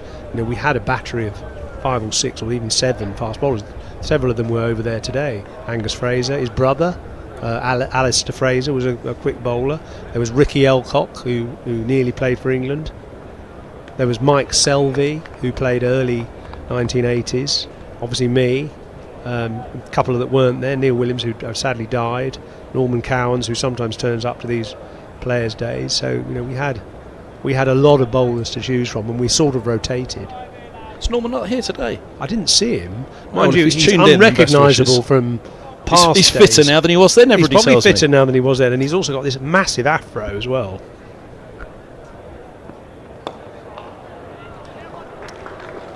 Guided shot, just a single for Davies. Yeah, he came up here, whether it was last year or the year before, because he was here for Ex-Players Day, and he came up and had a chat for a little while. Yeah, my first year doing this, John Embry was the coach, your old mate Embers, and he'd said to me, it was 16 championship games back then, and he said you need 6 fast bowlers and they will each play 12 games each, and that's how you need to break up the season. But as you say, you've got 7 of 14 games now played in April and May, so it's it's really tough, and I sort of feel for them. And we're speaking to current players, Ian Holland being one, and we asked him that direct question: how long? Because he's he's certainly the leading wicket taker in the second division now, isn't he? He's got 25 wickets. And he said, how long do you want off after a match? 5 days is what he said.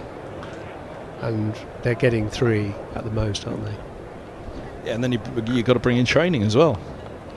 And I know James Franklin, I asked him about it. We were talking about left armers, weren't we, earlier? And we said that he was primarily a batting all-rounder rather than a bowling all-rounder, which is what he'd started as. But in his Middlesex days, he was finishing off more as a batter, batting at 6.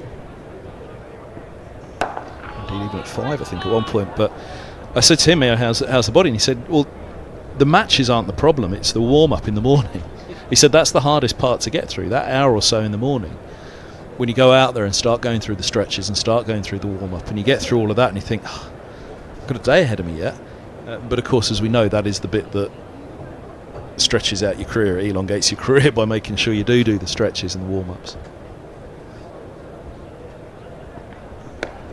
We're making it sound like a horrible task being a professional bowler, but actually it's a pleasure, really. I mean, when I was arriving here today, I was just thinking I'd love to be still playing, running into bowl on this beautiful ground.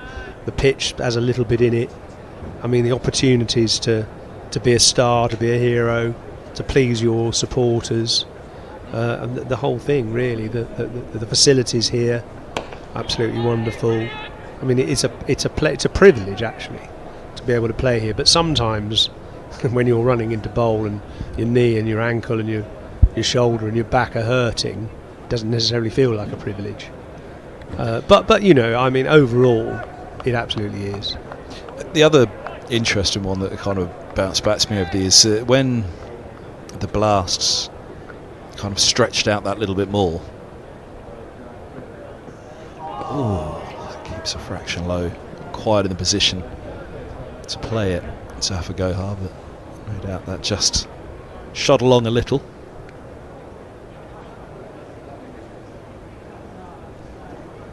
There was a match, funnily enough, I think it was at Leicestershire, where neither James Harris or Tim Murtagh were in the T20 side, and they'd gone a period of about 5 weeks without playing.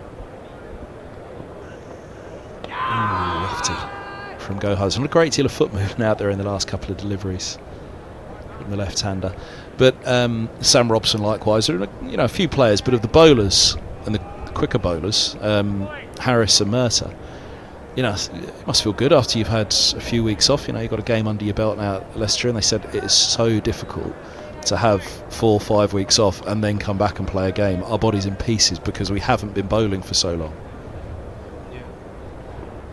So it's an incredible balance to strike, isn't it, is the point. 138 for 6. No, it's a really good point. I don't know what the optimum is. Certainly in the olden days you'd have one winter net a week, and that was all. And then suddenly in April you'd reconvene as a team and start nets. And the first couple of nets, probably the first week of nets, really hurt because you just hadn't put your body through that stress. But as time wore on, you got into the rhythm of it and you warmed your body up, and it became conditioned to bowling 20 overs a day and having the odd day off, or bowling 8 overs in a day on a Sunday, for instance. And you sort of just became conditioned to it, and you were able to get through it. And then as soon as the season ended, you almost couldn't cross the road. So you were on adrenaline almost to get through. Which isn't a great way to be. Adrenaline and enabling you to cope with all the stresses and the strains. So, the optimum is probably a match, then a few days off. I played in South Africa actually in the Currie Cup one year, and that was ideal. You'd play a hard 3 or 4 day game, and then you'd have a week off, then you play the next one.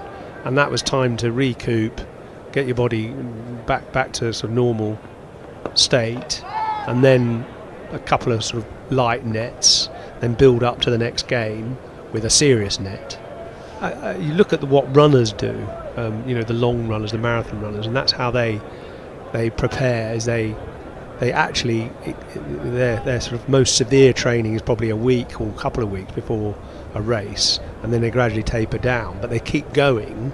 They still do some training, but it's much lighter training before the match, before the race itself. I think England try to do that with their nets preparation before matches. Now they meet a little bit longer before a game. Perhaps in the olden days they'd meet 2 days before, 1 day before. Now they meet 4 or 5 days before, have a camp, have some fairly strenuous training, and then before the game, the day before the game, they do very little, just so that they're really fresh for the match itself.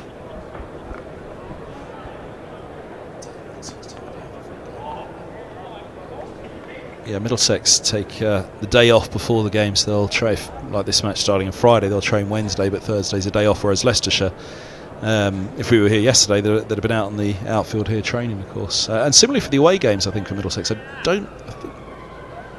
Let's double check on that, whether on the away games they will play or train on the day before the game once arriving at the ground. Maybe a light session, as you say, just to familiarise themselves with the surrounds. There's a big debate going on at the moment about what is the ideal format for the county championship, and the various chief executives and chairmen are processing various ideas. I quite like the Tim Bostock Durham CEO idea of 12 county championship games. So you divide the counties into 3 groups, and you play one team, each team in your group at home and away. So you have 10 games in the championship in your own division or conference, and then 2 games against a team in another conference. So you play 12 games in all, and then you have playoffs at the end of the season, and like with football.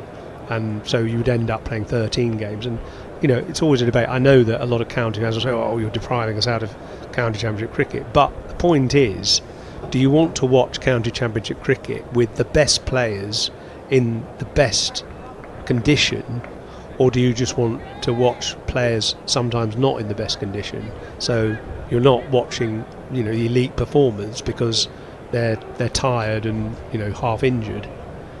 That's the debate they're trying to work through at the moment. I personally prefer slightly less games and therefore a slightly higher standard, hopefully.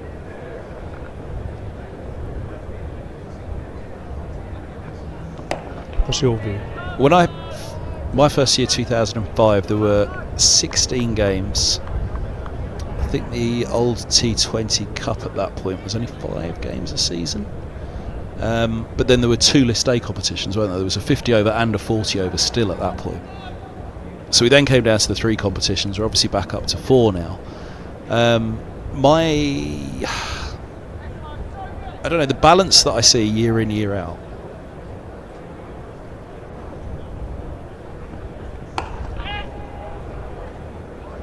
Funnily enough, I was being very sad thinking about this, probably only yesterday or the day before.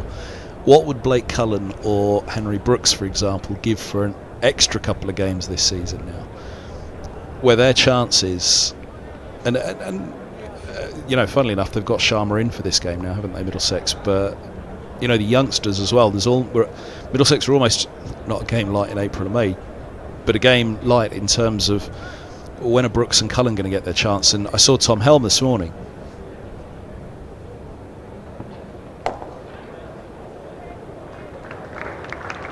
Try for 2 here, and they will get back for the second as that's picked up out at cover.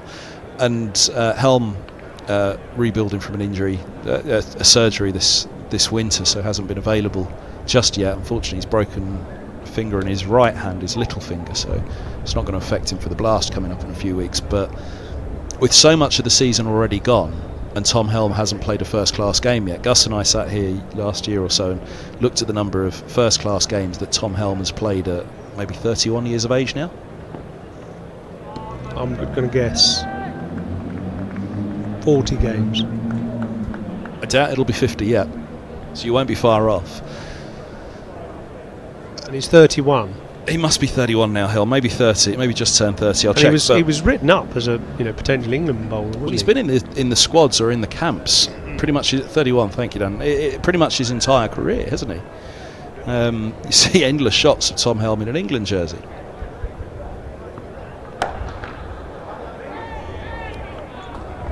But injuries have blighted him, and then when he is available, he's kind of available for the team. This season, the way a season falls so often, and then you throw in the weather. So that's the counter that I would offer in terms of player opportunities. That I'd worry if we went down to 12, that the opportunities for players. And as you all know, this is a great game for a late bloomer as well, isn't it? The amount of times we see a starter at 18 never to be seen again, whereas. Oh, that keeps low again. There's a patch there, where it just seems to skate through, doesn't it? So Middlesex surviving that over, 142 for 6. I mean, they've got to look at trying to get 250 minimum from here, because I don't think this pitch is going to be. It's not going to be a minefield. It's not easy, but it should. I would say 300, 350 is a par score here, so Middlesex going to be short of that potentially, but at least if they get to 250, it's something to bowl at. Apologies, Tom. He is 31 and he's played 60 games now. Okay, so he's a few more than I thought actually. But even still, 60 at 31 for a player who's been around since. Well, I retired at 33, and I'd played 200, and I was part of a 5-6 man pace attack who rotated. And Helm's debut was 2013, so 12 years ago. First class debut. Well, and is that due to injury? It's a bit of both. It's a bit of both. Selection? It's a bit of both. Every time Tom gets into a great run of form, he just seems to pick up an injury. But equally, there have been patches like this now where I actually thought for this round, not knowing about his finger, that this was going to be a really good chance for Helm to be changed for Roland Jones and Patterson. And actually be the first time in a long while that Helm would probably come into a Middlesex side, as a separate note, where he's got two senior bowlers like that. You can talk about a batter, don't you, coming in at 5, a young batter in at 5, and you've got experience 4 and 6 either side of it. I thought this would be a good match for Tom, but unfortunately that finger injury means he's done now until the Blast.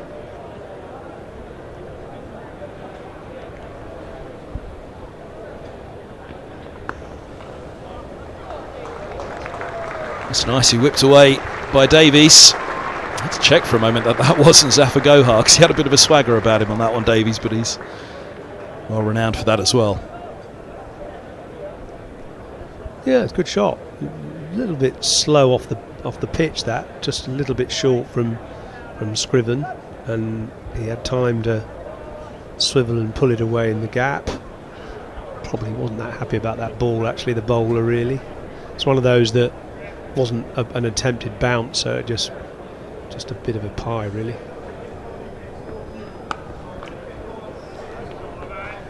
I've got that point in almost, well, indeed catching there, because cover's set back as a deep third.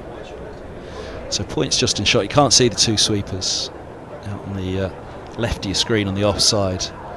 Deep backward point around to deep third, but because gully's so wide there, almost false slip, a wide false slip.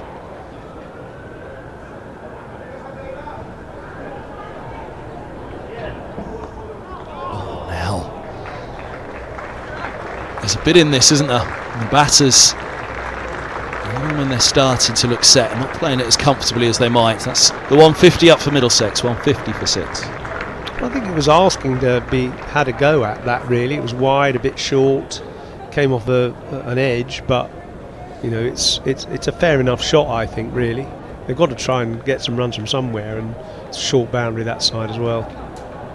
Perhaps didn't get as big on him as I thought it did. I thought it had taken an extra bit of bounce.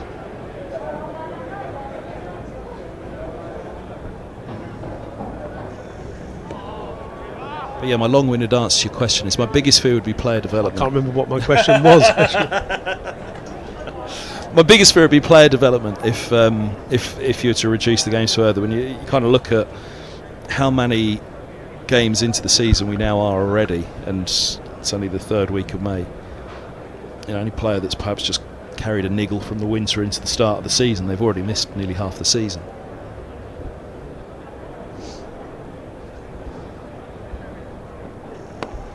Yeah, so in a way, if you spread the matches more evenly throughout the year, throughout the summer, then you wouldn't have so many loss of opportunities in May and June, or April and May. You might only play. I mean, I look back at the schedule, 25 years ago, and or even longer. And we started our championship matches on something like April the 23rd, and we'd only played 2 games by mid-May. Now you're talking teams have played 5. This is their 6th game in mid-May. It's almost half the season gone, and you haven't even arrived at the summer break, the official summer yet. Yeah, generally the 1st of June for a regular cricket watcher is quite a sad event, because you do think that's half the season gone when you've just hit the 1st of June, and that equally is sad twofold, really, isn't it? We've been blessed. Am I right in saying this is the driest spring on record? I think so, yeah. So we've really been blessed this year, and it's helped the pitches, it's helped the ground staff, because the matter of all of this is the ground staff and the preparation of pitches, isn't it? I'm just going back to Tom Helm a bit. I just don't know how a youngish, or he's not that young, but a bowler of his type can exist on 4-over spells in the blast, 4 overs in a match.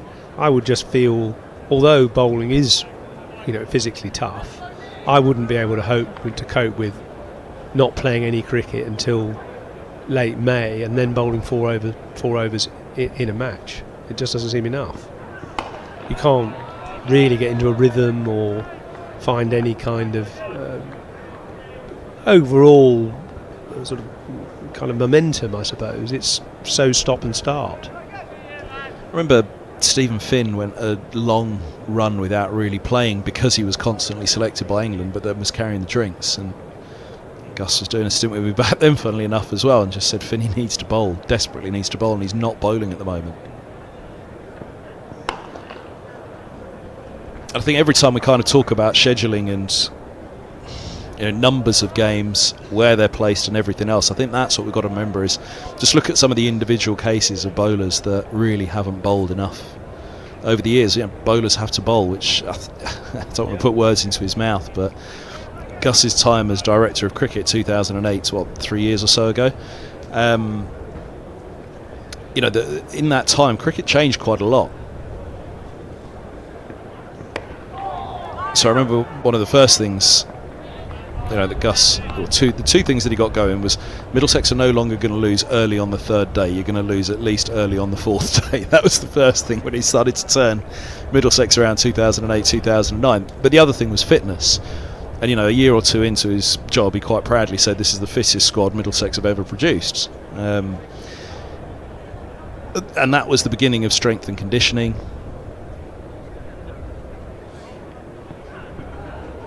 And you saw a lot of players, Stephen Finn being a great example, who'd go away one winter and come back and be almost twice the size, the amount of muscle that he put on. But by the end, there was a lot of talk of red zones and all of this. I think by the end of Gus's stint as director of cricket, I don't want to put words into his mouth, but I think it would be fair to say that he might have, not quite full circle isn't the right thing to say, but he might have had enough of the red zones, and was of a case of cricketers need to play cricket and bowlers most particularly need to bowl.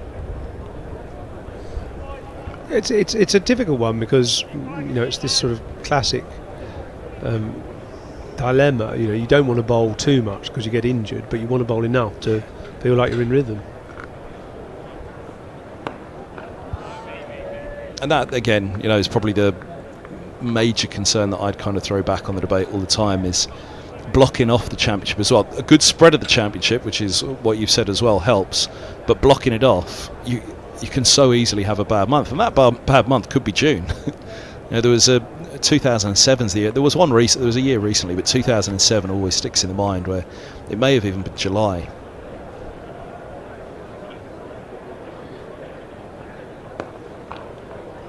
And I remember being sat in the dressing room at Grace Road, funnily enough, with Ed Joyce, and doing an interview. I think Joyce had taken control of the side for that match. I was skipper him.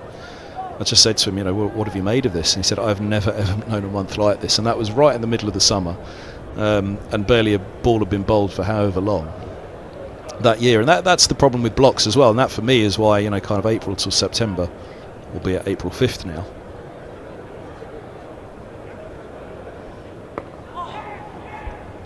We have a well-spread cricket season, don't we? Because we just can't rely on when the bad months are going to come in the English summer. Or within the season, I should say. So a good spread, basically, is the answer. Yeah, is probably. and then you get a variety of conditions. You get early season is a little bit chilly in the mornings, but generally a tiny bit in the pitch. And then when you get sort of midsummer, there were matches that I played in midsummer, Middlesex, where I didn't bowl. The spinners basically took over.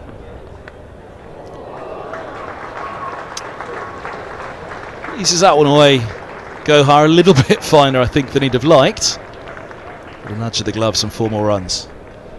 Yeah, I think it was a sort of legitimate shot almost. I mean, did he try and pull his bat away from that? Possibly. He tried to withdraw the bat actually, but he was too late, clearly.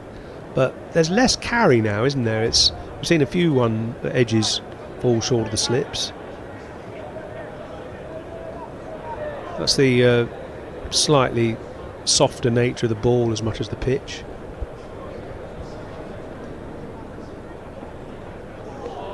Yeah, and I think that'll frustrate Middlesex a little bit, won't it? In that, I think Leicestershire bowled well today and created a lot of pressure,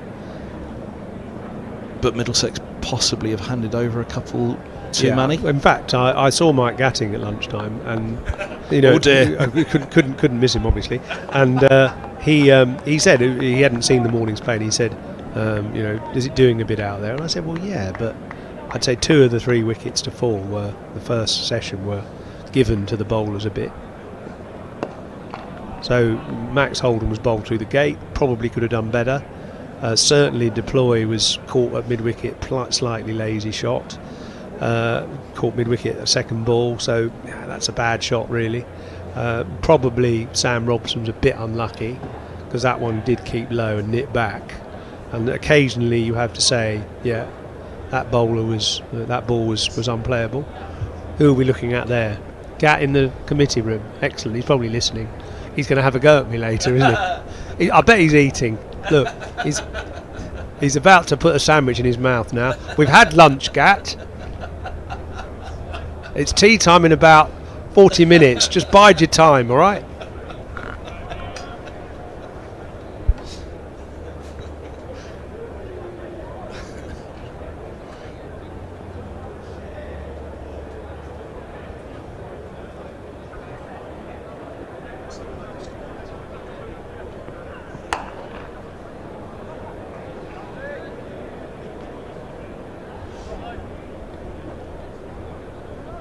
How many years did you have Gat as skipper then?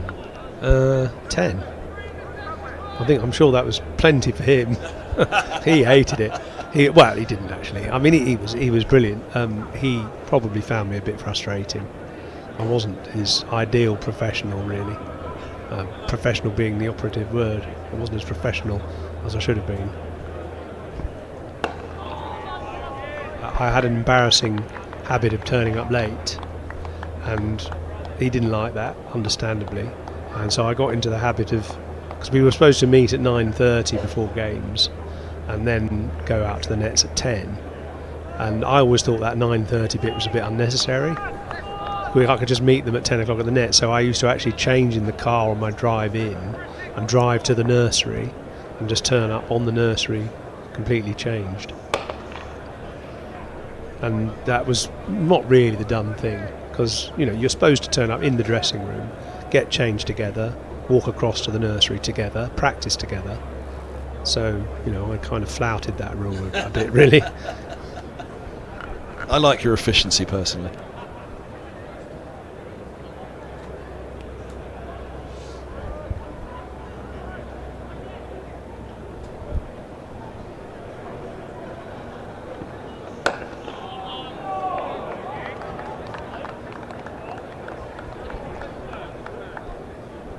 How long into your career did Tuffers arrive on the scene?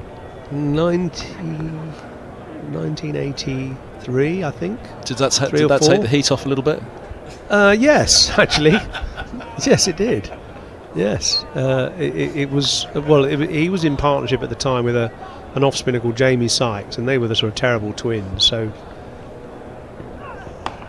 they definitely took the focus away from people who were habitually late, and there was quite a lot of discipline required to Tufnell and Sykes. Eventually they were separated, quite right really, because they were a bad influence on each other, and once Tuffers was on his own, he delivered. He was a fantastic cricketer for Middlesex and England. Brilliant bowler actually. I mean, better on a flat pitch, funnily enough, because there was no expectation on him. When he bowled on a turning pitch, he would often say, "Oh, am I turning it? Am I landing it in the right place? Have I got the field right? Am I bowling at the right speed?" He'd be very anxious because he knew he was expected to take wickets. But on a flat pitch, where he could, use his variations, and he had a lovely ball on a string which he lobbed up in the air and looked innocuous, but then it drew the batter out of his crease and got him stumped or caught. He was very good on flat pitches because he knew he wasn't expected to perform. That's edged! Now, that slip cordon has been of interest. I was struggling to describe the tight gully or fourth slip that he is, but it also has seen slip go that little wider. Yeah, he is a bit wide, isn't he? You're quite right. I mean, I wonder then, look how wide he is. So surely he should be closer to the keeper. You are going to get edges, especially from round the wicket, because the round the wicket angle's coming in to the batter, so the keeper's sort of stood more behind the stumps. Maybe the keeper needs to stand a bit wider as well.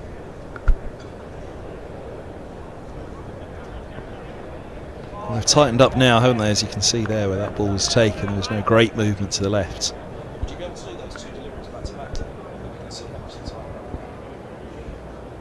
First two. What, the edge before? Yeah, that's it. And that last one.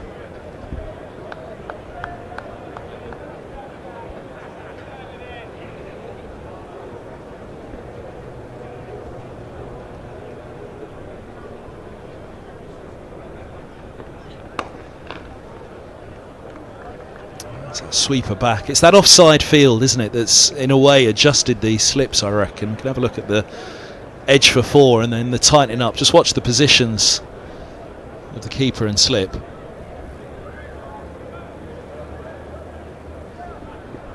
I mean, that should be a keeper's catch, really. I think the keeper's in the wrong position. He should be standing maybe a touch wider, and there the slip is a bit tighter. Yeah, he's closer now, isn't he? Yeah, that's better. But I think the keeper, look where he's taken that, the keeper probably should be a foot wider than he is. Talked about the Lord's slope this morning, didn't we? And again, one of the greatest challenges here at Lord's with that slope is for the keeper, isn't it? No, it is, and actually it's not only the angles, it's also the carry. You often find keeping wicket down the hill, so where is it Ben Cox keeping wicket? No, it's he's down. If he goes to his left now, he's down the hill, and it doesn't carry as well down there. When it goes up the hill, like that one went up the hill slightly, and so he's taken that waist high. But you will notice if the ball moves away from the left-hander down the slope, he'll probably catch it by his ankles. Invariably, edges from the pavilion end to left-handers don't carry because the ball is going downhill.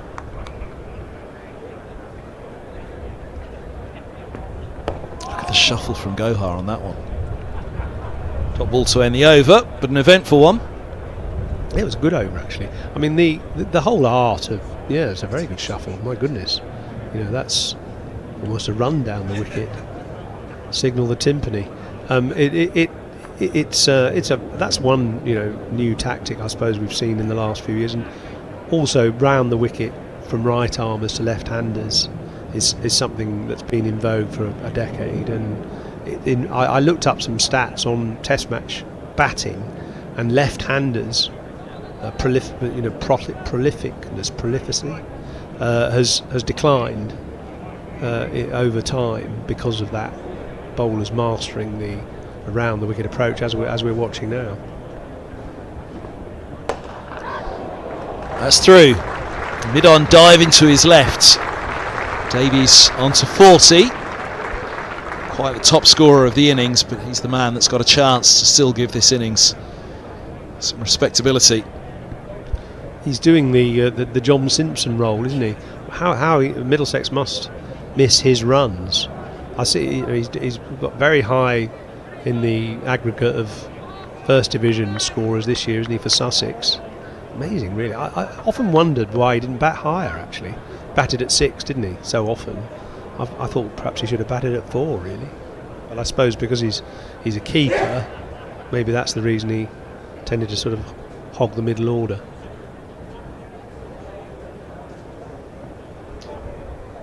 Bought. 481 runs for Simo, we're told by our producer. I think his first match, he opened. I'm pretty sure it was at Wantage Road. Have a look and see now. That Middlesex was struggling for openers at that point, and in he came, this young keeper, and up to open as well. Well, Alex Stewart did it for England, and he was captain as well. Alex Stewart opened the batting, kept wicket, and captained. Didn't he average better as an opener than he did at 7? I think he averaged better as an opener than he did at 7. He certainly averaged better as a non-keeper than he did as a keeper. As a keeper, he's probably was average about 37 or 36 or something, whereas just as a batter, it was a bit higher. He was. It'll be a point of eternal regret for him, actually, that his Test average finished up 39.96 or something, so it was just shy of 40. And there's also one other weird anomaly about Alex Stewart, is I think his Test aggregate was exactly the same as his date of birth. 84, no, was it? I can't remember the numbers, but I'm pretty sure it was his date of birth somehow.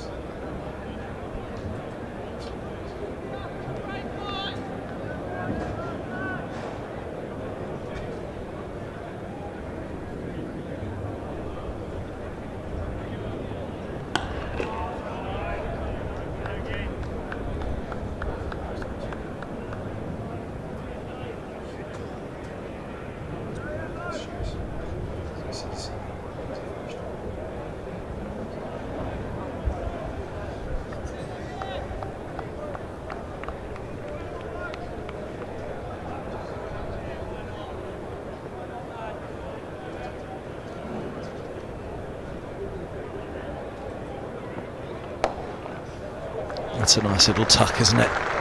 Clipped away in between mid-on and mid-wicket, and Zafar Gohar's into the 20s. Yeah, that's a quality shot. Just a little push, and profiting from that short boundary, and obviously down the hill as well. That's the place to try and hit them. Down towards the tavern. No point in chasing that. And lovely timing. Just wait for those. Don't chase the ones outside off stump. Force the bowler to bowl where you want him to, which is there.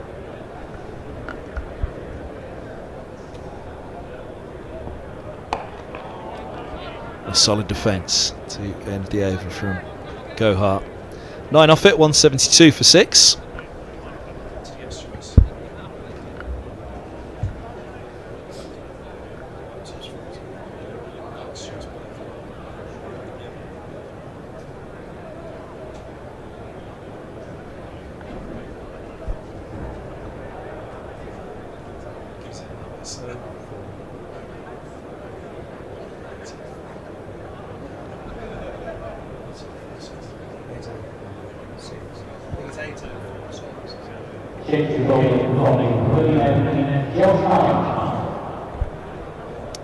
Josh Hull back into the attack from the pavilion end. 172 for 6 here. He's had a go at the pavilion end, then sent down to the nursery.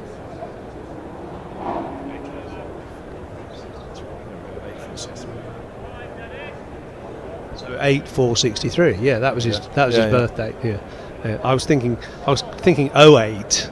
463, thinking how can that be his test runs, but yeah, 8-4-63. Yeah. So happy birthday, Alec, from last month.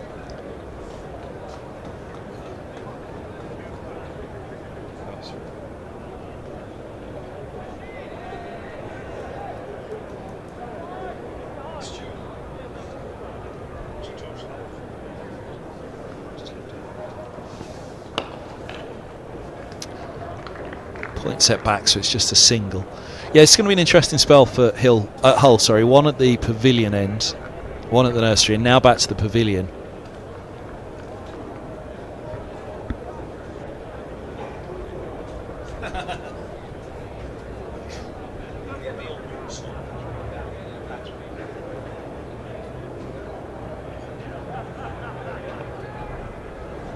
Definitely think he's cut his run, because he was warming up last year before a test match. He didn't play in the end, and I reckon he was running in at least another grass stripe back from where he is now. Oh well, goes short with that, and he's uppercut for 4. The field rather telegraphed what was coming there. Yeah, that was asking for it, really. It doesn't matter how many fielders you've got down there, you're not going to stop that from going for 4, because it's such a short distance, and he's just used the pace as well. See the short leg there, but there's no slip now. There's gully around towards. So I wonder if he's going to go with a short bowling ploy here, isn't he? Yeah, as you say, with more fielders sort of on the hook and uppercut shots.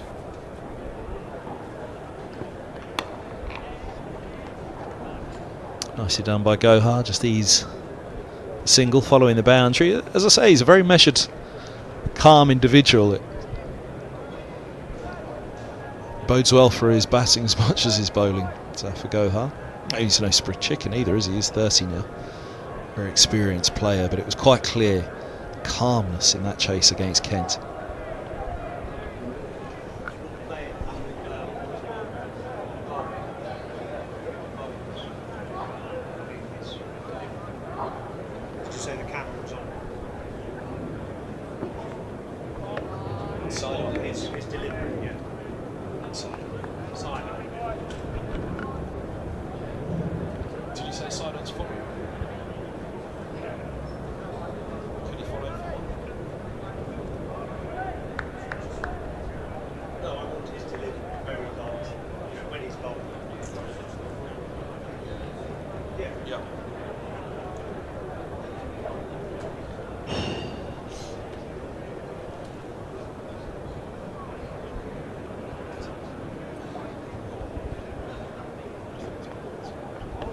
Another bumper.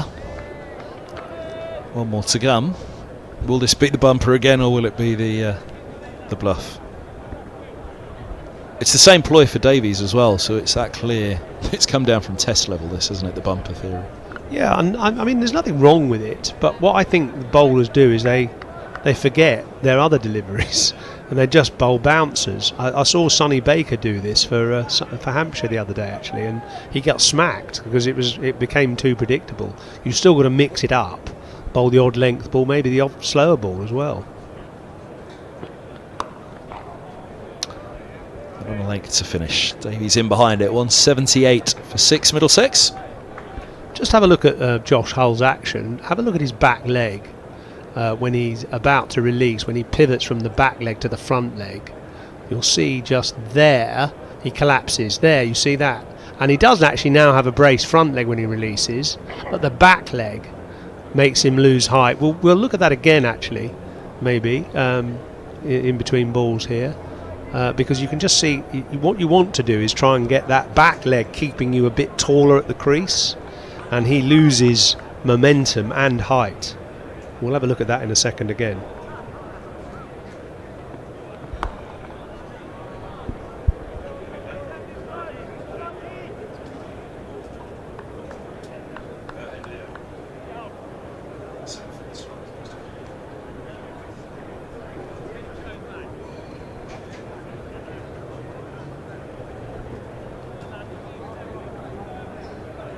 Decent crowd here actually now, isn't it? On the tavern side, sitting in the sun. It's a lovely spot actually. Oh, gets away down the leg side. This is the difficult balance we were talking about for keepers as well, wasn't it, Yoza, in terms of that slope, your right arm around. Yeah, no, it is. I mean, that end, you probably want to stand a bit straighter behind the stumps, because the ball is going to veer down the leg side and, you know, end up kind of more towards the Allen stand, really. So, in fact, I think he's in the right spot there, the keeper.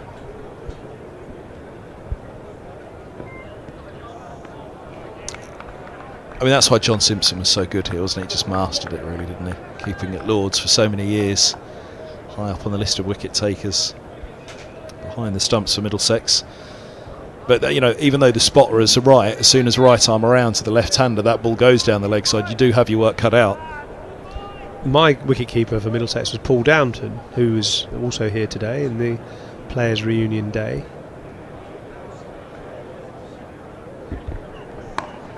Kept for England in the 81 Ashes and various other series. And the one thing about him was interesting. He knew before I did that I was going to bowl a slower ball because I could see him creeping up to the stumps from his position far back, and I didn't know I did anything different as I ran in, but he picked up something and could detect it.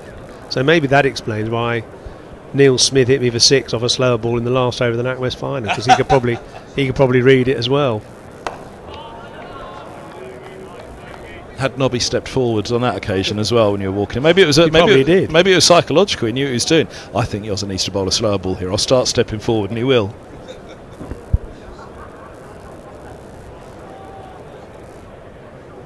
Actually, it's a good strategy, because your slower ball doesn't count as carry as far, clearly, and so if you do get an edge, it's not going to carry. So the keeper moving up for a slower ball is a good strategy.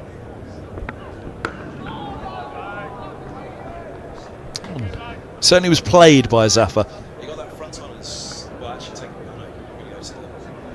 replay. So another quick look at Josh Hull delivering, and you know, I think his run up is good actually. It's got a nice momentum. It's not too long, but what problem he needs to work on is just there. He just collapses his back leg in takeoff, and it means he doesn't stay as upright at the crease. And it means he loses a bit of height in his delivery, and actually he loses a bit of speed in his run-up as well, because his back leg is almost like a sponge, and it's absorbing his speed in the run-up and slowing him down.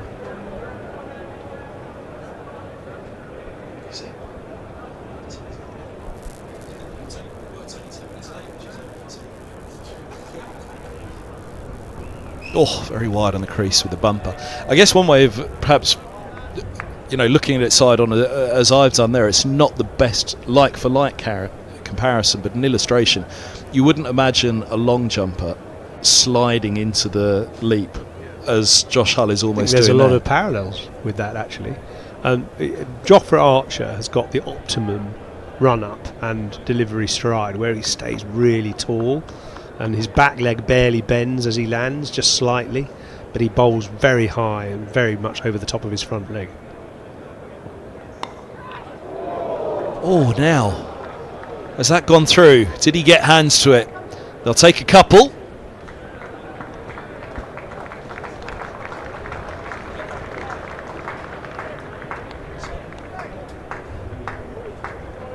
Oh yes, that carried. And it was just about within reach, wasn't it? But I don't think he quite got a paw to it. Although he's shaking out his left hand now. He's got a fingertip, maybe.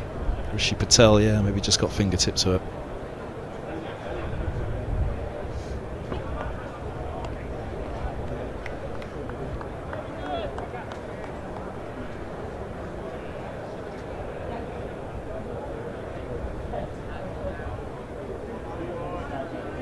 I need to go and watch Joffrey's now because I'm thinking it through.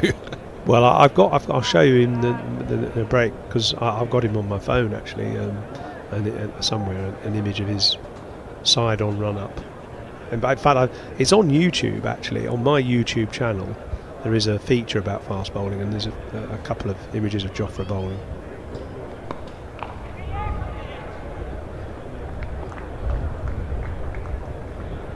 I spent a morning with Stephen Jones, the former Somerset and did he play for Gloucester bowler? And he's a very good bowling coach, and he runs a clinic in Wellington in Somerset with lots of drills that fast bowlers can do to improve their pace and use of their body. And he uses Joffrey as a sort of a blueprint for the optimum approach and delivery stride.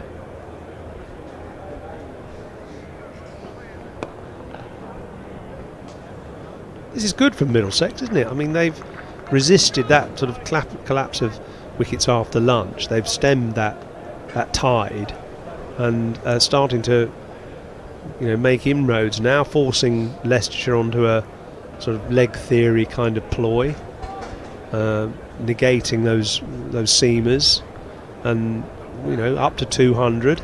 They could even be thinking of 300 now. I may be jumping the gun slightly, but if they got 300 from here, it would be a brilliant effort.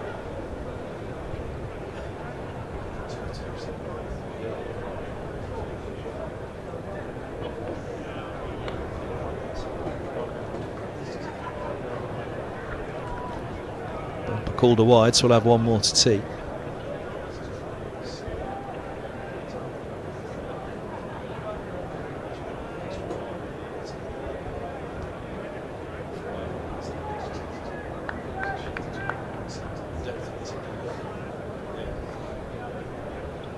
Oh, 2 for 2 in the session, Middlesex, but recovering from 19 for 3 as they were this morning. It certainly has been more stable since the fall of the third wicket.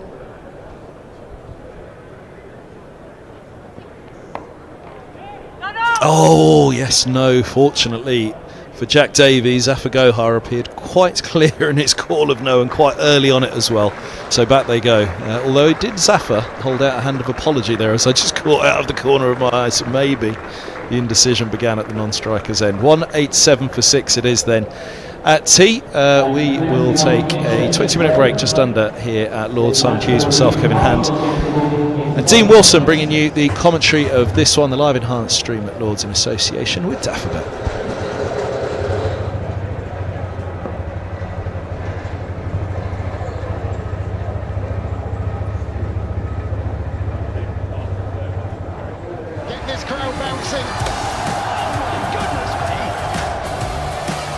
Absolutely brilliant. Oh, that's a magnificent strike. Oh, wow, that's absolutely awesome. Oh, yes.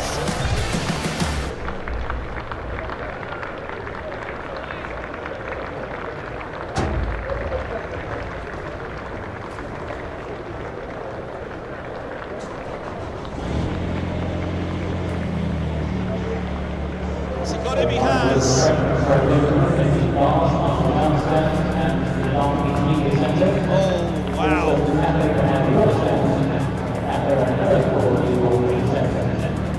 That is some pickup shot. Middlesex fans, a reminder of Middlesex Cricket, where in past bowls, handle the evening events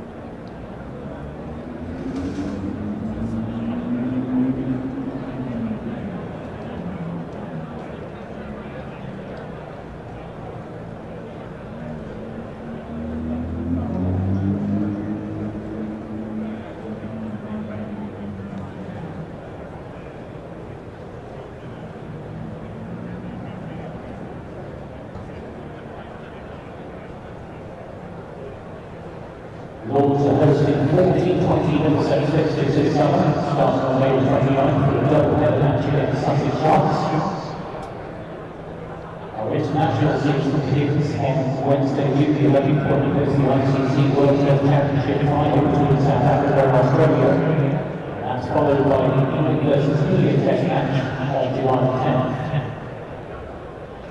England's women's team also returns to the Lords this summer and take on India at the One-Day International on Saturday, July 19th. Tickets for the matches are available at lords.org/tickets.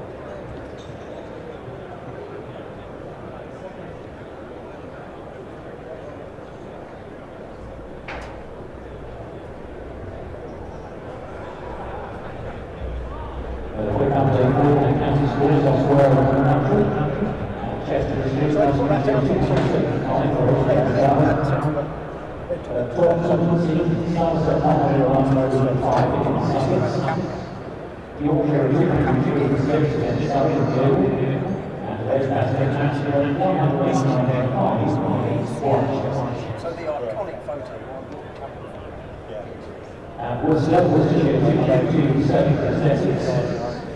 Cardiff, Northants 179 and the Bristol team came 225-6 against Rothesay.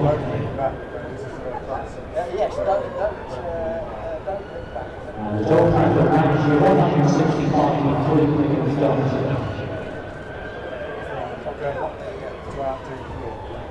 I found it.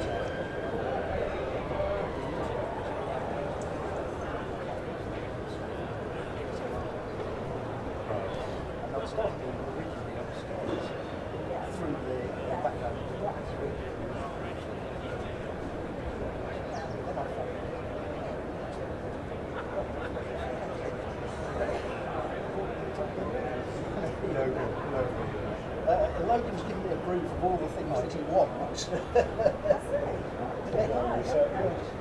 Well, you were filming and quite strong going like that.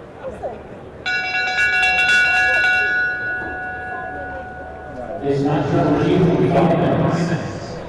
No, he gave him the match ball when he was filming.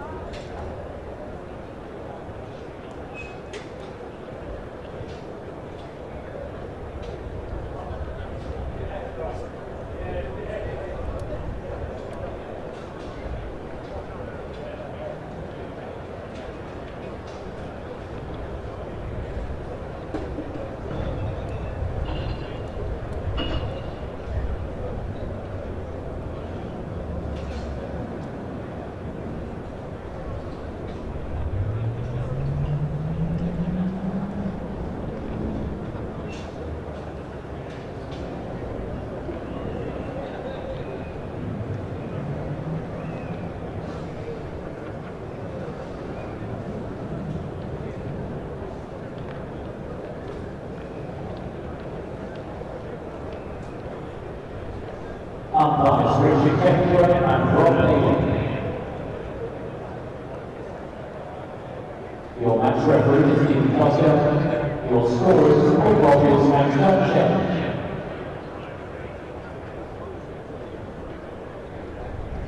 Leicestershire returning to the field. Captain Martin Townsend and keeper Wicket Ben Cox.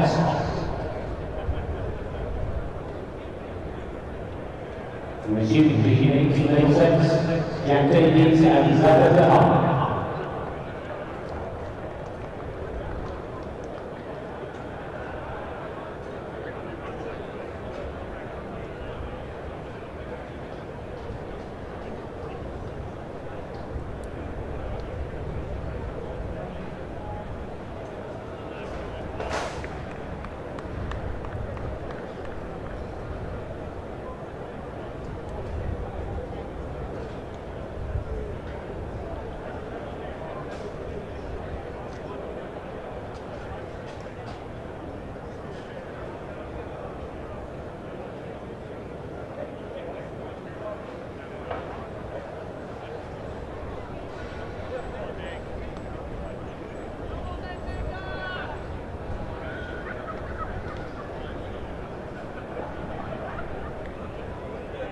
Bowling from the nursery end, Ian Holland.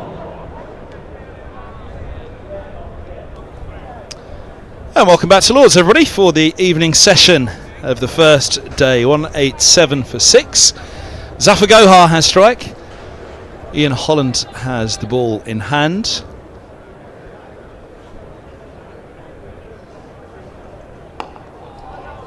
And a dot ball begins the evening session. 4 for 26 for Holland. He's been the thorn in Middlesex's side today. That 19 for 3 score this morning set the tone for the day. It was always going to be a fight back, a comeback for Middlesex from there.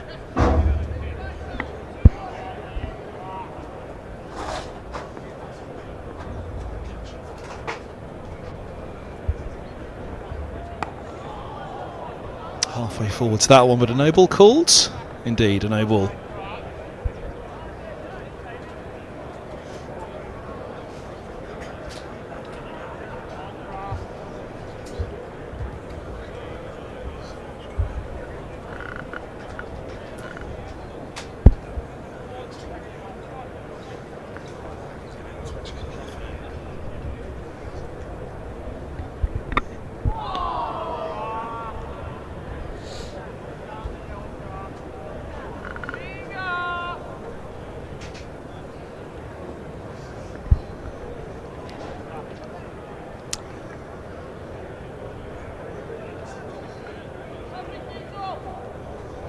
Ian Holland, 4 for 28, looking to capture 5 wicket haul here.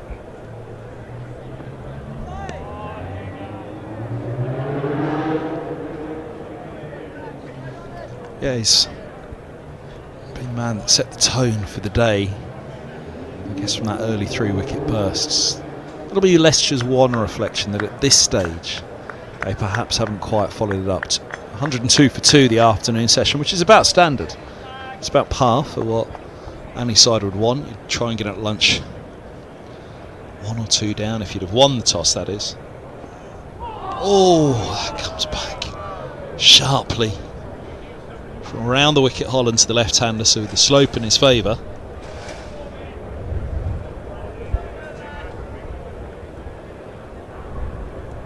I'm sure he'd love to capture that 5th wicket here. He actually hasn't taken a 5-wicket haul yet this season, even though he is the leading wicket taker in the division.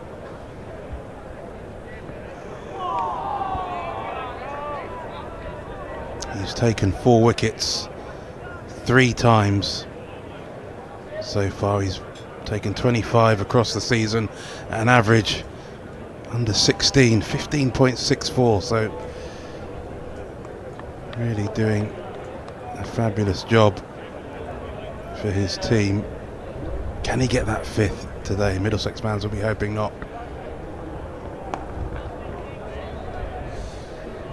Second new balls 15 overs away, so it'll be interesting to see how long this stint will be for Holland. 189 for 6, the live enhanced stream at Lords from Middlesex in association with Dapperbed. I'm Kevin Hands, alongside me Dean Wilson.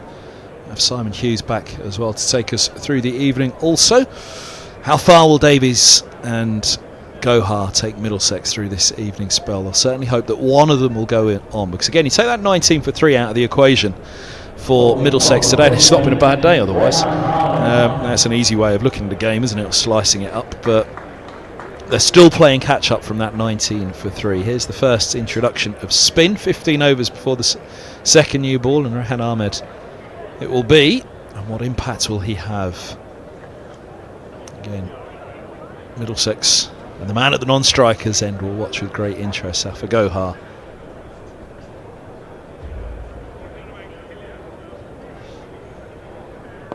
Ooh, skidded along.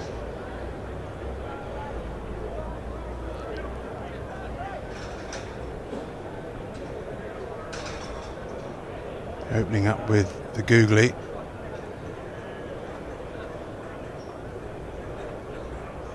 Oh, that's a beaut.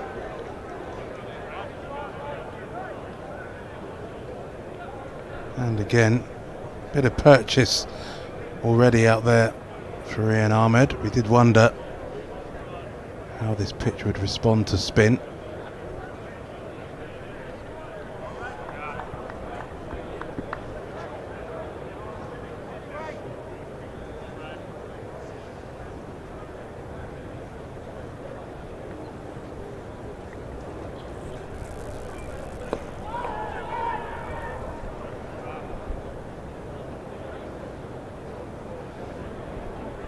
It's good to see spin being given a chance here. You'd expect with all the dry weather that we have had at the start of this season.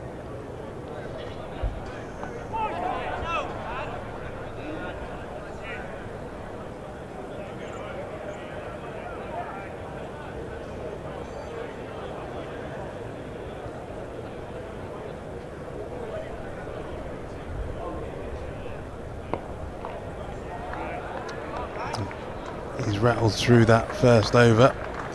Maiden does get through his overs quickly. That was one of the features I remember watching his Test debut out in Pakistan in 2022. Huge excitement around him. Of course, the youngest England Test debutant. And I remember thinking just how quickly he rattles through his overs. I thought it was just youthful exuberance, but he's maintained it.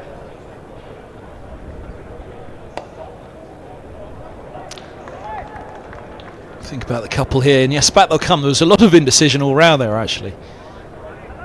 It was Rehan Ahmed, perhaps with his mind still in the last over. He was leaving that one for deep.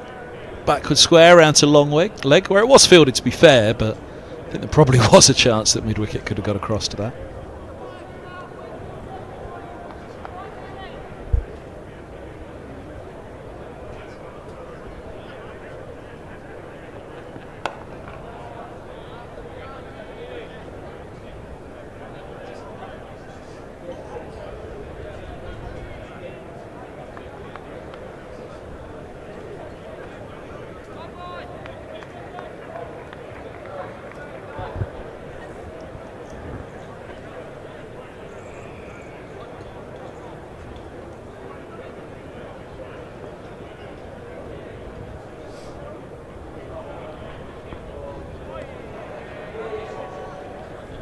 And as well as the seam bowlers have operated so far this season, it's always good watching a spinner go about as well. That was actually one of the features I really enjoyed about that game last week against Kent, watching Matt Parkinson bowl over after over, try and work out the Middlesex batters.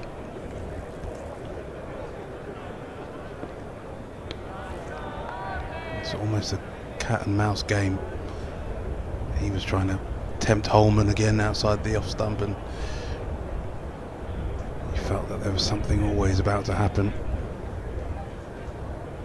That's how it often is with leg spin. So looking forward to seeing Ahmed get a reasonable bowl here before that second new ball. 14 overs away.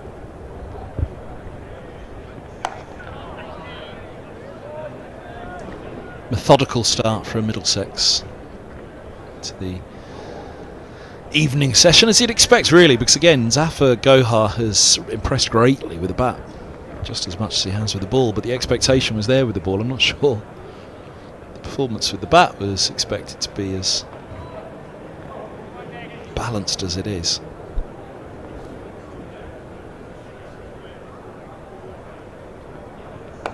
He does have a real flourish and an explosiveness to his batting, it appears, but also has that resolute defence and calmness which we saw all the way through that chase, as you mentioned, against Parkinson and Kent. 191 for 6. Yeah, his numbers suggest a genuine all-rounder. He's got a first-class 100, 15 50s in his 89 matches, so clearly there's ability there. He's starting to show it.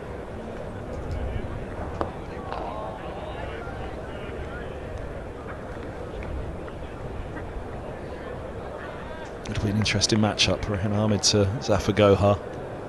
Spinner versus spinner.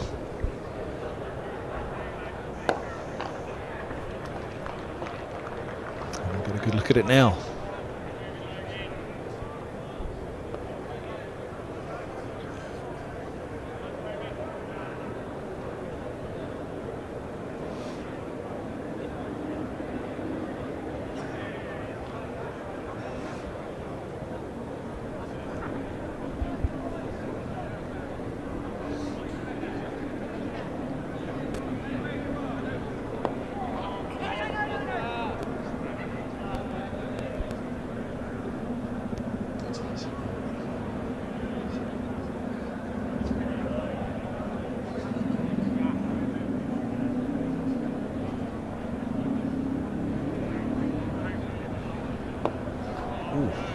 For a moment I thought that Gohar was going to get himself in trouble there.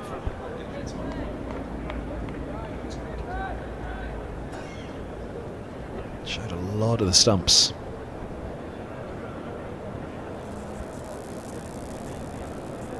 That one again, just didn't quite bounce as Gohar expected. He gets the single though.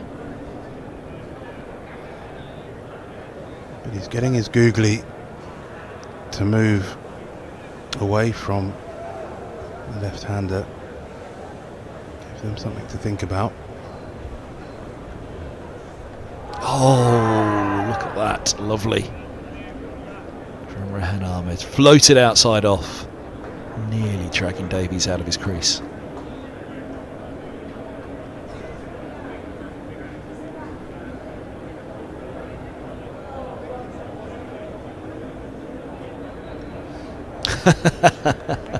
Really nicely balanced actually, for him not to bring that back leg out of the crease at all.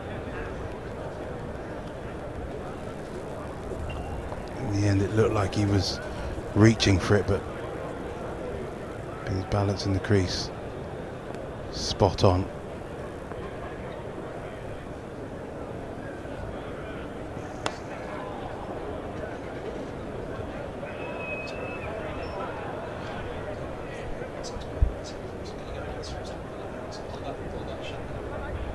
And Leicestershire feeling like perhaps a couple of the edges they've taken haven't really carried through to the cordon. Maybe the ball just dying a little bit. Batters playing with soft hands, so they brought their second slip up nice and close now. It's got the helmet on for protection.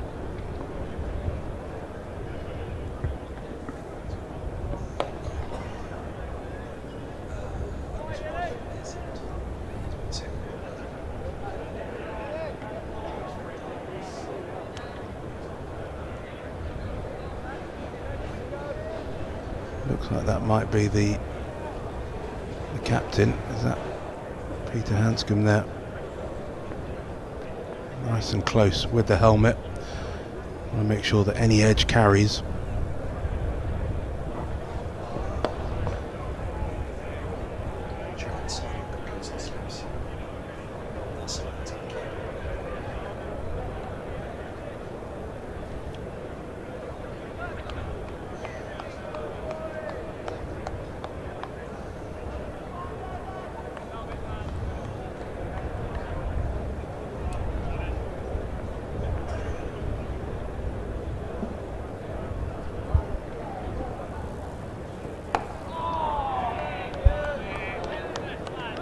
We've seen catchers in some unusual positions down the years. I think, remember most vividly Taunton, Marcus Trescothick fielding at slip, standing so close, in fact not even standing, kneeling so close, requiring a helmet.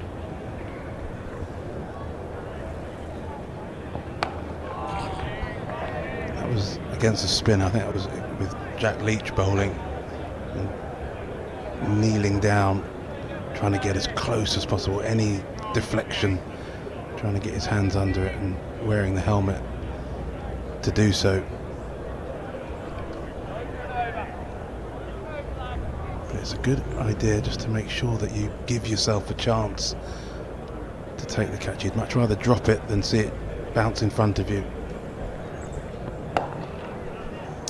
Stroke again from Gohar, just easing into the offside though, and these two have played the evening session as though they have something much bigger in mind for Middlesex, but equally just reaching the second new ball and starting to see it off will be the biggest hurdle for Middlesex, with 4 wickets standing on 9-5 for 6.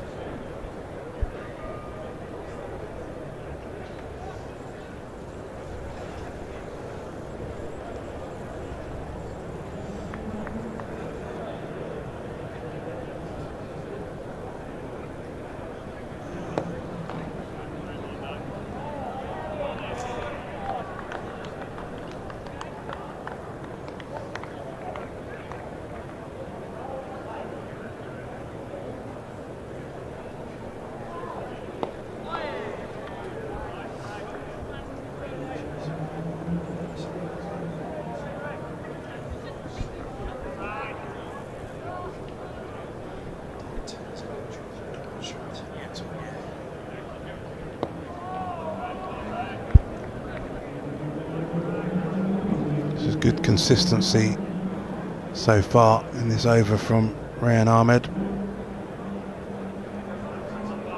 That's what he's looking for.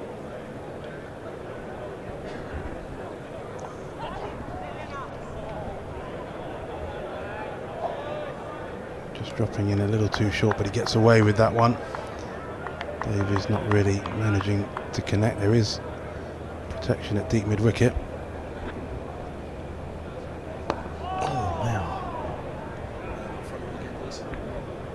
Low down on the bat again by Davies. They seem to be backing up a lot here and playing it very much from the toe end of the bat. Just feels as though it's got the potential to creep through. On 9-5 for 6, another maiden for the leg spinner.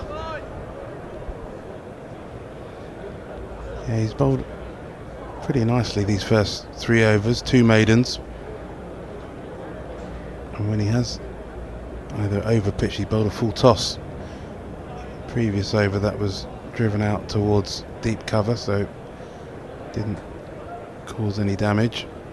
And then short ball in that over just played around the corner, so he's getting into his work pretty nicely. And there's a change in the bowling. So Ian Holland, he'll have to wait for that opportunity to take a 5th wicket for the first time in an innings this season. Ben Green, mulleted Ben Green. Does that qualify in the mullet category, Kevin? M&M, mullet and moustache.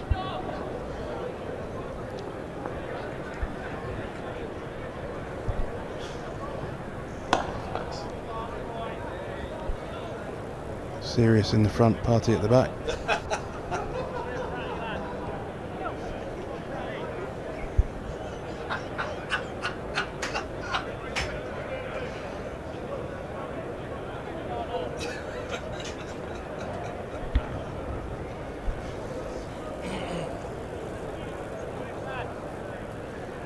There's a party at the back of the pavilion, isn't there?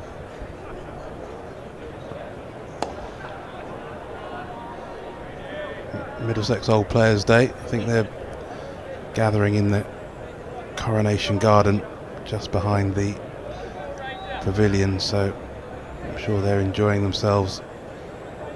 Well, I suspect many of them have left actually to come and watch the cricket. I think that's what they're here for. They wouldn't be wasting their time quaffing and eating rather than watching the cricket, would they?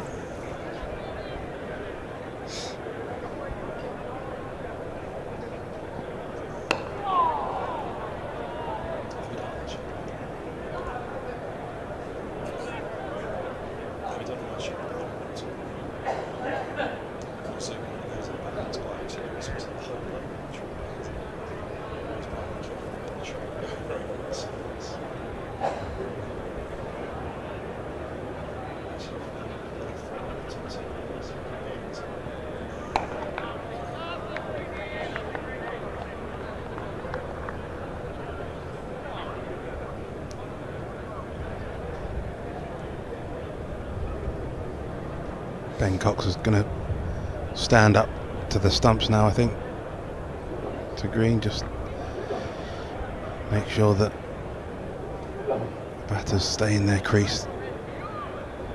They'll be less advancing.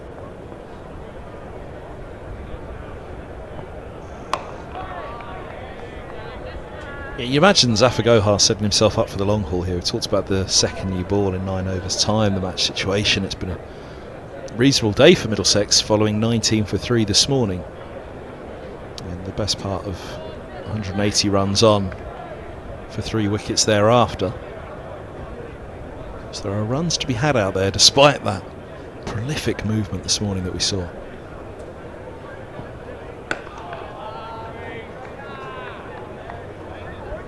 .195 for 6, 71 done. Yeah, Davies closing on a 50. Zafar Gohar not far behind, but you'd imagine both will be thinking this is a really good opportunity. Sun out, pitch. I mean, again, it's easy to say at this stage, but you wait for both sides to bat. It's played as though it's a new ball pitch so far, hasn't it? 19 for 3 to 195 for 6. I do think that Leicestershire let the pressure ease a little too soon and a little too regularly.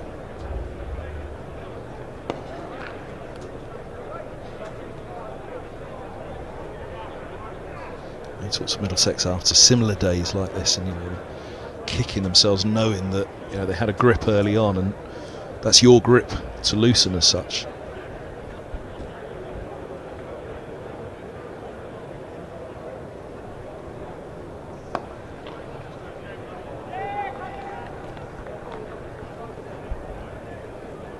I do just wonder whether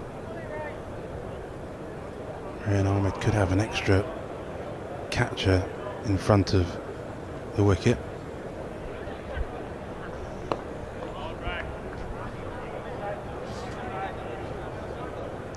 Trying to drag the batters forward. And you just wonder whether putting someone in front of their eye line might just ask another question or two. He's well protected out on the cover in square boundary. Nice stroke, but just a single.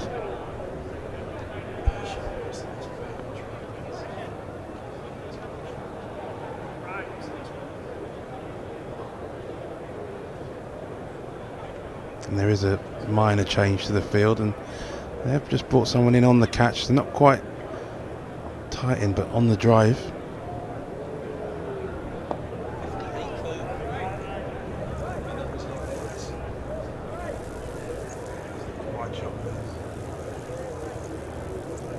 So you can just see that the fielder there, just at short cover. Just putting a little bit of pressure on. Little bump back to end the over.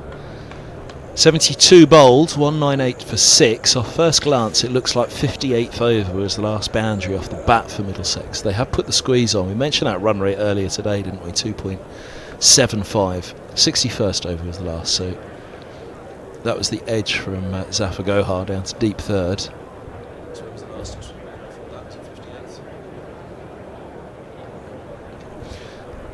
So the run rate has been kept tight for Leicestershire, and again, if they get to the second new ball with a run rate that's there or thereabouts around 275, they're not going to be massively disappointed with that, especially if they can make that new ball count. Well, they might not even need it. Davies goes for 49, his 90th delivery. 198 for 7 now, Middlesex, and it's another ball that slides past the inside edge and through the gates. Well, that's a terrific bit of bowling from Ben Green. That ball really has nipped down the slope back in towards the left-hander. And the gap between bat and pad wide enough for the ball to slip through. I'm not sure Jack Davies was expecting it to cut back quite so much, but it just goes to show that there's still something in this pitch for the bowlers. And Ben Green has done a terrific job there for his team, because Davies was looking very well set, was looking in good form. But he's got to go one shy of a half century. And again, the pendulum just swinging ever so slightly back towards Leicestershire after that rebuilding partnership by Gohar and Davies. Toby Rowland-Jones joins Zafar Gohar in the middle. Well, the last time these two were together out in the middle, it was quite the finale for Middlesex. They need a foundation building on this occasion. 198 for 7, they're at least 100 shy of where they would ideally like to be. First innings of a match, get a couple of points on the board with the bat. Get something of a hold in this game, but Zafar Gohar 33 from 95. I was just making that point that both of them will be thinking about something bigger, but the problem being, with 6 wickets down, it only takes 1 to go, and then, well, with only 3 wickets standing and a second new ball not far away, Leicestershire will be thinking, come on lads, no more than 250 here. Job to do for the skipper. Zafar Gohar played wonderfully straight and patiently in the chase against Kent. He'll be asking his skipper to do the same for him here.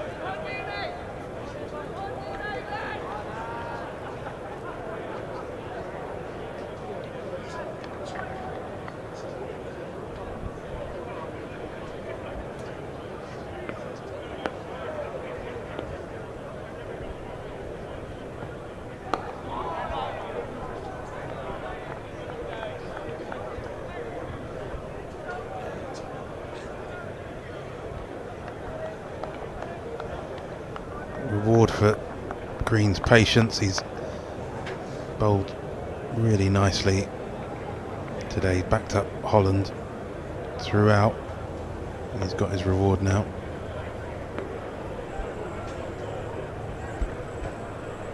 Oh, nearly more reward as well. Hangs that one outside the off stump, and Rowland-Jones with a big stride and a big reach as well. Nearly stretched a little too far for that.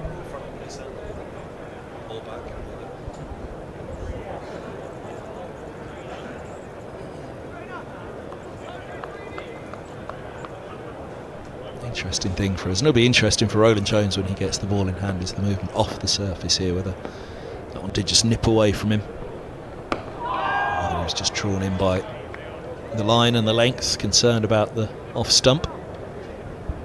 Felt as though he pushed too far away from it in that sense.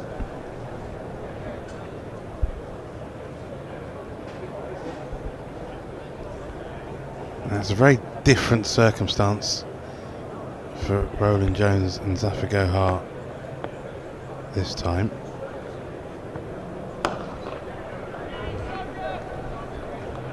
But I would suggest that the way that they plotted their way to the target against Kent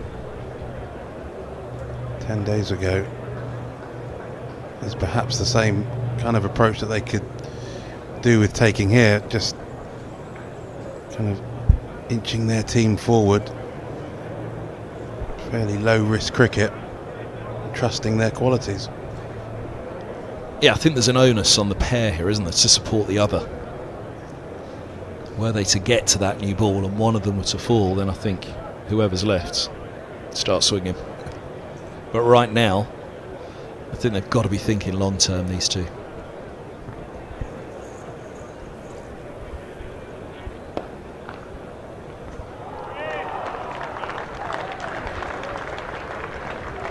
The way that Leicestershire have dried up those boundaries, as we mentioned, and you can see it there in the shot of Rehan Ahmed, you do wonder.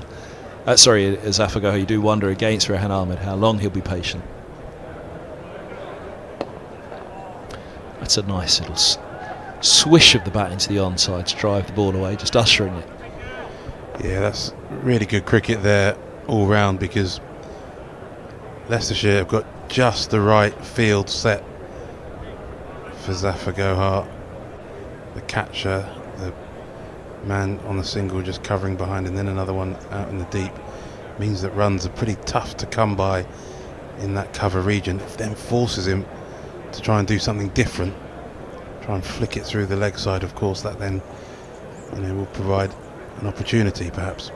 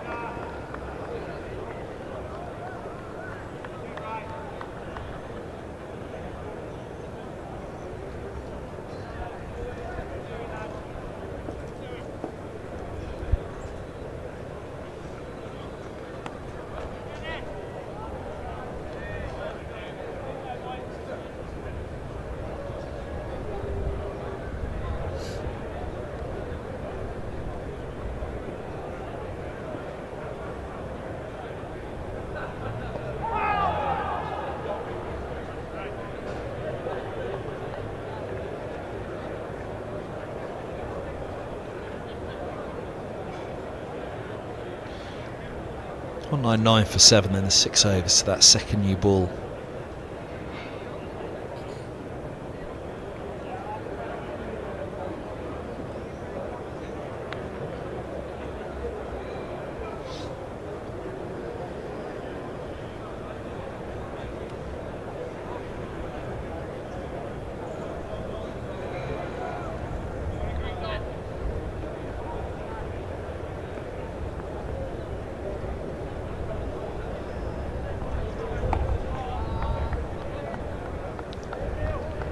Holland doing the damage with 4 of the 7 to go for so far today. I imagine that he'll be straight back on at the nursery end for the 81st over of this innings. Eyeing that 5 for wrapping this up before stumps tonight.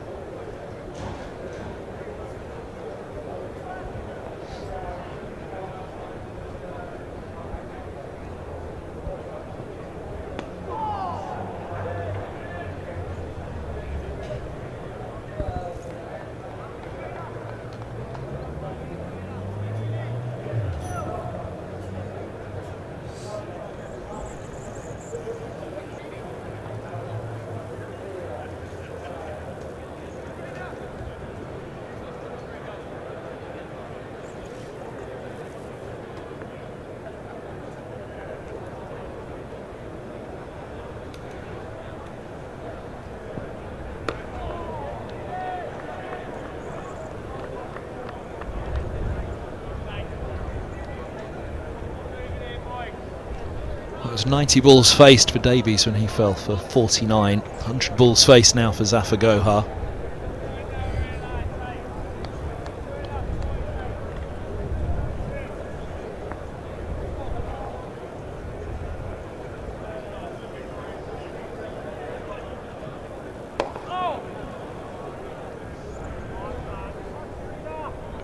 Sure, he'll have his eye on something big here for Middlesex still. Sharma to come and then Patterson at 11. Yeah, you'd think he'd be eyeing up that short boundary in his V. Oh, now around the wicket to the left-hander. Slope going from off to leg. It means he's got to straighten it, but how straight did it begin?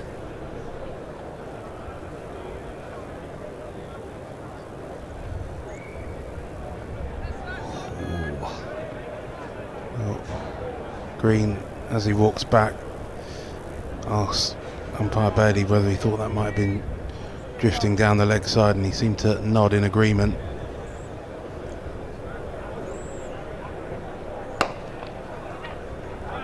Ledgy that from Gohar, but along the floor it goes. Ahmed doing the fielding. 199 for 7.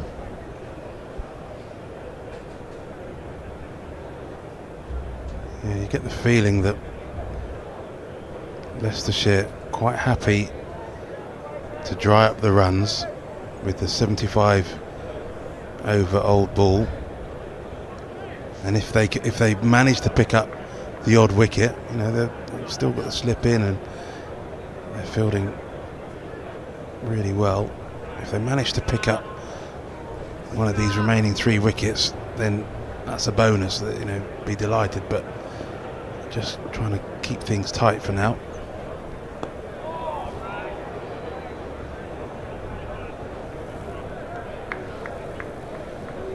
Number 6 into his 6th over. Rehan Ahmed.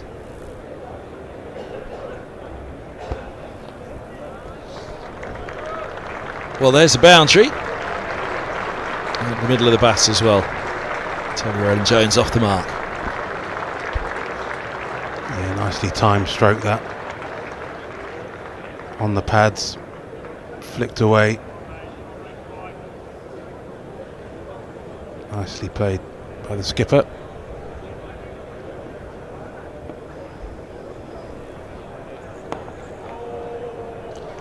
I was just going to say, for Rehan Ahmed, the second new ball around the corner, there's nothing particularly yet at the moment that would suggest.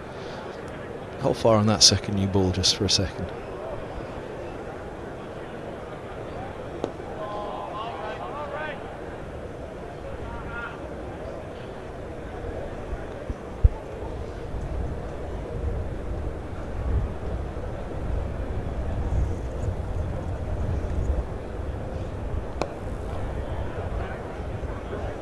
Here's an action that's full of energy, kind of hustle and bustle action, gets through it quickly, but puts a lot of revolutions on it.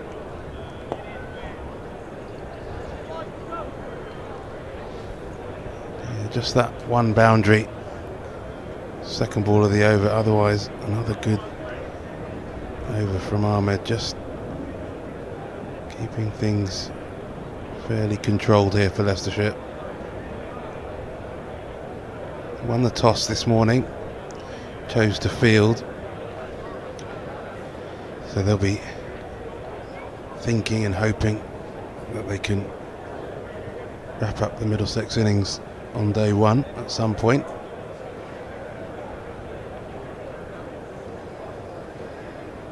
And they've certainly gone about it in the right way.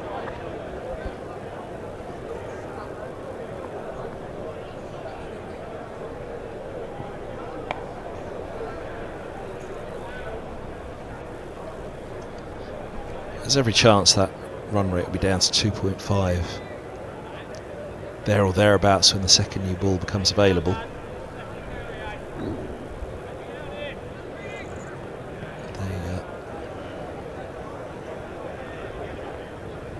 Keeps good control control.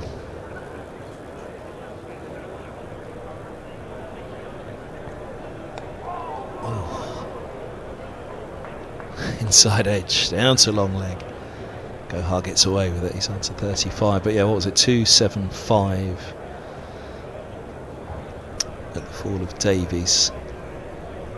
So it's likely to be down to a 2.5 something.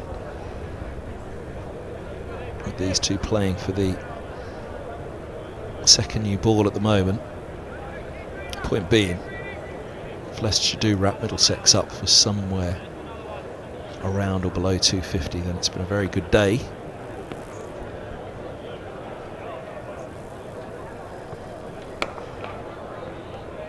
And the disappointment for Middlesex, I think, is 33 Holman, 44 Higgins, 23 Bengedes, 49 Davies, and now 35 Zafar Gohar.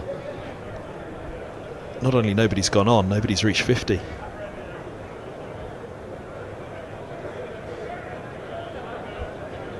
And 19 for 3 at the top. You can have starts like that, can't you? It happens. New ball, fresh pitch. But again, I think we'll be mostly weighing up, certainly the 76.4 overs we've seen so far. It could go anywhere with a tail, couldn't it? 8, 9 and Jack can swing and swing hard, but to this point it's an innings that will only really be borne out once Middlesex have had a good go with the ball themselves.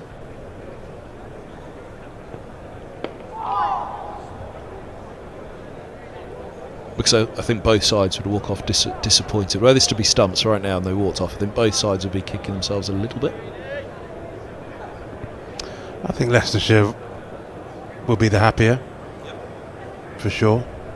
I think they had a terrific start, 19 for 3, but they've stuck to their task pretty well.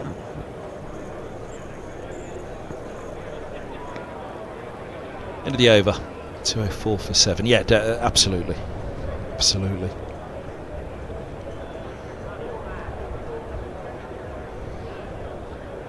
I just think with the start they had though and the way Holland's bowled, they'll be a little bit disappointed that somebody else hasn't perhaps quite stepped up alongside him, or close to him at least.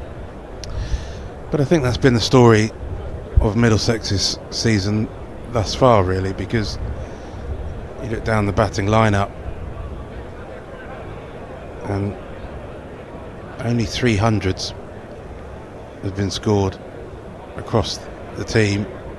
2 from Max Holden, 1 from Luke Holman, but that's it. Nobody else has managed to get to 3 figures. There's been plenty of 50s,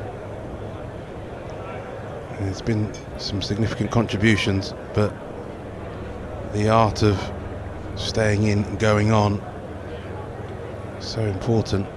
I haven't quite managed to really nail that.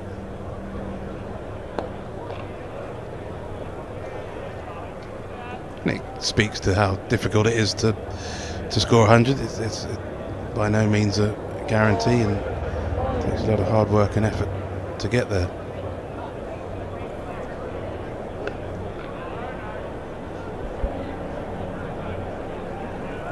But certainly this is their 4th game at home. Use of the feet, he didn't quite get there, did he? Gohar was in danger of either shoveling it down the throat of mid-on or swinging and missing. Checks the shot, picks up a single. As I say, it's their 4th game at home.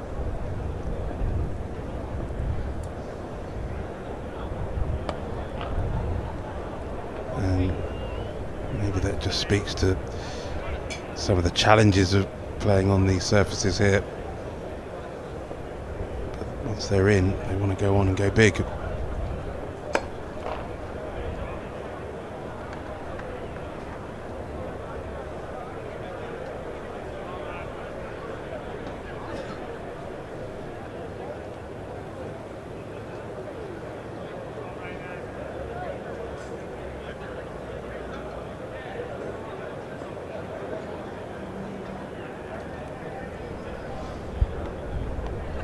Oh, now. Gone. Gohar looks to go big, but it skies and is a comfortable catch in the end. Well, his head spun around in disappointment. Gohar, Rehan Ahmed, his head went to the sky in expectation. And there's the catch, taken by Budinger running in. Disappointment for Gohar. And it's the googly that works for Rehan Ahmed. Yes, it was short, but it just stuck a little bit in the surface and held its line a touch, so finding the top edge of Zafar Gohar's bat, and you can understand his frustration the one time that he really tried to release the shackles, and he's come a cropper, caught by Budinger, bowled around Ahmed for 36. And we were talking about how Leicestershire might just be happy for things to tick along until they get that second new ball. If they got another wicket, it was almost a bonus, and you feel like that's what they've got out there now. Just 2 more wickets needed to finish this Middlesex first innings, and maybe Toby Rowland-Jones might just try and open his shoulders a little bit. Got a young man on debut for support, Navyan Sharma. Very excited to see what he could do with the ball. I know that lots of people at this club are very enthusiastic and very excited about his bowling ability, but his first job now is to show what he can do with the bat, and he's got himself well protected. Big jumper on as well in the sunshine. Flowing drive from Rowland-Jones. You can only imagine here that it'll open up. Are you still laughing about the jumper? That was the first thing I spotted when he walked down the pavilion steps. It's got to be hot, isn't it? Well, I'm going to be fair, really. I think it is quite windy out there, but I don't know how cold that wind is. And there's that flaying drive of Rowland-Jones, 4 it'll be down the slope. And I'd imagine the expansive shots will start to open up now for the skipper. Yeah, it wasn't just the jumper, the sight of the jumper. As we look again at that gorgeous cover drive from Toby Rowland-Jones. No, it was the newness.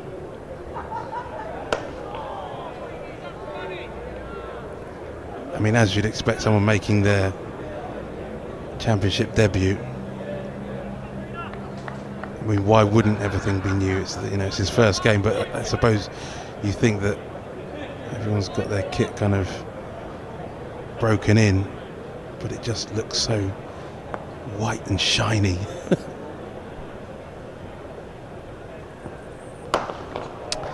There you go. That's Rowland-Jones at his best. Glorious straight drive. Brings the bat down. It's such a big willow in his hand, isn't it?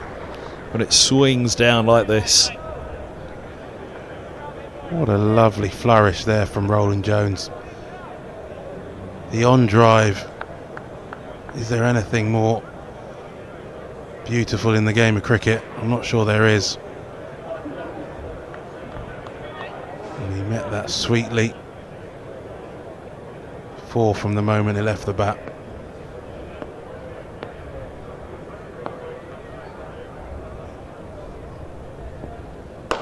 Oh, would have been as well, but for the stumps. Might still be, but I'd imagine it's going to lose its legs. And back they come for the third, 5th ball of the over. It's turned out quite nicely for Middlesex and Rowland-Jones.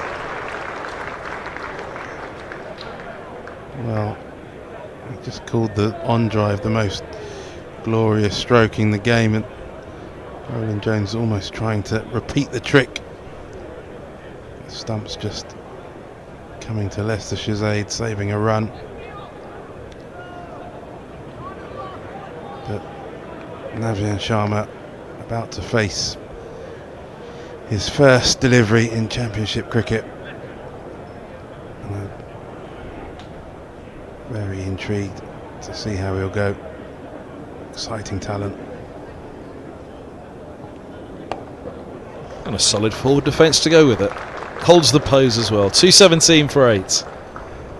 Well, that'd be a lovely feeling, wouldn't it? As I say, here we go. It just looks like everything's just come out of the wrapper this morning. I'm sure it hasn't, but he looks absolutely pristine, doesn't he?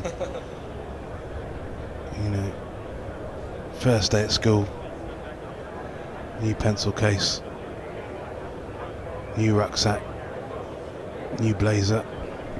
Worst day of your life. Hopefully Sharma's having a better one out there. Sorry, is this not my psychology? Booking.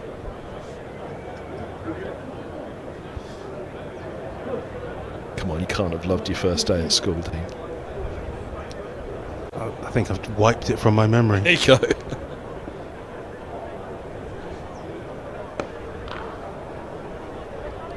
Punch off the back foot, just a single, so he's trusting in Sharma.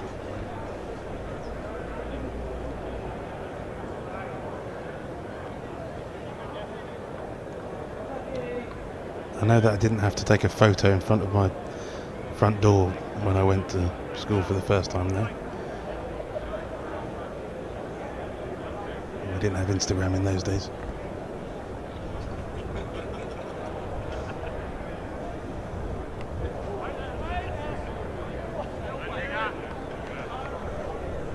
And I say that as someone who's subsequently taken lots of those photos of my girls.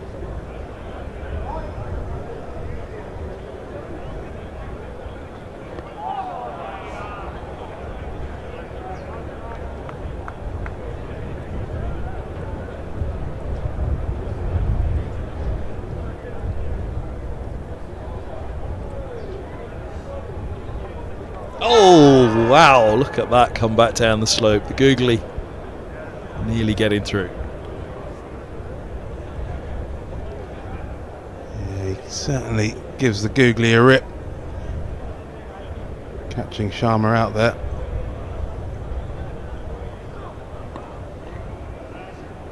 Plunges forward to that.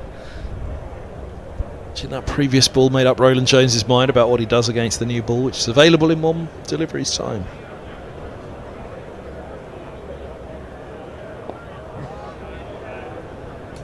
Top ball ends the over, 218 for 8. The second new ball's available.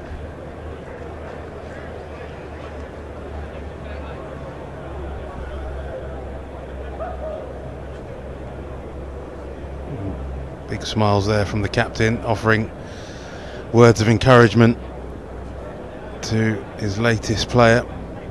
That second new ball is going to be taken at the first time of asking, so I suspect that's the last we'll see of Rayan Ahmed for a while, as Ian Holland is given the first over from the nursery end, and he'll be bowling to Roland Jones. He's got 4 for 32 so far, Ian Holland. He's done a fantastic job for Leicestershire today, as he has done all season. Just looking for another one to get that 5-wicket, or that first 5-wicket all of the season. He's got 2 slips, but other than that, the field well spread. He wants to have a bowl at Sharma rather than Roland Jones, so they're going to give the Middlesex captain the single,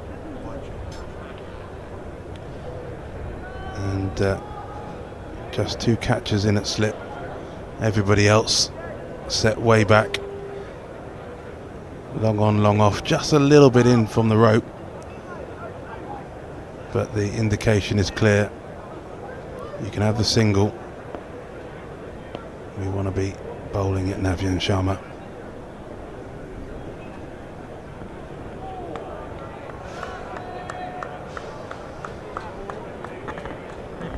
I wonder, does he see off Holland and go at it from the other end?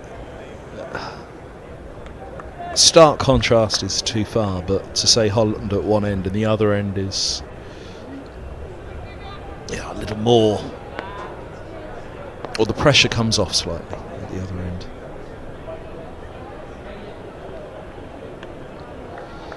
That would be the temptation if it's wide outside the off stump, and there you go, he's eyeing up the angles there slightly, but more the distance. That short boundary to the offside. There's a deep point, there's a deep cover, a deep third, and a long off. But he was offered the wide delivery there, didn't take it. You can see the deep mid wicket well set as well. Should he look to haul one across the line? Oh dear, now takes the single. But he was looking onside as that squirts off a thick edge to deep cover. That's what Holland and Leicestershire wanted. They'll bring the field in now. I suspect they'll add another catcher into the cordon, you'd think. See what this young man is all about.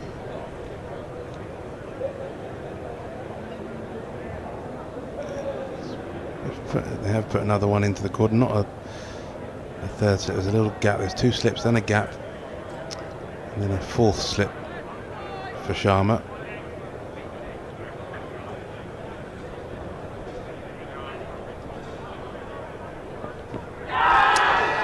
Now, was there an inside edge on that?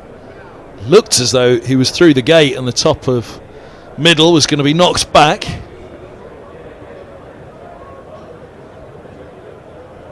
Yep, inside edge was the call of umpire Bailey on that. Yeah, you'd think there was a little tickle there, but well worth the appeal. Certainly arrowing in on the stumps. No is the call from Roland Jones as Sharma sets off. And that was a confident looking push into the offside by Sharma. Gives a thumbs up to his captain. Yeah, good call. Well, if the lad on debut never gets a first class run in his career.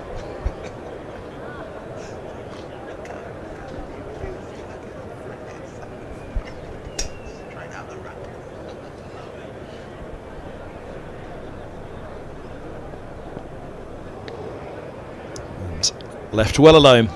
End of the over, 219 for 8. Yeah, that's worked out rather well for Toby Roland Jones. You think now he's got a chance to have a look. Maybe it's going to be... Who's it going to be? Is it Logan Van Beek maybe, I think? Yeah. With that shorter boundary on the leg side, Roland Jones very, very handy at taking the ball across to the leg side. So he'll be eyeing up that shorter boundary, you'd think. The field no doubt will be spread, but it'll be a little game within a game here as the Middlesex captain tries to squeeze a few more runs out of this first innings.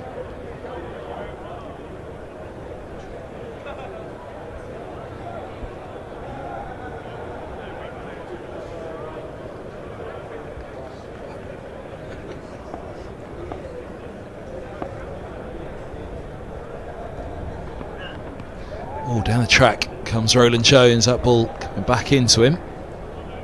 How much did it hurt? I reckon that's hurt the skipper, but he's trying not to show it. That definitely hurt. Yeah, that's caught him. As we said, he's definitely eyeing up that shorter boundary over towards the Mound and Tavern stands.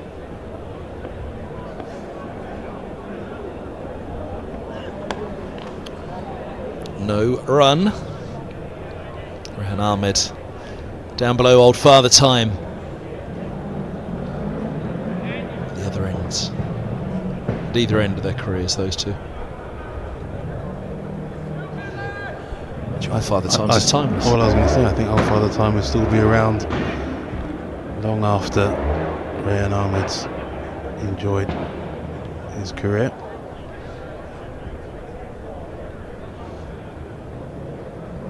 Fly slip has gone in as well.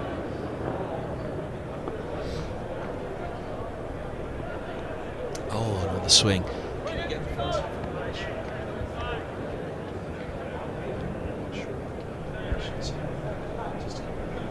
Oh, you can just see his feet. There you go.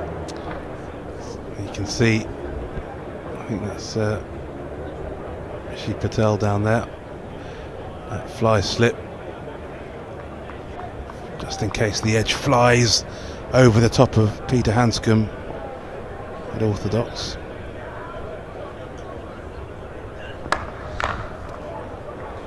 Connects with that. They're going to come back for the second, and they have comfortably come back for the second as Hull runs over it.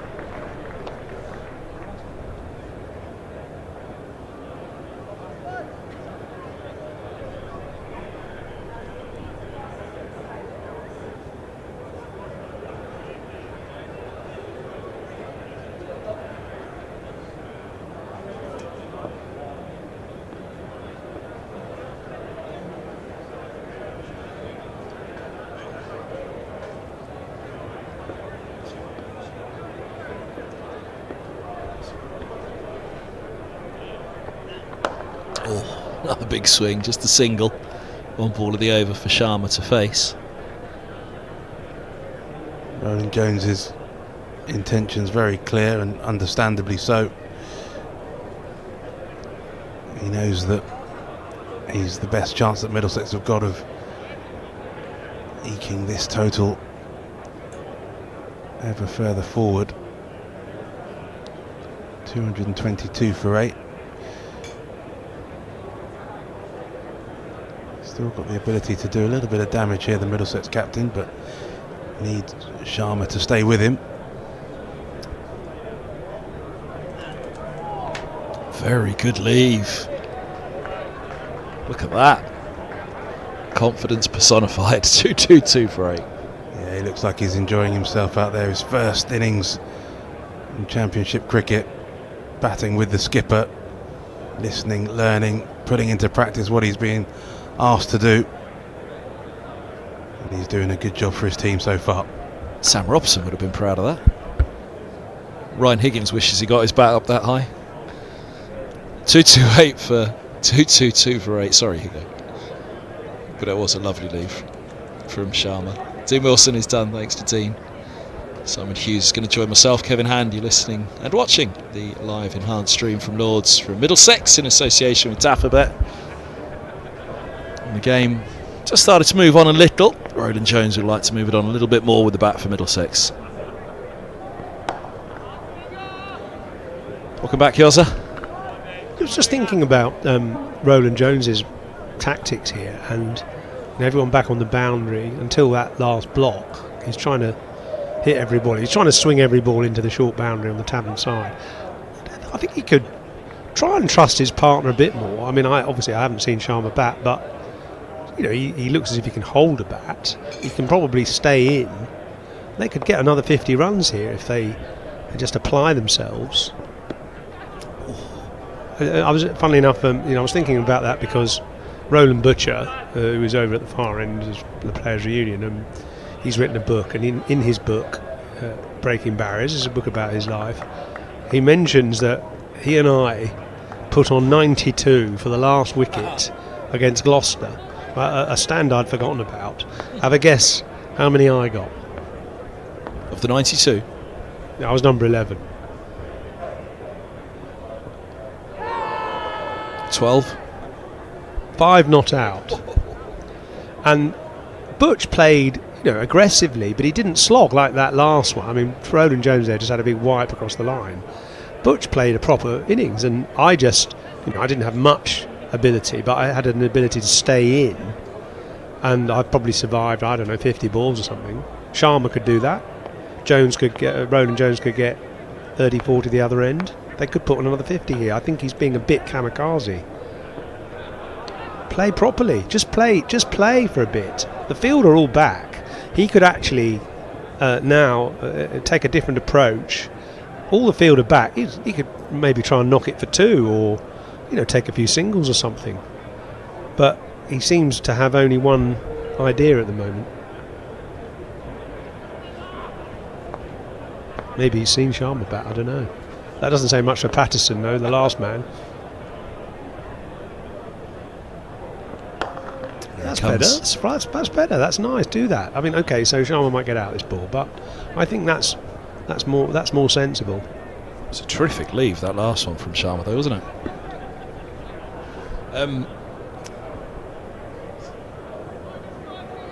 When I went over to the pavilion at the end of that last match against Kent and just listened in a little to the reaction, observed just how much they enjoyed it, and they really did. And you could tell how tense it was by the reaction afterwards, the relief that was there, the excitement.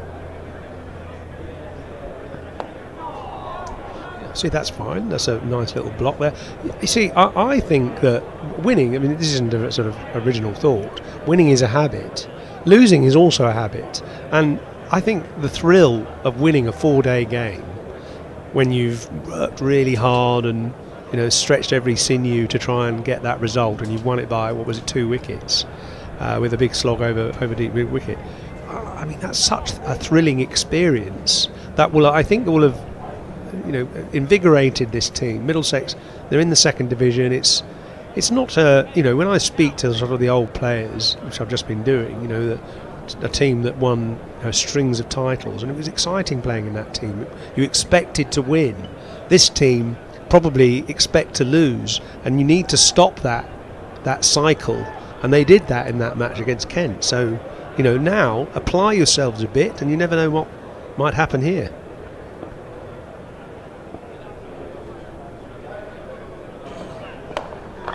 Up in the air, mid-off, comes charging in, but they get away with it. Well, that was the tension of the last match, wasn't it? And that was why I almost had to go across and see it. It was because it wasn't win or draw. It was a case of win or lose, you felt, on that one. The draw, obviously it came back into it in the end, but you felt there'd be a couple of swings at the end and it could go one or two ways. But the reason I come back to it is Patterson was the last man in, wasn't he? And it was Roland Jones and Sharma were there. There'd been a night watch pushed up. So as such, they were the last pair to do it, and they were both tentative about having Patterson at the other end.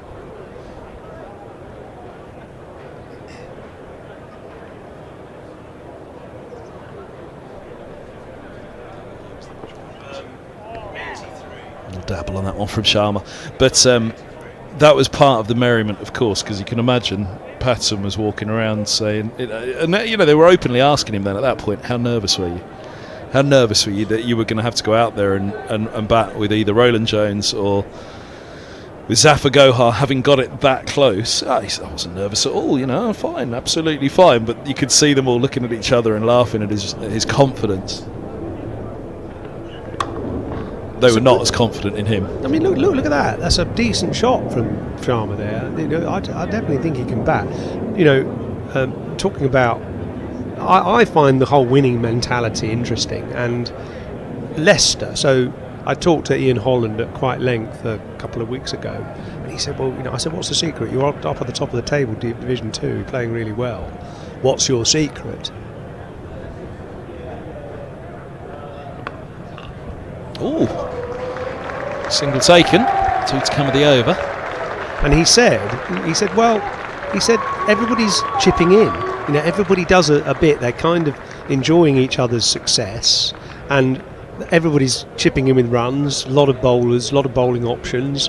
Most of the team, if not all the team, can bat. Number 11, Scrivens, is averaging 40 last year or something. So they're all chipping in and contributing. They're mostly all-rounders. Middlesex have to apply that mentality as well.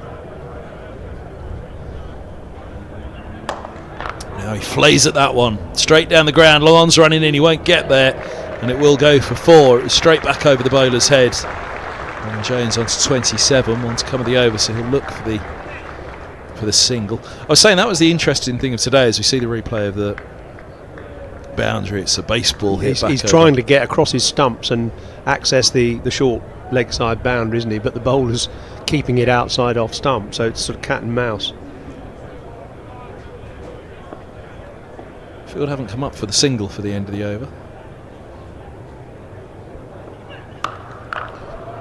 Roland Jones crunches the single out to cover. 230 for 8. He moves to 28. Roland Jones. You've got too many thoughts in your head, Kevin. I do. You know, you're rotating them. I think that we were talking about kind of the win mentality and trying to kind of apply that to every player. And the trouble is, it becomes a sort of vortex in the team if you're losing all the time. I was going to say on today, everybody chipping in. That was just a comment I'd made to Dean Wilson just before you came up into the room there, that's probably one of the balances that we'll figure out tomorrow now, isn't it? Did Holland bowl out of his skin for 4 for 34? Because at this point, Leicestershire will be happy with that. They'll be the happier of the two sides. But there'll be a small amount of Leicestershire that'll be saying 19 for 3, Holland's got 4 for 34. Who else stuck their hand up today? And where everybody's chipping in, that probably at this stage, somebody hasn't quite partnered up with Holland. I think if you analyse England, Middlesex's first 4 wickets, actually I didn't see the 4th, but the first 3, I mean, Sam Robson was a bit unlucky because it kept a bit low and nipped back, so you can excuse that dismissal early in the innings. You know, it can do that. I thought the next 2 wickets were lazy batting. Max Holden left a bit of a gap and Deploy just chipped one to mid-wicket, so there were 2 wickets thrown away there. So, you know, although Holland, you know, bowled admirably, you know, he nipped it around, he bowled a lovely length, that it wasn't, you know, destructive bowling, it was nagging bowling that Middlesex succumbed to. Now, if they look back at that and properly analyse it, they'd say, well, we could have dealt with that a bit better. We could have seen him off, and you know, the other bowlers haven't been as dangerous. So recognise where the threat is, and you know, profit on the other against the other bowlers.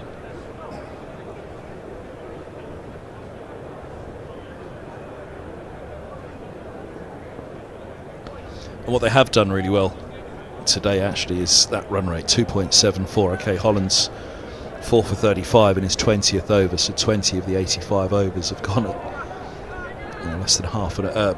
less than 2 and over. But keeping Middlesex at 2.73, the rest of the attack, although nobody else has gone 2 or 3 at the other end, they've all just about kept that grip on Middlesex, never let them get away at any point. Because there have been a number of points where you thought, okay, Middlesex have started to steady themselves here. And their greatest frustration today is quite simple. Not only so many got a start and nobody went on, but nobody at this stage has gone to 50 yet. Yeah, and yet several people have got into double figures. Nobody's kicked on past. But there's only the 19 for 3. Other than 19 for 3, everybody's got in. So that will be a real frustration for the home side. And that, again, will be worn out by roughly this time tomorrow, won't it? Once Middlesex have had a bowl and how they bowl and how they'd follow up, what they'd imagine will be, or they will certainly envisage, will be a good start. Well, I think it'll be also how Leicester bat. You know, it takes 2 to create a story, and at the moment, you know, on a beautiful sunny day, a perfect day for batting, Middlesex, I've missed a few of the wickets, but certainly the early wickets, you know, could have been avoided. Has he got outside the line? It possibly did, actually. I mean, Rob Bailey doesn't like giving too many LBWs from this nursery end, does he? He didn't give many in that last game. It just swung in, didn't it? I think that probably did hit him outside the line. I think that's a good decision, actually.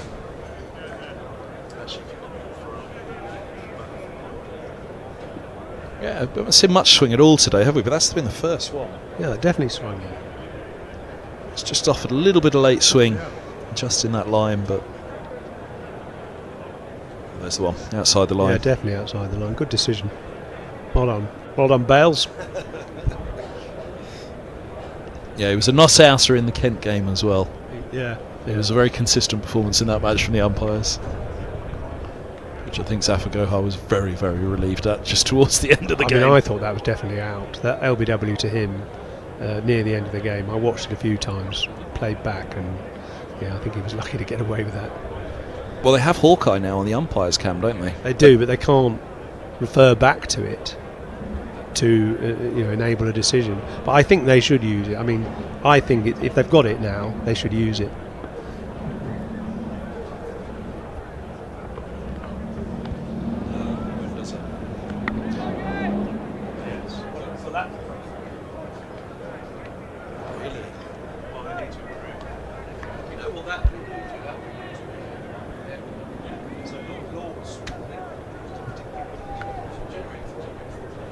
Yes.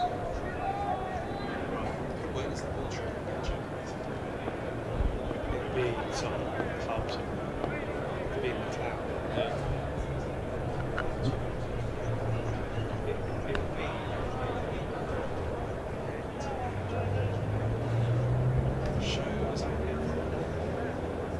Roland Jones looking for the wide on that one. This is the game of cat and mouse you were talking about, Yoz.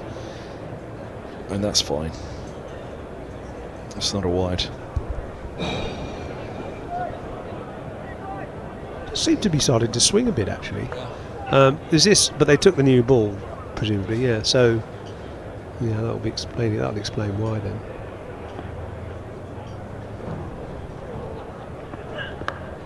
Well, he gets hold of that one, but no, he doesn't. It's an edge. Down it goes, and it's held. Patel takes it.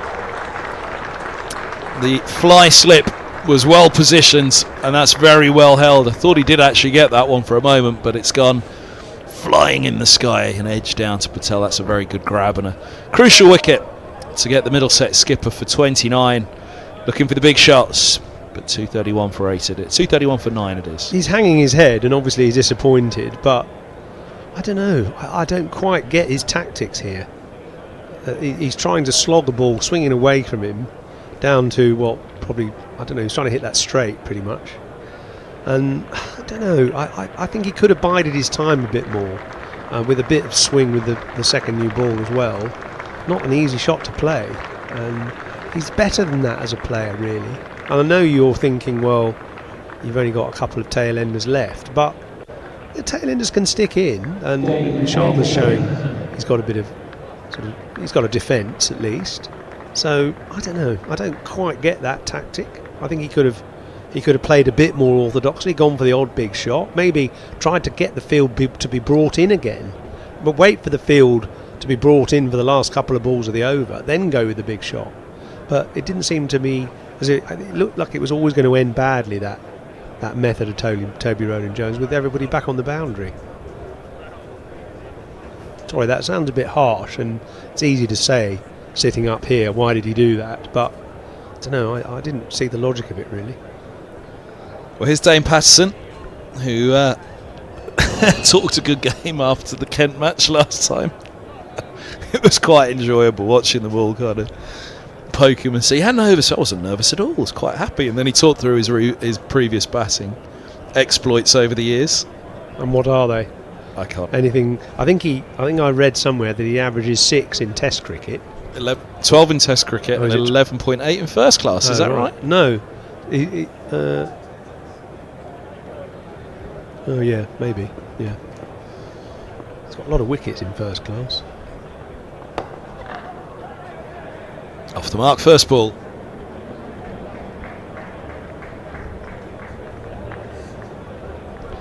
Now that Roland Jones has gone, the question definitely now is who loses their head first out of these two. One of them will have delusions of grandeur, which is very easy to do when you're a tail ender, because you time one in the middle, you think, you suddenly think you're Brian Lara and try and hit the next one on the up, poles everywhere.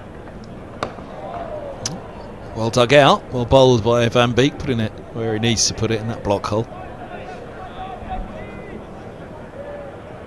David Townsend, who I'm sure you'll have come across over the years, he did come up with a lovely line here once when Surrey had it pretty much wrapped up on the third evening, came back to knock off a few runs and collapsed, and I think Rory Hamilton-Brown was at the non-strikers end and Jade Dernbach was on strike.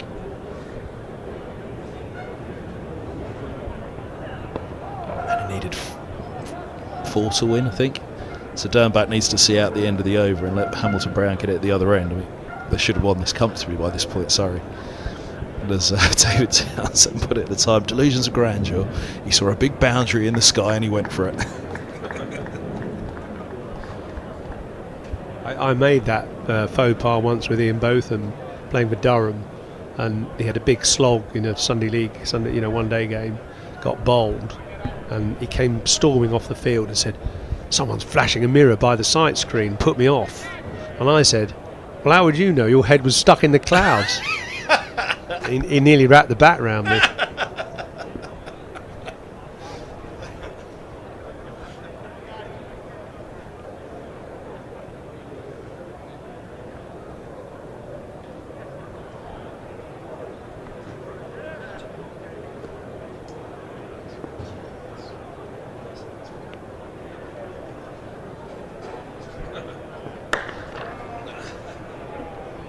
I'm going to have to ask you now, because I have to admit my memory doesn't stretch back to the first couple of years of Durham in terms of cricket. Say I'm old and you're not. Yeah, I know, I was trying to find a way of saying this, but I couldn't say it any other way.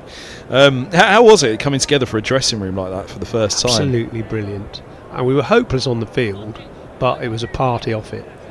Because there were so many great stories and so many great characters. Oh, now that's gone up in the air. Sharma gets hold of it. Oh, he just about holds on Scriven. I have to say, there's a smile that gives that away. There was a moment's panic there as he tumbled back and held that in the bucket. It's a 5 for Holland as well. 5 for 35. He opened up with Middlesex his first 3 wickets today. He finishes off with their last as well. So Scriven holds on. Holland has his 5 for. Sharma's got to go for 1. And Middlesex are all done for 232. Well, that's disappointing. I think Middlesex are under par there. 232 all out. Holland, as you say, 5 wickets. Well done to him. 26 now in the season. He must be thinking, wow, I want to play here every week, and I'd like to play against Middlesex, because he's used the conditions excellently. He's made use of the slope. He's got a little bit of seam movement with the new ball. And Middlesex have succumbed, I'm afraid to say. 1 or 2 good middle order performances, but overall I would say a poor batting performance, really. There's a little bit in the pitch, but it's not 232 all out. And so Middlesex will have to do some hard work now to try and get back into the game. I don't think there's a huge amount wrong with this pitch.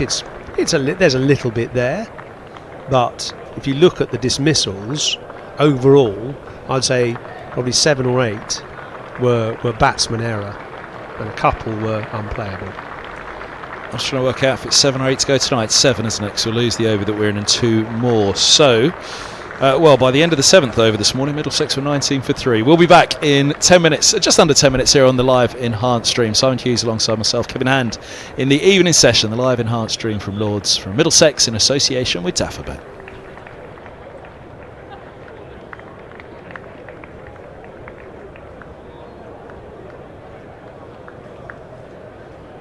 Get this crowd bouncing. Oh my goodness me. Brilliant, absolutely brilliant. Oh, that's a magnificent strike. Oh wow, that's absolutely awesome. Oh yes.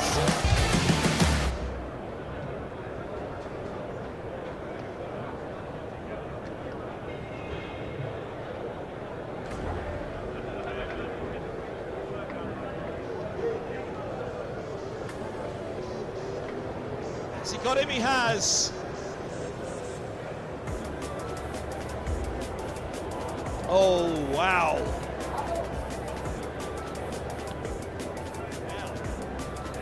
That is some pickup shot.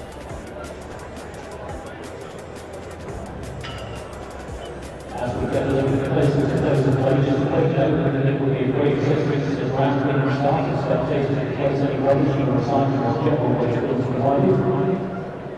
If you do have any of our usual house, please remember to take them to the designated area to the large scale of the Thank you.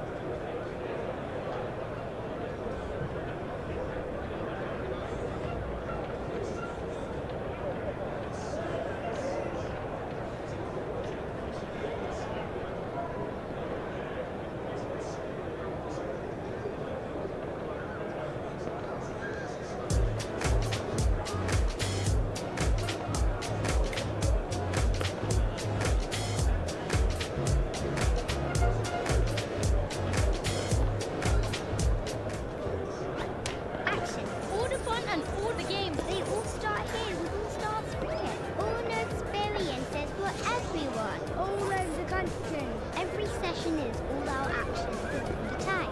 All welcome, all invited. Even mums and dads. Skills, Friendships, smiles, dreams. it all happens here. All you need is delivered right to your door. Best of all, it even has your name on it. All the activators are fully trained.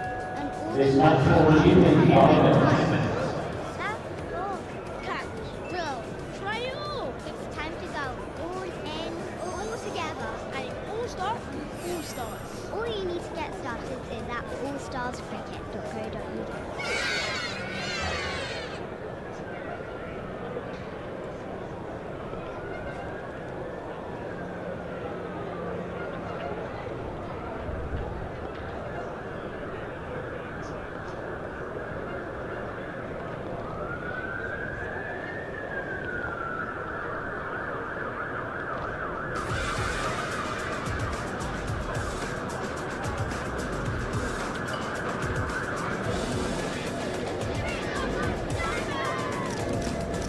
Power your play this holiday at Dynamite Cricket.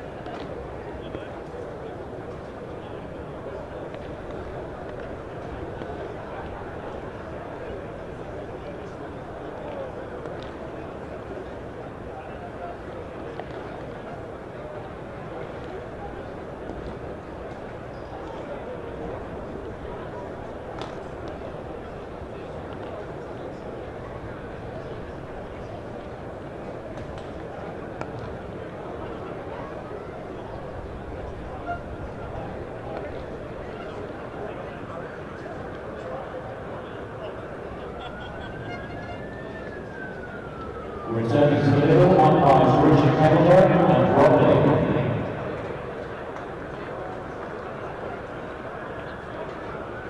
Your match referee is Stephen Foster. Your scorers, Paul Rogers and John Shea.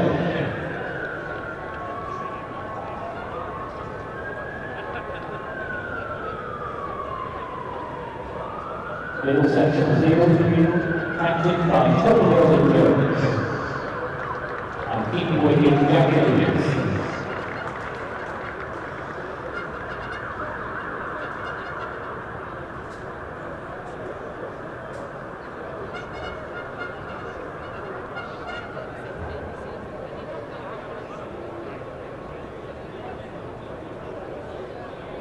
Opening the innings for Leicestershire. So one and Richie Patel.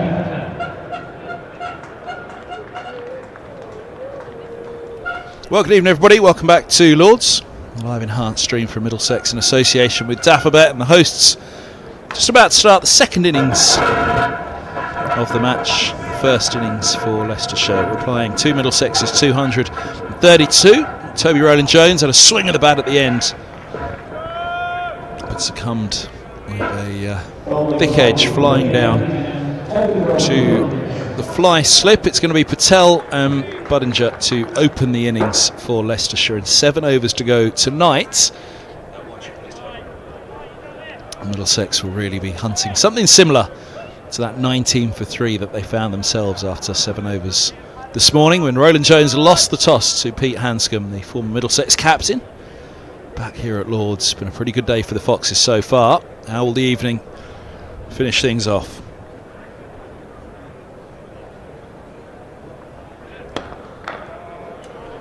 Put up their first ball, Roland Jones, pretty much you expect. I want to make full use of every one of these 7 overs this evening. Simon Hughes alongside myself, Kevin Hand, to bring you through the closing stages of the evening session of the first day. It's been a glorious, glorious first day here. One of the first puffs of cloud in the sky appears over the pavilion.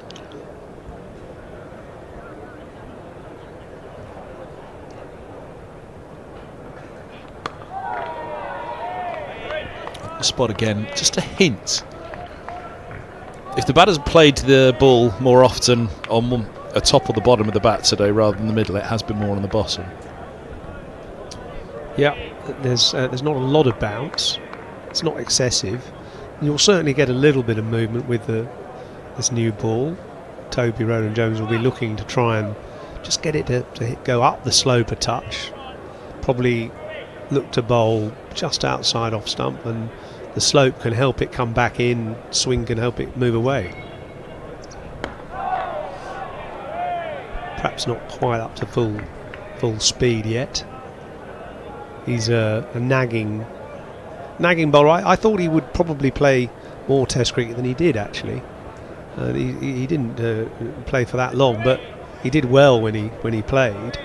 He had injuries and things, didn't he? Yeah, he was so unlucky. I mean, it was just all up the body, knees, hips, shoulders, and ankle as well. There was a problem at one point. Oh, it seems back down the slope. I think after that breakthrough summer against South Africa, when he picked up that 5 for him, oh, there you go.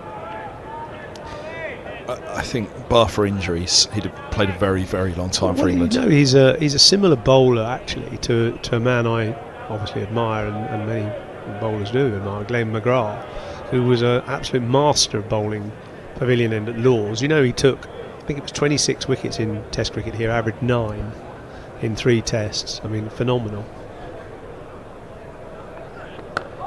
With the same kind of robotic accuracy, a little bit higher maybe, very high action McGrath had, stood tall at the crease, just relentlessly hammered away on a just short of a length around the off stump. But he loved the slope here, because he could set the ball up just outside off stump, and some would come back down the slope and some would stay and hold their line, and the batter didn't know which way it was going to go, and resulting in a lot of indecision. And Roland Jones is a similar sort of bowler. Stepping across to try and take that movement out of the equation is Patel. He stepped a long way across to that one. Couple to get him off the mark and get Leicestershire going in their first innings, 2 without loss. The other amazing stat about Glenn McGrath is that he averaged 9 with the ball in Test cricket at Lord's, and do you know what he averaged with the bat? He was one of the worst tail enders. No, he averaged infinity, because no one ever got him out here. In 3 matches, he said he scored something like 40 odd runs, never dismissed. So he would love to take Lords around with him wherever he went. I always go back to the Joyce story. He moved down to Sussex and sat down with him after the close of play one day. Just say hello. Having done the close play interview with whoever player of the day was for Middlesex that day, and he'd faced Roland Jones for a lot. He was, whatever he got that day, got a 50 or so, and a good day for Middlesex. But Roland Jones was on real form in that game. So it's Dane Patterson from the nursery end. Ooh, now no ball called, but a little bit of bounce on that. quite sure it was there for the shot in the first place. Again, the shot maybe made the ball look a little bit better, or the bounce look a little bit more.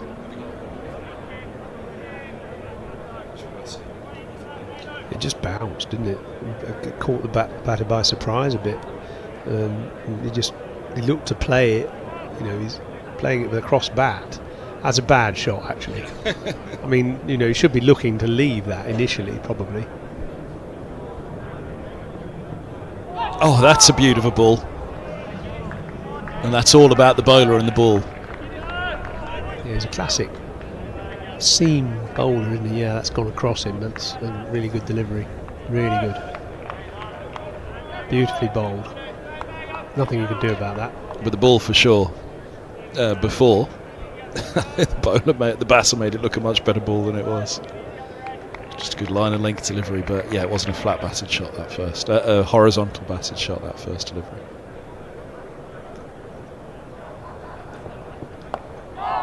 But yeah, Joyce sat there that evening at Hove, and that would have been somewhere around circa. Middlesex were at Hove for a T20 the day that Roland Jones got the 5 for against South Africa, so I'm going to say it was the year before then, 2015 maybe. And Joyce said he's the worst bowler on the circuit to face. His words were, I hate facing him more than anybody else. He said he always hits you a little bit higher on the bat than you expect. And you know every single time it's going to hit higher, but you still play where you'd expect anybody else to extract bounce from that length. And he showed me a triangle of bruises on his ribs where he just said every single time he gets that little bit more bounce, and you know it's coming, but you still, you know, and he just had horrible 3 bruises on his ribs. Yeah, and it's the kind of bowler, if you face him in the nets, he hits you in the inside thigh all the time as well, just nips it back and gets past the inside edge and nestles just below the waist into that unprotected part of your inner thigh.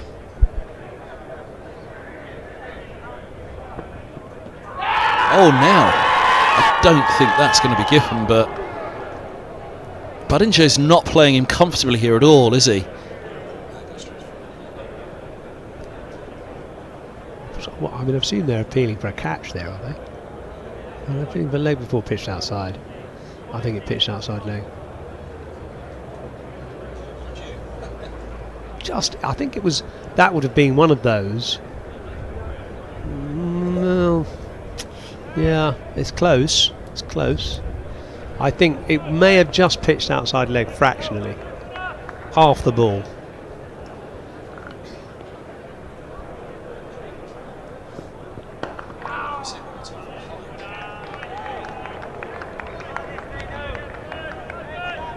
Just looking at height in it as well.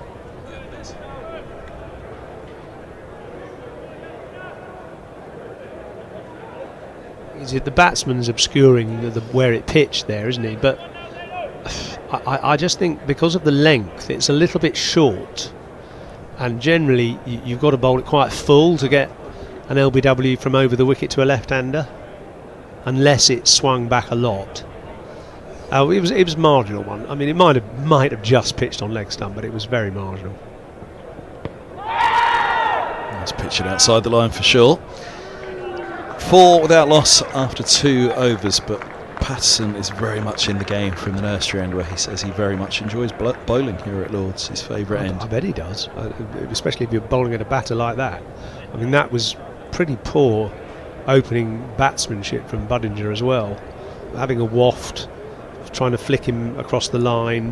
There was no sort of security or kind of real application about that performance at all. There was only 6 balls, admittedly, but it didn't look. It didn't hint any permanence.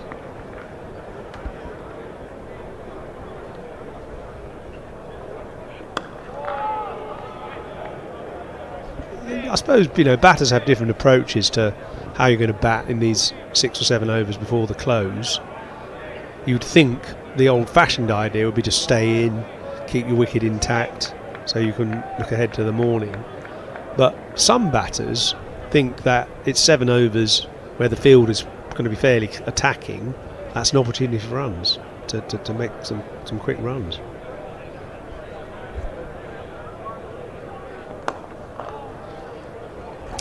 jabbed into the onside from nearly outside off. Not looking too assured at the moment, the opening pair.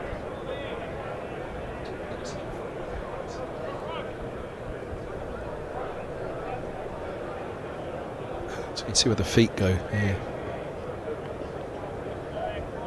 It's pretty loose, isn't it? Century last up against Northamptonshire. And in trouble here. I think he's just got outside the line. Roland Jones imploring the umpire. Very good umpire as well, Richard Kettleborough, international umpire, and he's got a hawk eye. So let's have a look. Well, I mean that's going to be umpire's call, I reckon, on hitting outside the line or not. Just umpire's call. So fair enough to give it not out. Yeah, I think that's a good call. That's a great replay from behind though, wasn't it?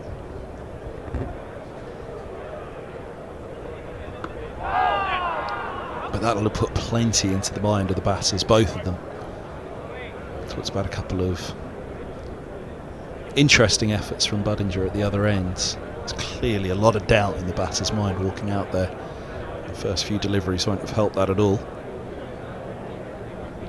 4.2 overs remaining tonight, and the start that Middlesex have had already, I'd suggest they'll be very keen to walk off with a couple.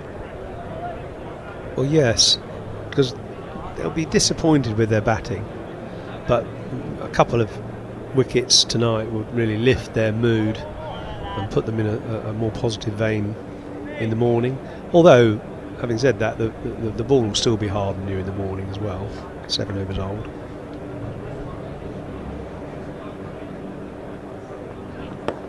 Yeah, they do have a lovely go at this tonight and again in the morning, don't they? It's a nice time to bowl, of course. You know you can only bowl 4 overs at the most. You know the batters are either going to be a bit tentative and nervous or over-attacking, and you've got nothing to lose as a bowler. You can really go for it, and if you concede a few runs, it's not going to matter too much.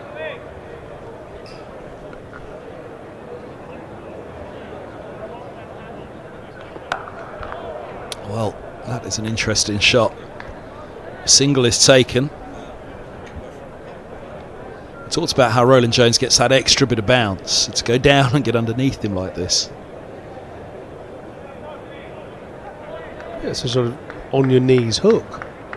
A very unusual shot. His back knee was on the ground when he hit that. He's almost swept him off his nose. He wouldn't have done that against Roland Jones in 2015. Was he quicker then, do you mean? Yeah, I think so. I mean, he's what, 36, 37 now, Toby? And I just think the injuries over the years, he doesn't have that same zip that he once had. And even though he can still extract the same bounce, it's not to the same degree. That's a lovely, lovely shot by Budinger. He needed that. I suggest both of the openers needed that. Roland Jones is giving a hard chase, and batter started to run the second hard, but it's comfortably down the ground. Lovely shot for 4. Yes, very nice. A little bit on the up, probably from about off stump, and at least he kept the blade straight. A couple of the attempts in previous over, he'd gone across the line more, but that was a gun barrel straight drive. Lovely.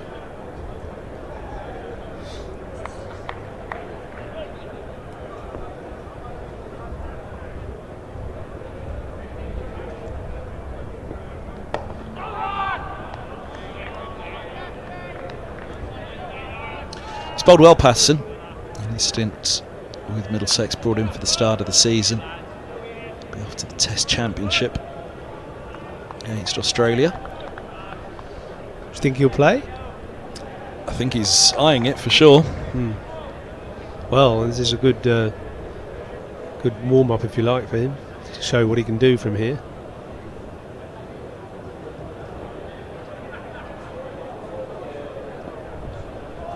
Lovely ball once again, and I think if the selectors would have watched Patterson bowling from the nursery end here at Lord's so far this summer, then they'd say, okay, yeah, could do with a bit of that.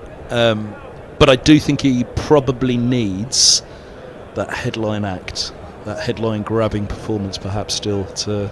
And I think he'd like it, before he heads off. I'm sure he'd like to have said at Lords, this is what I got. I suppose it will depend maybe a bit on whether Kagiso Rabada is pickable. He was suspended, wasn't he, from the IPL for taking a banned substance earlier in the year, and he served a bit of suspension, but it wasn't a performance enhancing drug, and I think he's been released from his suspension now.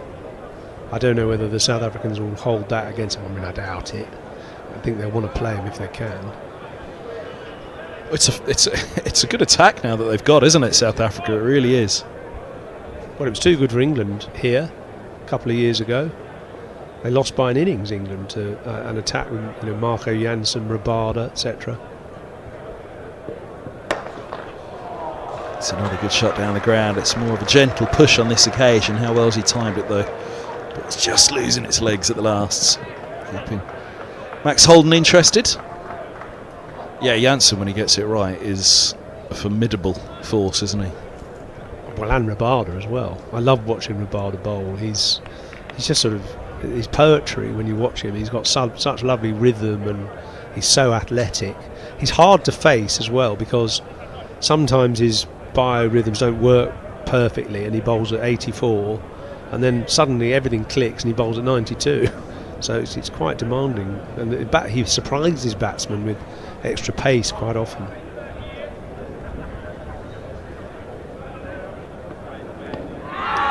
Inside the line.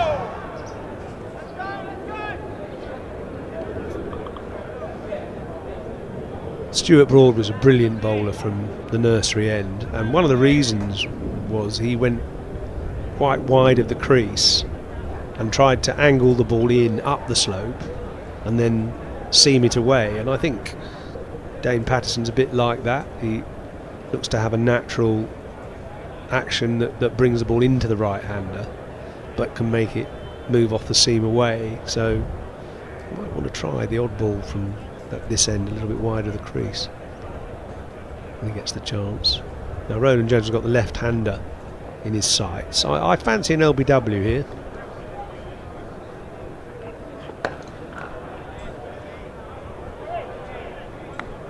Well, I think that's, for Middlesex, absolutely paramount, is to keep LBW in play, isn't it?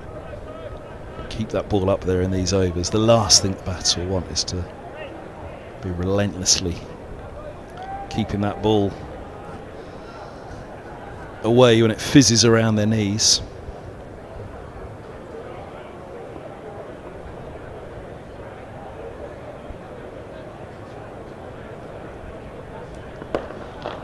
That's a lovely shot again.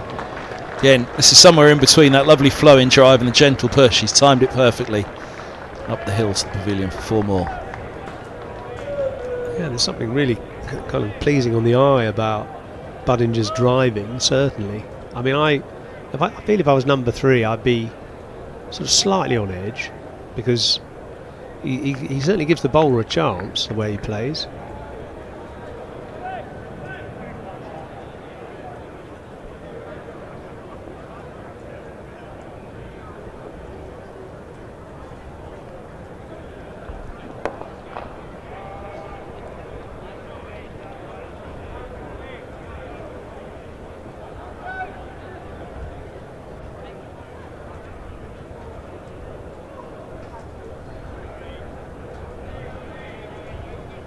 I wonder if they'll give Sharma 1 over before the end of the day. I imagine they won't, actually. They probably won't want to use up an over on a debutant.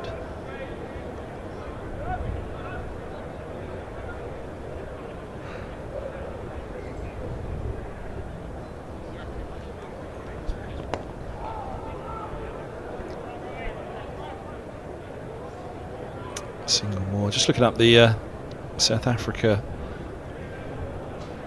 squad for the Test Championship.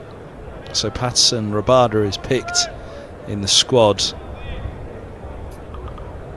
Who are the other bowlers then? Marco Jansen. Bosch.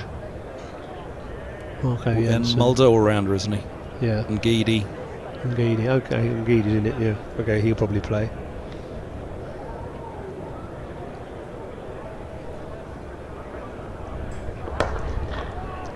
Not sure they can go four seamers, and I was confidently saying Patterson the way he's bowled at the nursery end, but Rabada, Ngidi, Janssen. Yeah, and probably an all-rounder as a fourth seamer. So maybe Bosch. Keshav Maharaj. Yeah, they'll probably play him. Will play.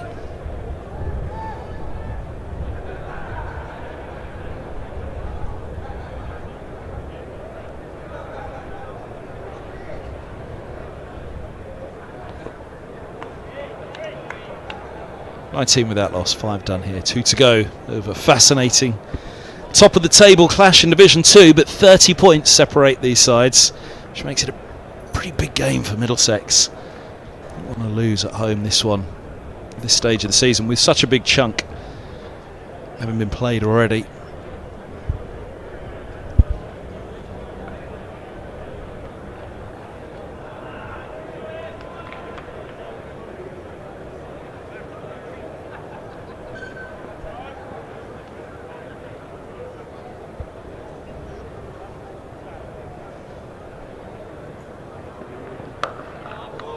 Lancashire bottom of the table, of course, aren't they, in the second division? Jimmy Anderson returning today, but hasn't had a chance to bowl yet. Lancashire are batting at the moment, 247 for 5 against Derbyshire.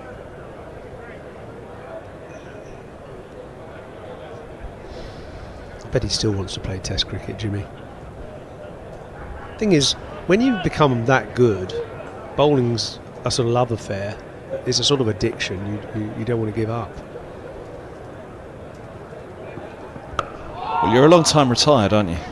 But it's also, if you're fit enough, as he is, and not beset by injuries, though he has been out recently, bowling becomes a kind of almost a thing you can do in your sleep.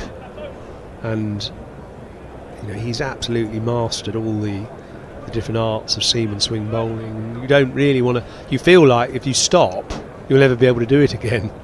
So, as you say, you are a long time retired.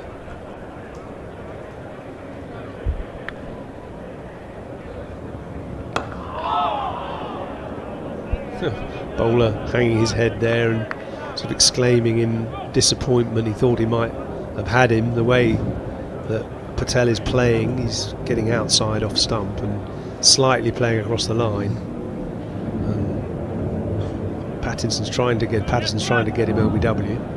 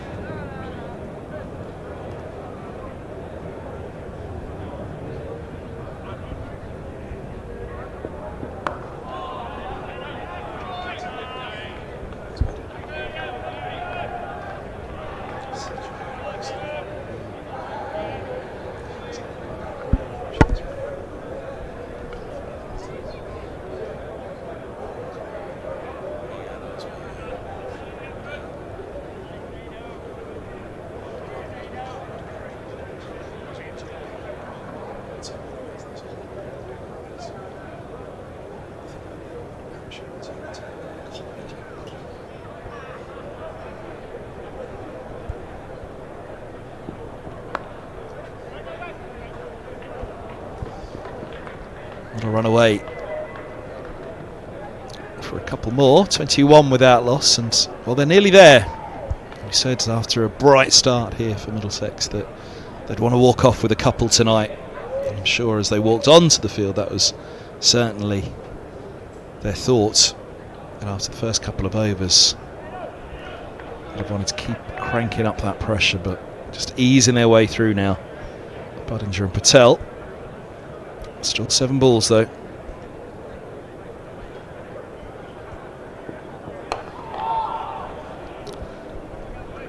On without loss. They're playing with a bit more confidence now, these batters, and I think it puts the pitch into perspective a little bit. Doesn't look as if there's any real malice in the pitch, which Middlesex is 19 for 3 suggested there might have been. I think, just a recap, I think Middlesex will look back and say we should have got 300 really at least, and too many batters either played loose shot to start with or got in and then gave their wicket away. These guys, they could set the sights on a 100 opening partnership here in the morning, obviously.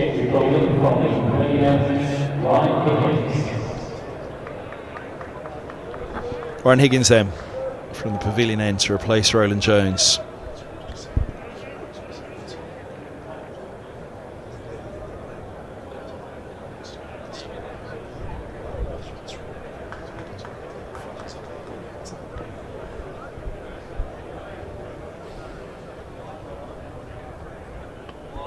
That's not a bad start from Higgins, immediately around the wicket and immediately beating that outside edge.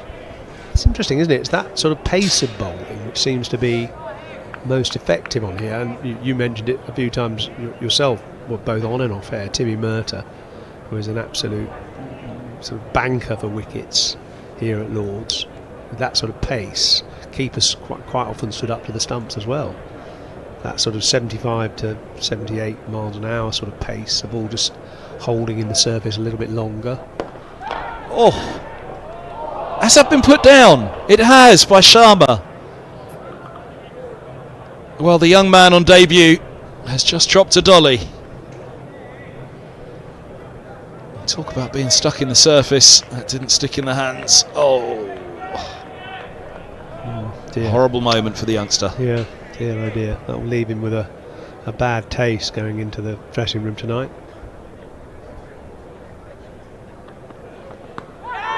Oh, now Davies very nearly. It's usually all action when Higgins is involved.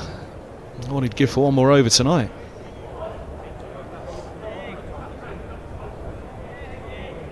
He's having a chuckle with Patel at the non-striker's end. Receives the ball from Roland Jones. Hasn't quite had a look across to young Sharma just yet.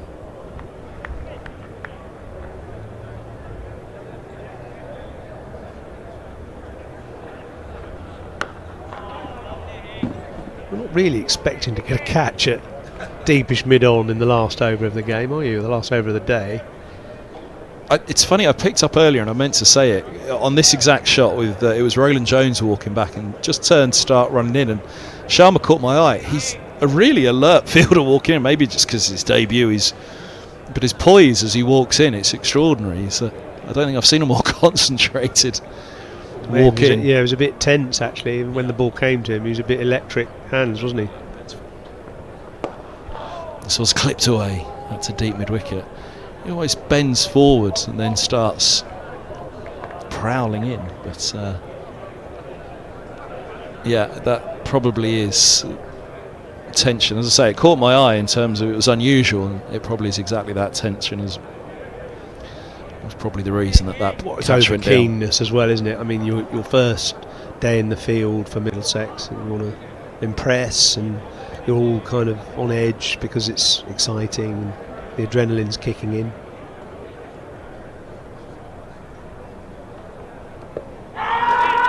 Well, he's gone! Higgins has him! Patel falls for 6, the last ball of the first day.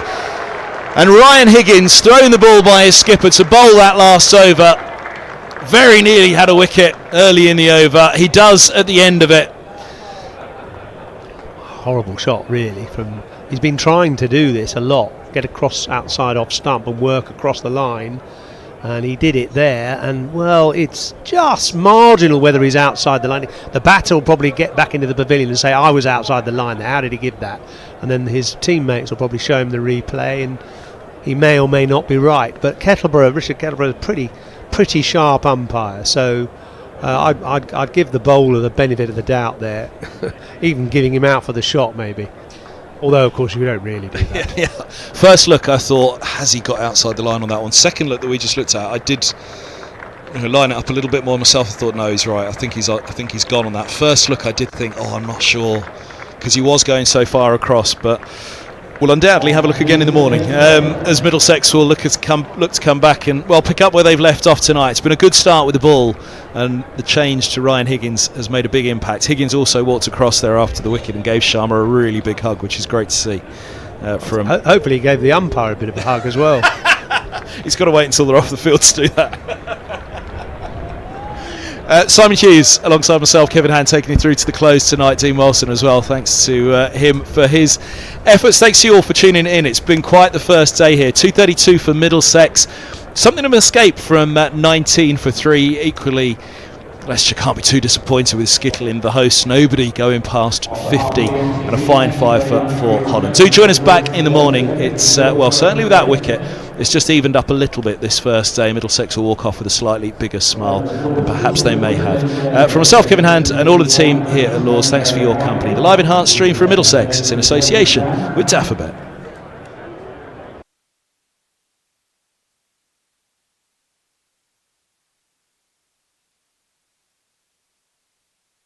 Get this crowd bouncing. Oh my goodness me. Brilliant, absolutely brilliant. Oh, that's a magnificent strike. Oh wow, that's absolutely awesome. Oh yes.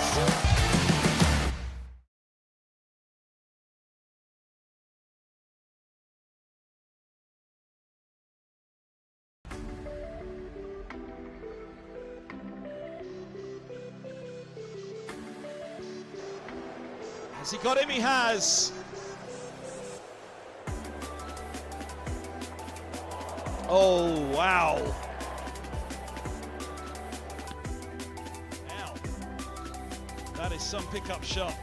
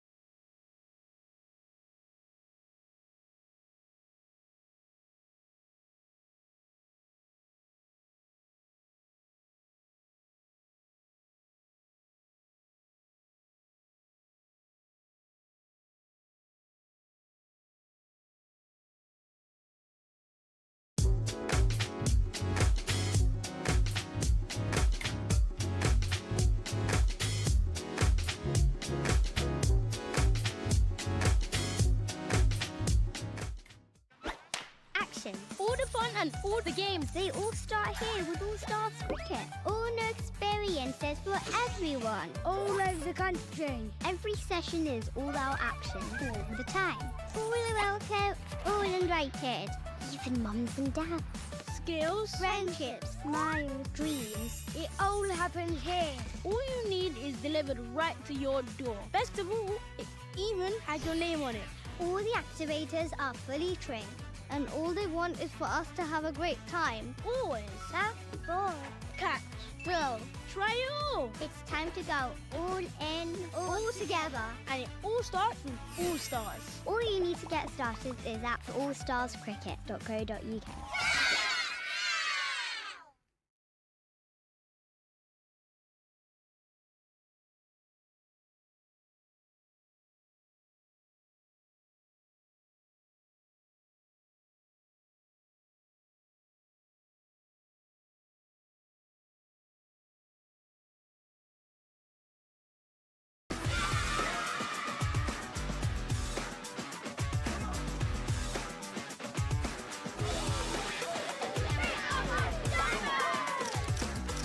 Power your play this holiday at Middlesex Cricket.